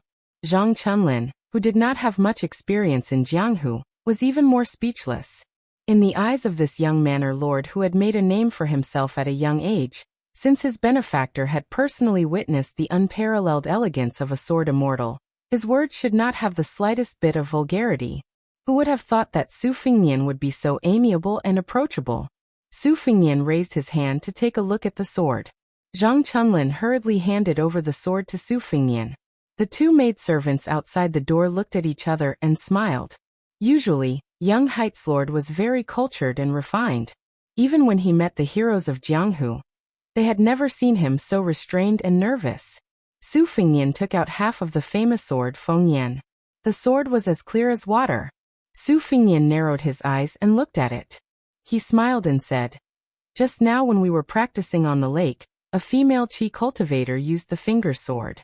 It is said that she could use the finger sword to fill the sea and the finger sword to destroy the sea. Your Yuan Villa pays attention to both chi and sword cultivation. Do you pay attention to this?" Zhang Bingling's face was strange. Zhang Chunlin concentrated and did not want to miss a word.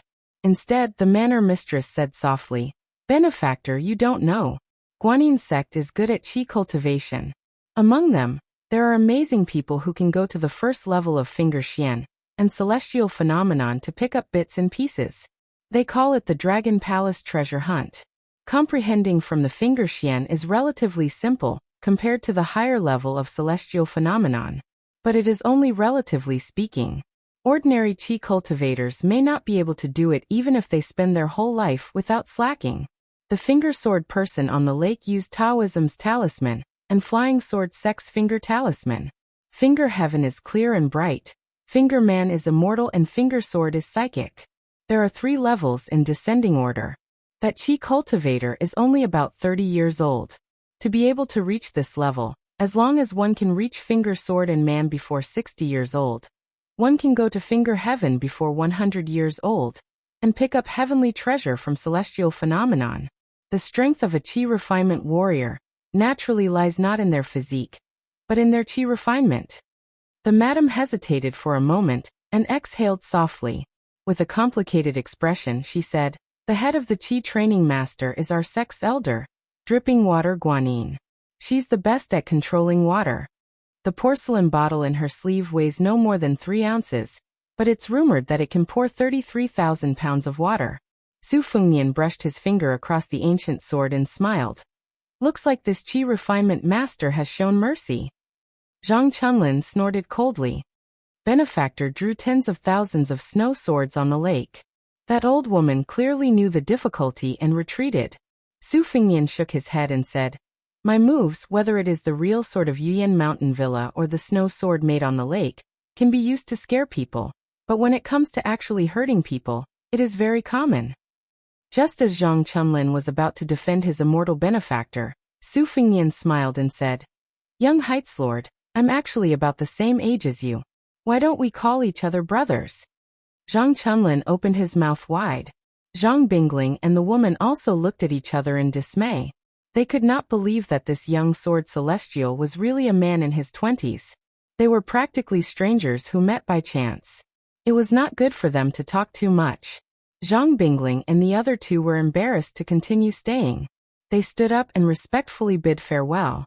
Other than the rootless heavenly water, the rest of the famous swords were left behind. Su Fengnian closed his eyes and recalled the finger sword technique of the female chi refinement warrior on the lake.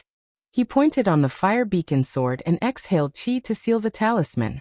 It was probably because the fire beacon sword was not the talisman sword. Su Fengnian only had the shape, but not the spirit. Wang Xiaoping entered the house and sat down. He poured himself a cup of wine and drank it in one gulp. He glanced sideways at His Royal Highness, who was constantly pointing at the fire beacon sword, and said hoarsely, "The finger technique is not wrong. It is indeed the mystery of the Qi refinement finger. But it is useless. Guanyin sect has its own unique Qi to guide it. Wudong sect claims that the world's internal strength comes from the Jade Pillar. Many secret manuals are circulated outside the mountains, and they are not wrong at all. Why are there so few that can enter the right path? There is no other reason other than the yin-yang twin fish. Losing one of them means losing the essence of everything." Su Fengnian nodded and changed the topic. "Young Master Wang, would you like to take a sword as a companion sword?" Wang Xiaoping did not hold back. He reached out and grabbed an ancient sword.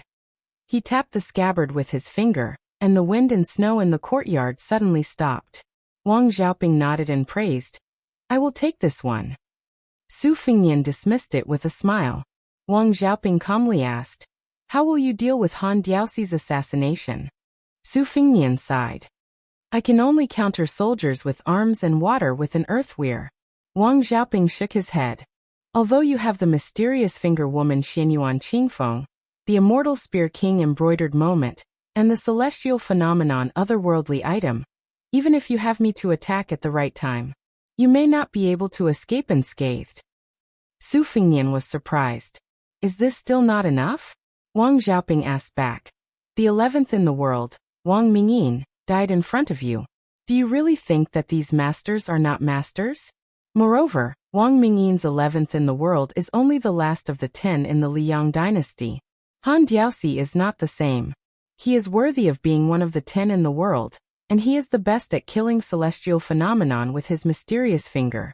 As long as Han Diaoxi is willing to sacrifice his life, it will not be as difficult to kill you as you think.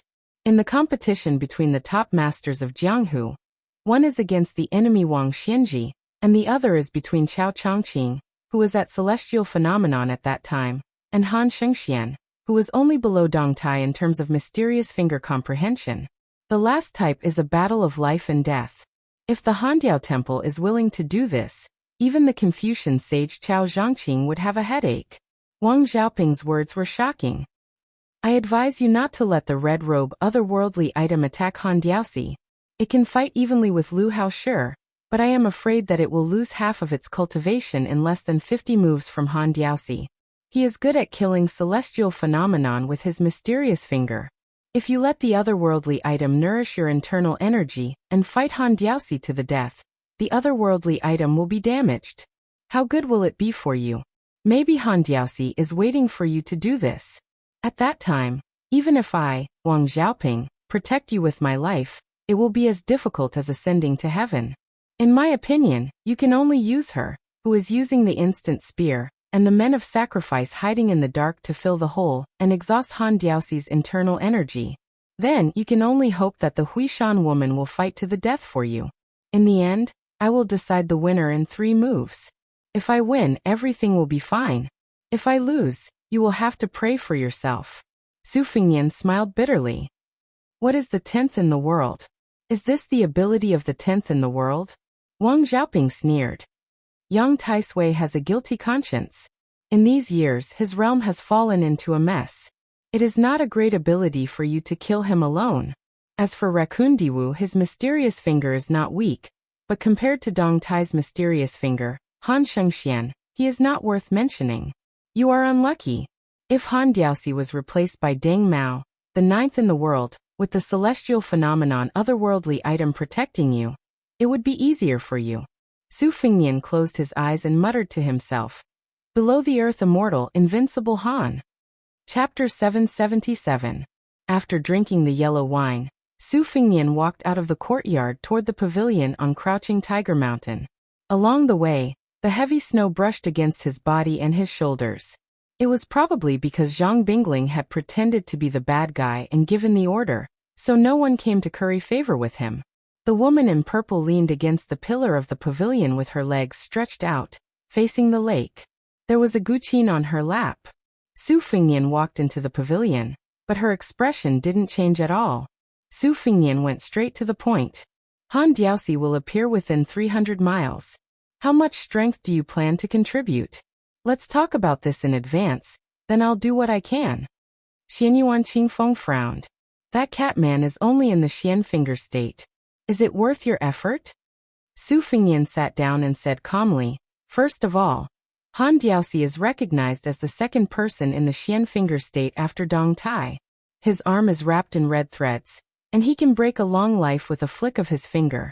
Second of all, I'm afraid that he will come to the celestial phenomenon state for no reason.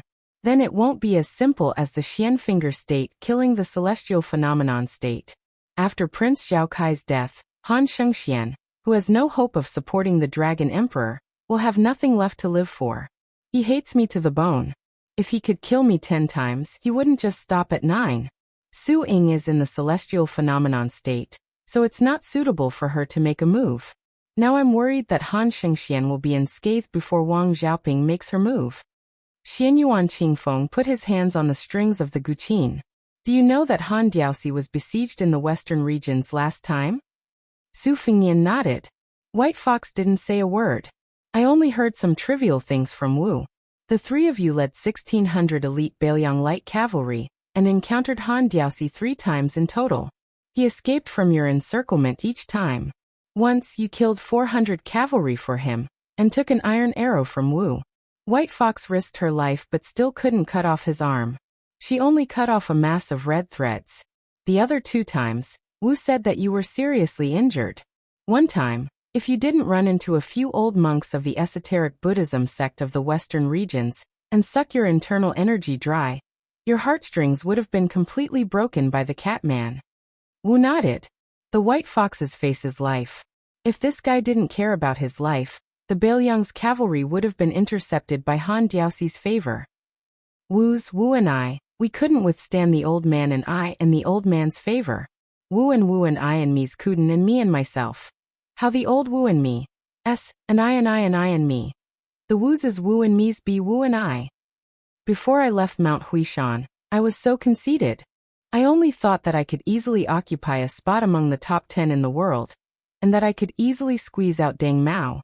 But after I faced Han Diaoxi, who was only ranked 10th, I realized how ignorant I was. After I was lucky enough to return to Beiliang alive, I told myself that I shouldn't foolishly find trouble with Han Diaoxi before I become a terrestrial immortal. Su Fengnian said softly, I know. Xianyuan Qingfeng still didn't turn his head. He asked softly, Are you very disappointed? Su Fengnian held the back of his head with both hands. No. Xianyuan Qingfeng smiled and asked, Just now, you went through a lot of trouble on the lake and fought with a bunch of qi cultivators. Are you worried that you'll be forgotten by the martial world just like Li Chungang if you die? Su Fengnian smiled. You know me best. Xianyuan Qingfeng glanced at the cold saber on Su Fengnian's waist and asked curiously, How are you going to deal with that human cat who can tear the red armor of the talisman general at his peak with his bare hands? Su Fengnian either didn't have confidence or didn't confide in him. He said vaguely, I can only take one step at a time. Xianyuan Qingfeng didn't get to the bottom of it. He watched Su Fengnian stretch out his hand and wave it gently. Snowflakes drifted in the air. After feeling bored to death, he got up and left. Xianyuan Qingfeng leaned back against the pillar. Her head hit the pillar with a soft bang. After some time, she lowered her head and looked down. After hesitating for a moment, she bent down and tied up her skirt. At dusk on the same day, Yuyan Mountain Villa gathered 2 big boxes of famous swords that the villa had kept for many years and carefully moved them to Qishui Courtyard. For some reason, after Wang Xiaoping got the dragon whiskers, she still asked for 2 more swords. One was a short sword, Little Bark, and the other was a wide sword, Deer Head. In Yuyan Mountain Villa, they were considered good swords, but there was still a gap between them and the famous swords. Su Fengnian didn't care about this. Before Hong Xixiang went down the mountain, sword maniac Wang Xiaoping was the undisputed #1 swordsman in Wudong sect. Her killing and demon-vanquishing skills even surpassed his 2 senior brothers, Wang Zhongluo and Yu Xingrui. The purity of her sword intent was also one of the best in the world. Wang Xiaoping took 3 swords. Su Fengnian could roughly guess some clues. With 3 swords in hand, against Han Diaoxi, it would be a matter of 3 swords. It was success or death. Chapter 778. At dinner time, Su Fengnian went to the meeting alone. In Yuyan Villa, apart from Zhang Bingling, Zhang Chunlin, and the wife, there were also 2 good friends that Zhang Bingling had known for half of his life. One was called Chao Yu, who used a pair of dragon tendon whips. After entering the 2nd grade master realm at the age of 40, he had been stagnant for 10 whole years. Not only did he not show any signs of entering the 1st grade, he even showed signs of going against the current. In these years he had been traveling all over the place, looking for experts to spar with, but he still didn't make any progress. The other was a famous swordsman. His name was Duan Mao. The so-called famous swordsman was only someone who rarely met his match in a province. He walked the unorthodox path, not the mind. He could be considered as Dong Tai's disciple and grand disciple. Jiang Hu was like this, staring at the top figures with their eyes wide open. Thousands of juniors would imitate them wholeheartedly. Duan Mao's proudest achievement was that he didn't enter the 2nd grade, but he relied on his strange swordsmanship to defeat 2 masters. Chao Yu and Duan Mao, in the local Jianghu, could be said to be the top figures in the province with a sneeze. Who knows how many Jianghu people would try their best to be apprenticed to a master? After all, most people wouldn't be able to come in contact with those flying immortals in their lifetime. Those who could barely control a sword were almost invincible sword immortals.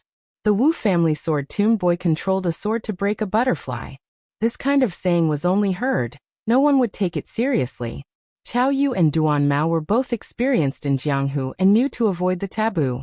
They didn't bother about Su Fengnian's secret identity, but the desire in their eyes couldn't be hidden. One was eager to stabilize his realm, not to reach the legendary 1st grade, but to not fall out of the 2nd grade. The other was a swordsman, and suddenly met Su Fengnian, a terrifying hidden immortal who could control hundreds and thousands of swords. He eagerly wanted to get a few words of advice from the white-haired sword immortal, which might make his swordsmanship improve by leaps and bounds. It was a pity that the land immortal, whose real age was unknown, never spoke. Fortunately, Chao Yu and Duan Mao did not have high expectations. They felt proud to be able to sit at the same table and have a meal. In the future, when they walked out of Yuyan Mountain Villa and talked with their peers and juniors, It would be a shocking and wonderful story. You've heard of Li Chungang summoning a sword at Bull Mound. But have you ever seen someone riding 1,000 swords to split a lake and kill an immortal? After eating and drinking to his heart's content, Duan Mao asked indirectly, Senior Su, are the white-robed deities on the lake really Qi cultivators from the Guanyin sect of the South Sea? Senior, you're able to fight against a dozen by yourself. At the very least, you're at the finger-profound realm, right? Su Fengnian, who got the title of senior for no reason, felt funny in his heart. He was expressionless, as if he was reminiscing about the peak battle on the lake. In the eyes of Qiao Yu and Duan Mao, it was not conceit, but the reservedness that an expert should have. After dinner, everyone moved to a unique and elegant garden in Yiyan Mountain Villa. Purple bamboos were planted everywhere. The heavy snow pressed the bamboo leaves, which were overwhelmed. From time to time, there was the sound of bamboo breaking. In the snowy night, there was a small red clay stove. The most graceful maid in the residence was warming wine with her hands. There was also a sword immortal with a head full of frost. Qiao Yu and Duan Mao, who had never had such an experience, were already drunk before drinking. If this was spread out, how could it not be a beautiful story in Wulin? Duan Mao sighed with emotion. Senior, you used the snow as thousands of swords. It's really the work of an immortal. Duan Mao will engrave it in his mind and yearn for it. Qiao Yu was not willing to fall behind. He clapped his hands and praised. Although I don't practice sword, I have no regrets in this life after seeing seniors battle on the lake. I only regret that I didn't take my sword to Jianghu back then. Su Fengnian was absent-minded. It was as if he had returned to the time when he was a hedonistic prince, and was flattered by the disciples around him. He was lost in thought. At this moment, a dazzling purple robe with an extremely bright color walked into his line of sight. Her purple dress complemented the purple bamboo forest under the lantern's light. The corners of her dress were pulled up into a knot, making her figure even more graceful. She did not sit down. Instead, she said a superfluous sentence to Su Fengnian. I still won't fight. Su Fengnian said in surprise, I know. Xianyuan Qingfeng silently turned around. Zhang Chuanlin's eyes were fixed. His mind was swaying. It was not inferior to the time when they watched the battle on the lake. How could there be such a seductive woman in the world? Su Fengnian's body leaned slightly, his elbow resting on the edge of the couch. The corner of his mouth curled up. This woman actually had a guilty conscience? Zhang Chunlin asked carefully. Benefactor, who is this lady? Su Fengnian smiled. We just met by chance. Qiao Yu and Duan Mao swallowed at the same time. Their expressions were somewhat unnatural. This was because they both remembered a rising woman in the Jianghu. She was also dressed in purple all year round, and came from Mount Hui's Great Snow Plateau. Outsiders only knew that an unexpected disaster had occurred at Bull Hill. A purple lightning bolt as thick as a mountain had struck down. Almost all of the top experts in the Xianyuan family, who could shoulder the burden, had died. They had thought that after the men of the Xianyuan family were all dead, the family would decline. Unexpectedly, Xianyuan Qingfeng appeared out of nowhere. Rumors spread everywhere. Everyone said that she was a demoness who liked to cook hearts and livers. Moreover, she was good at harvesting yang to nourish her yin. She was extremely vicious. Everyone had the right to kill such a vicious woman who harmed the martial arts world. Most importantly, she was inextricably linked to the heir of Bailiang. Ordinary righteous people would not dare to act rashly. Su Fengnian suddenly closed his eyes and wiped his forehead with a finger. He lowered his head and pretended to drink, but he gritted his teeth. The porcelain cup did not move at all. The wine in the cup swirled like a tornado. Chapter 779. Su Fengnian held the cup in one hand, and covered it with the other. There was a mark between his eyebrows that turned from red to purple, accompanying him as he drank. Everyone only thought that this loose immortal, who was not well known in Jianghu, was lost in thought. They only cared about themselves as they drank, not daring to disturb him. Zhang Chunlin had always been arrogant. With Yiyan Mountain Villa's status in the Jianghu, he was outstanding and born with a good appearance. He stopped at etiquette to the women who adored him, and did not touch them at all. For some reason, when he saw the woman in purple who was as cold as frost, he was infatuated in an instant. It was just that he did not know what her relationship with his benefactor was. Heaven and man were in a dilemma. Between his eyebrows, there was only hesitation and desolation. He drank alone sadly. No one knew a son better than his mother. The woman who betrayed the South Sea Island sighed softly. Zhang Bingling's temper was rough, and his observation skills were not good enough. He only cared about drinking with his two old friends. Su Fengnian leisurely exhaled a long breath. Qiao Yu and Duan Mao stopped drinking and turned their heads with a look of disbelief. They saw the wisp of mist floating like a white snake in the air, as if twisting its head and tail. Wherever it passed, it crushed the snow into powder. Su Fengnian put down his cup and suddenly stood up. He said goodbye and went straight to the small courtyard of Qi Shui. He passed the courtyard door but did not enter. His footsteps floated, and he almost staggered forward. He hesitated for a moment, and swept through the air. His body was like an arrow that fell straight into the lake, and sank to the bottom of the lake. The people of Purple Bamboo Forest did not know the truth. They looked at each other and saw the doubt and shock in each other's eyes. Was this the rumored Jianghu sword breath that was like a dragon? It was the first time Wang Xiaoping held a sword since he came up the mountain.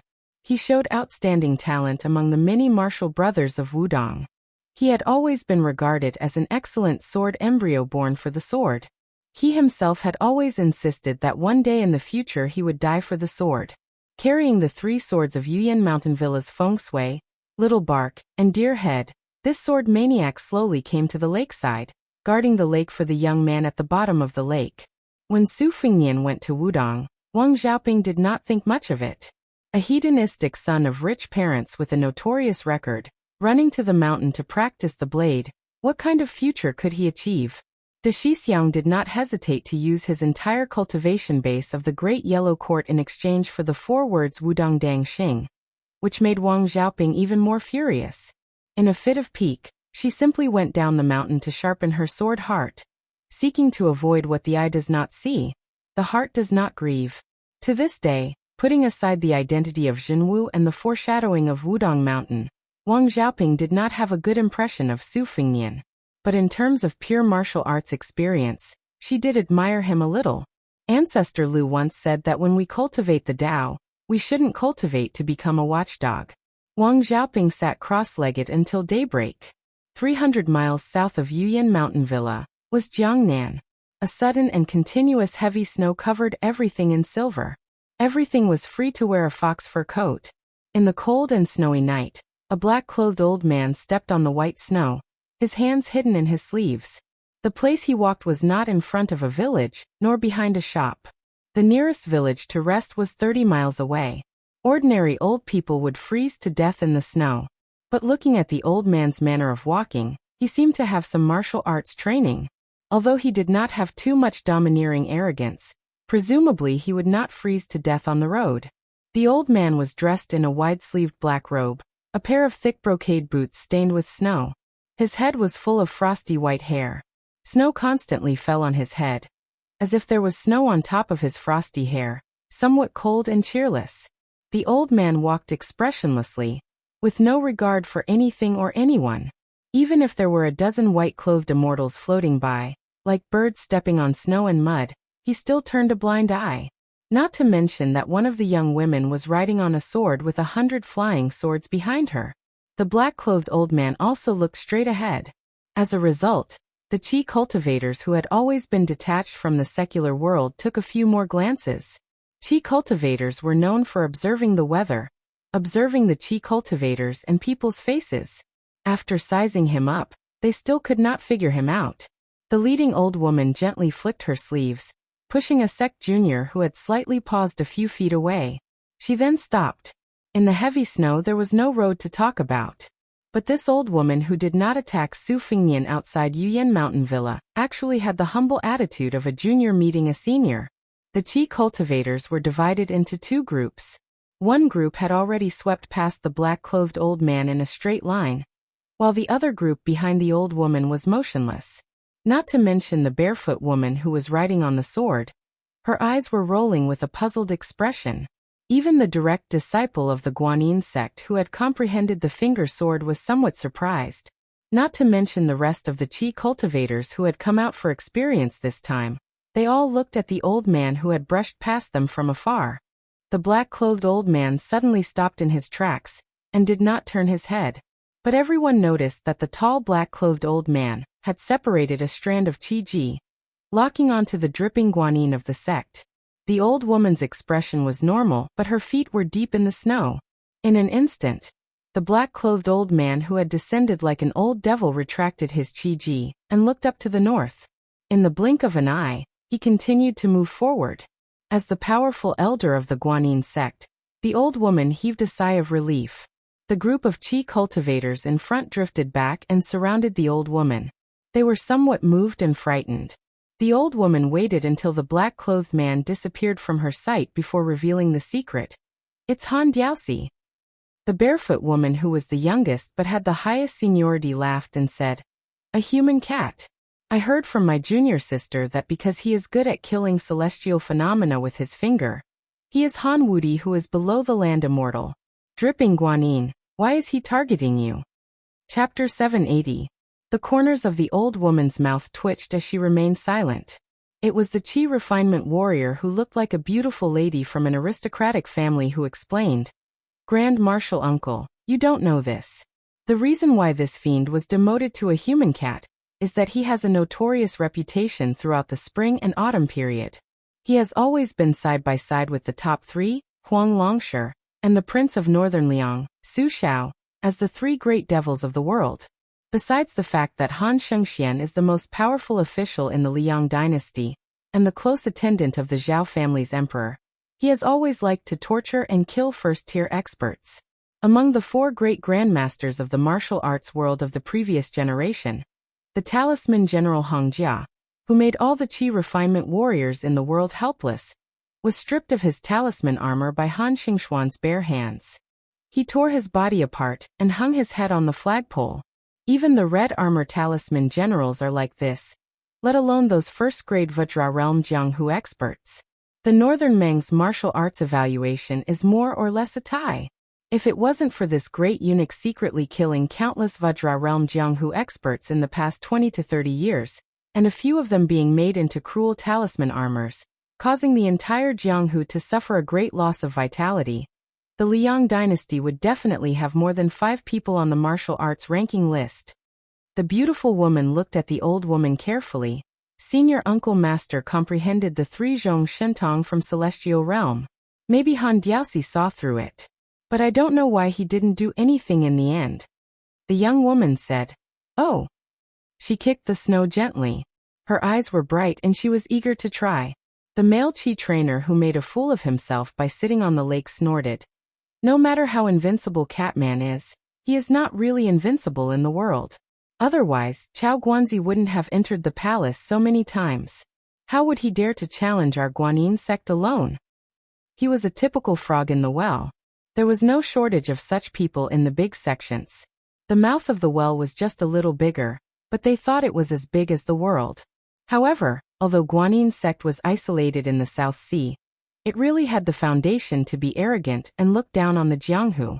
However, this Qi refinement warrior's arrogance was somewhat inappropriate in the face of the Handiao Temple, which was one of the few top-notch experts. The old woman didn't help the younger generation to look down on the Jianghu on the land.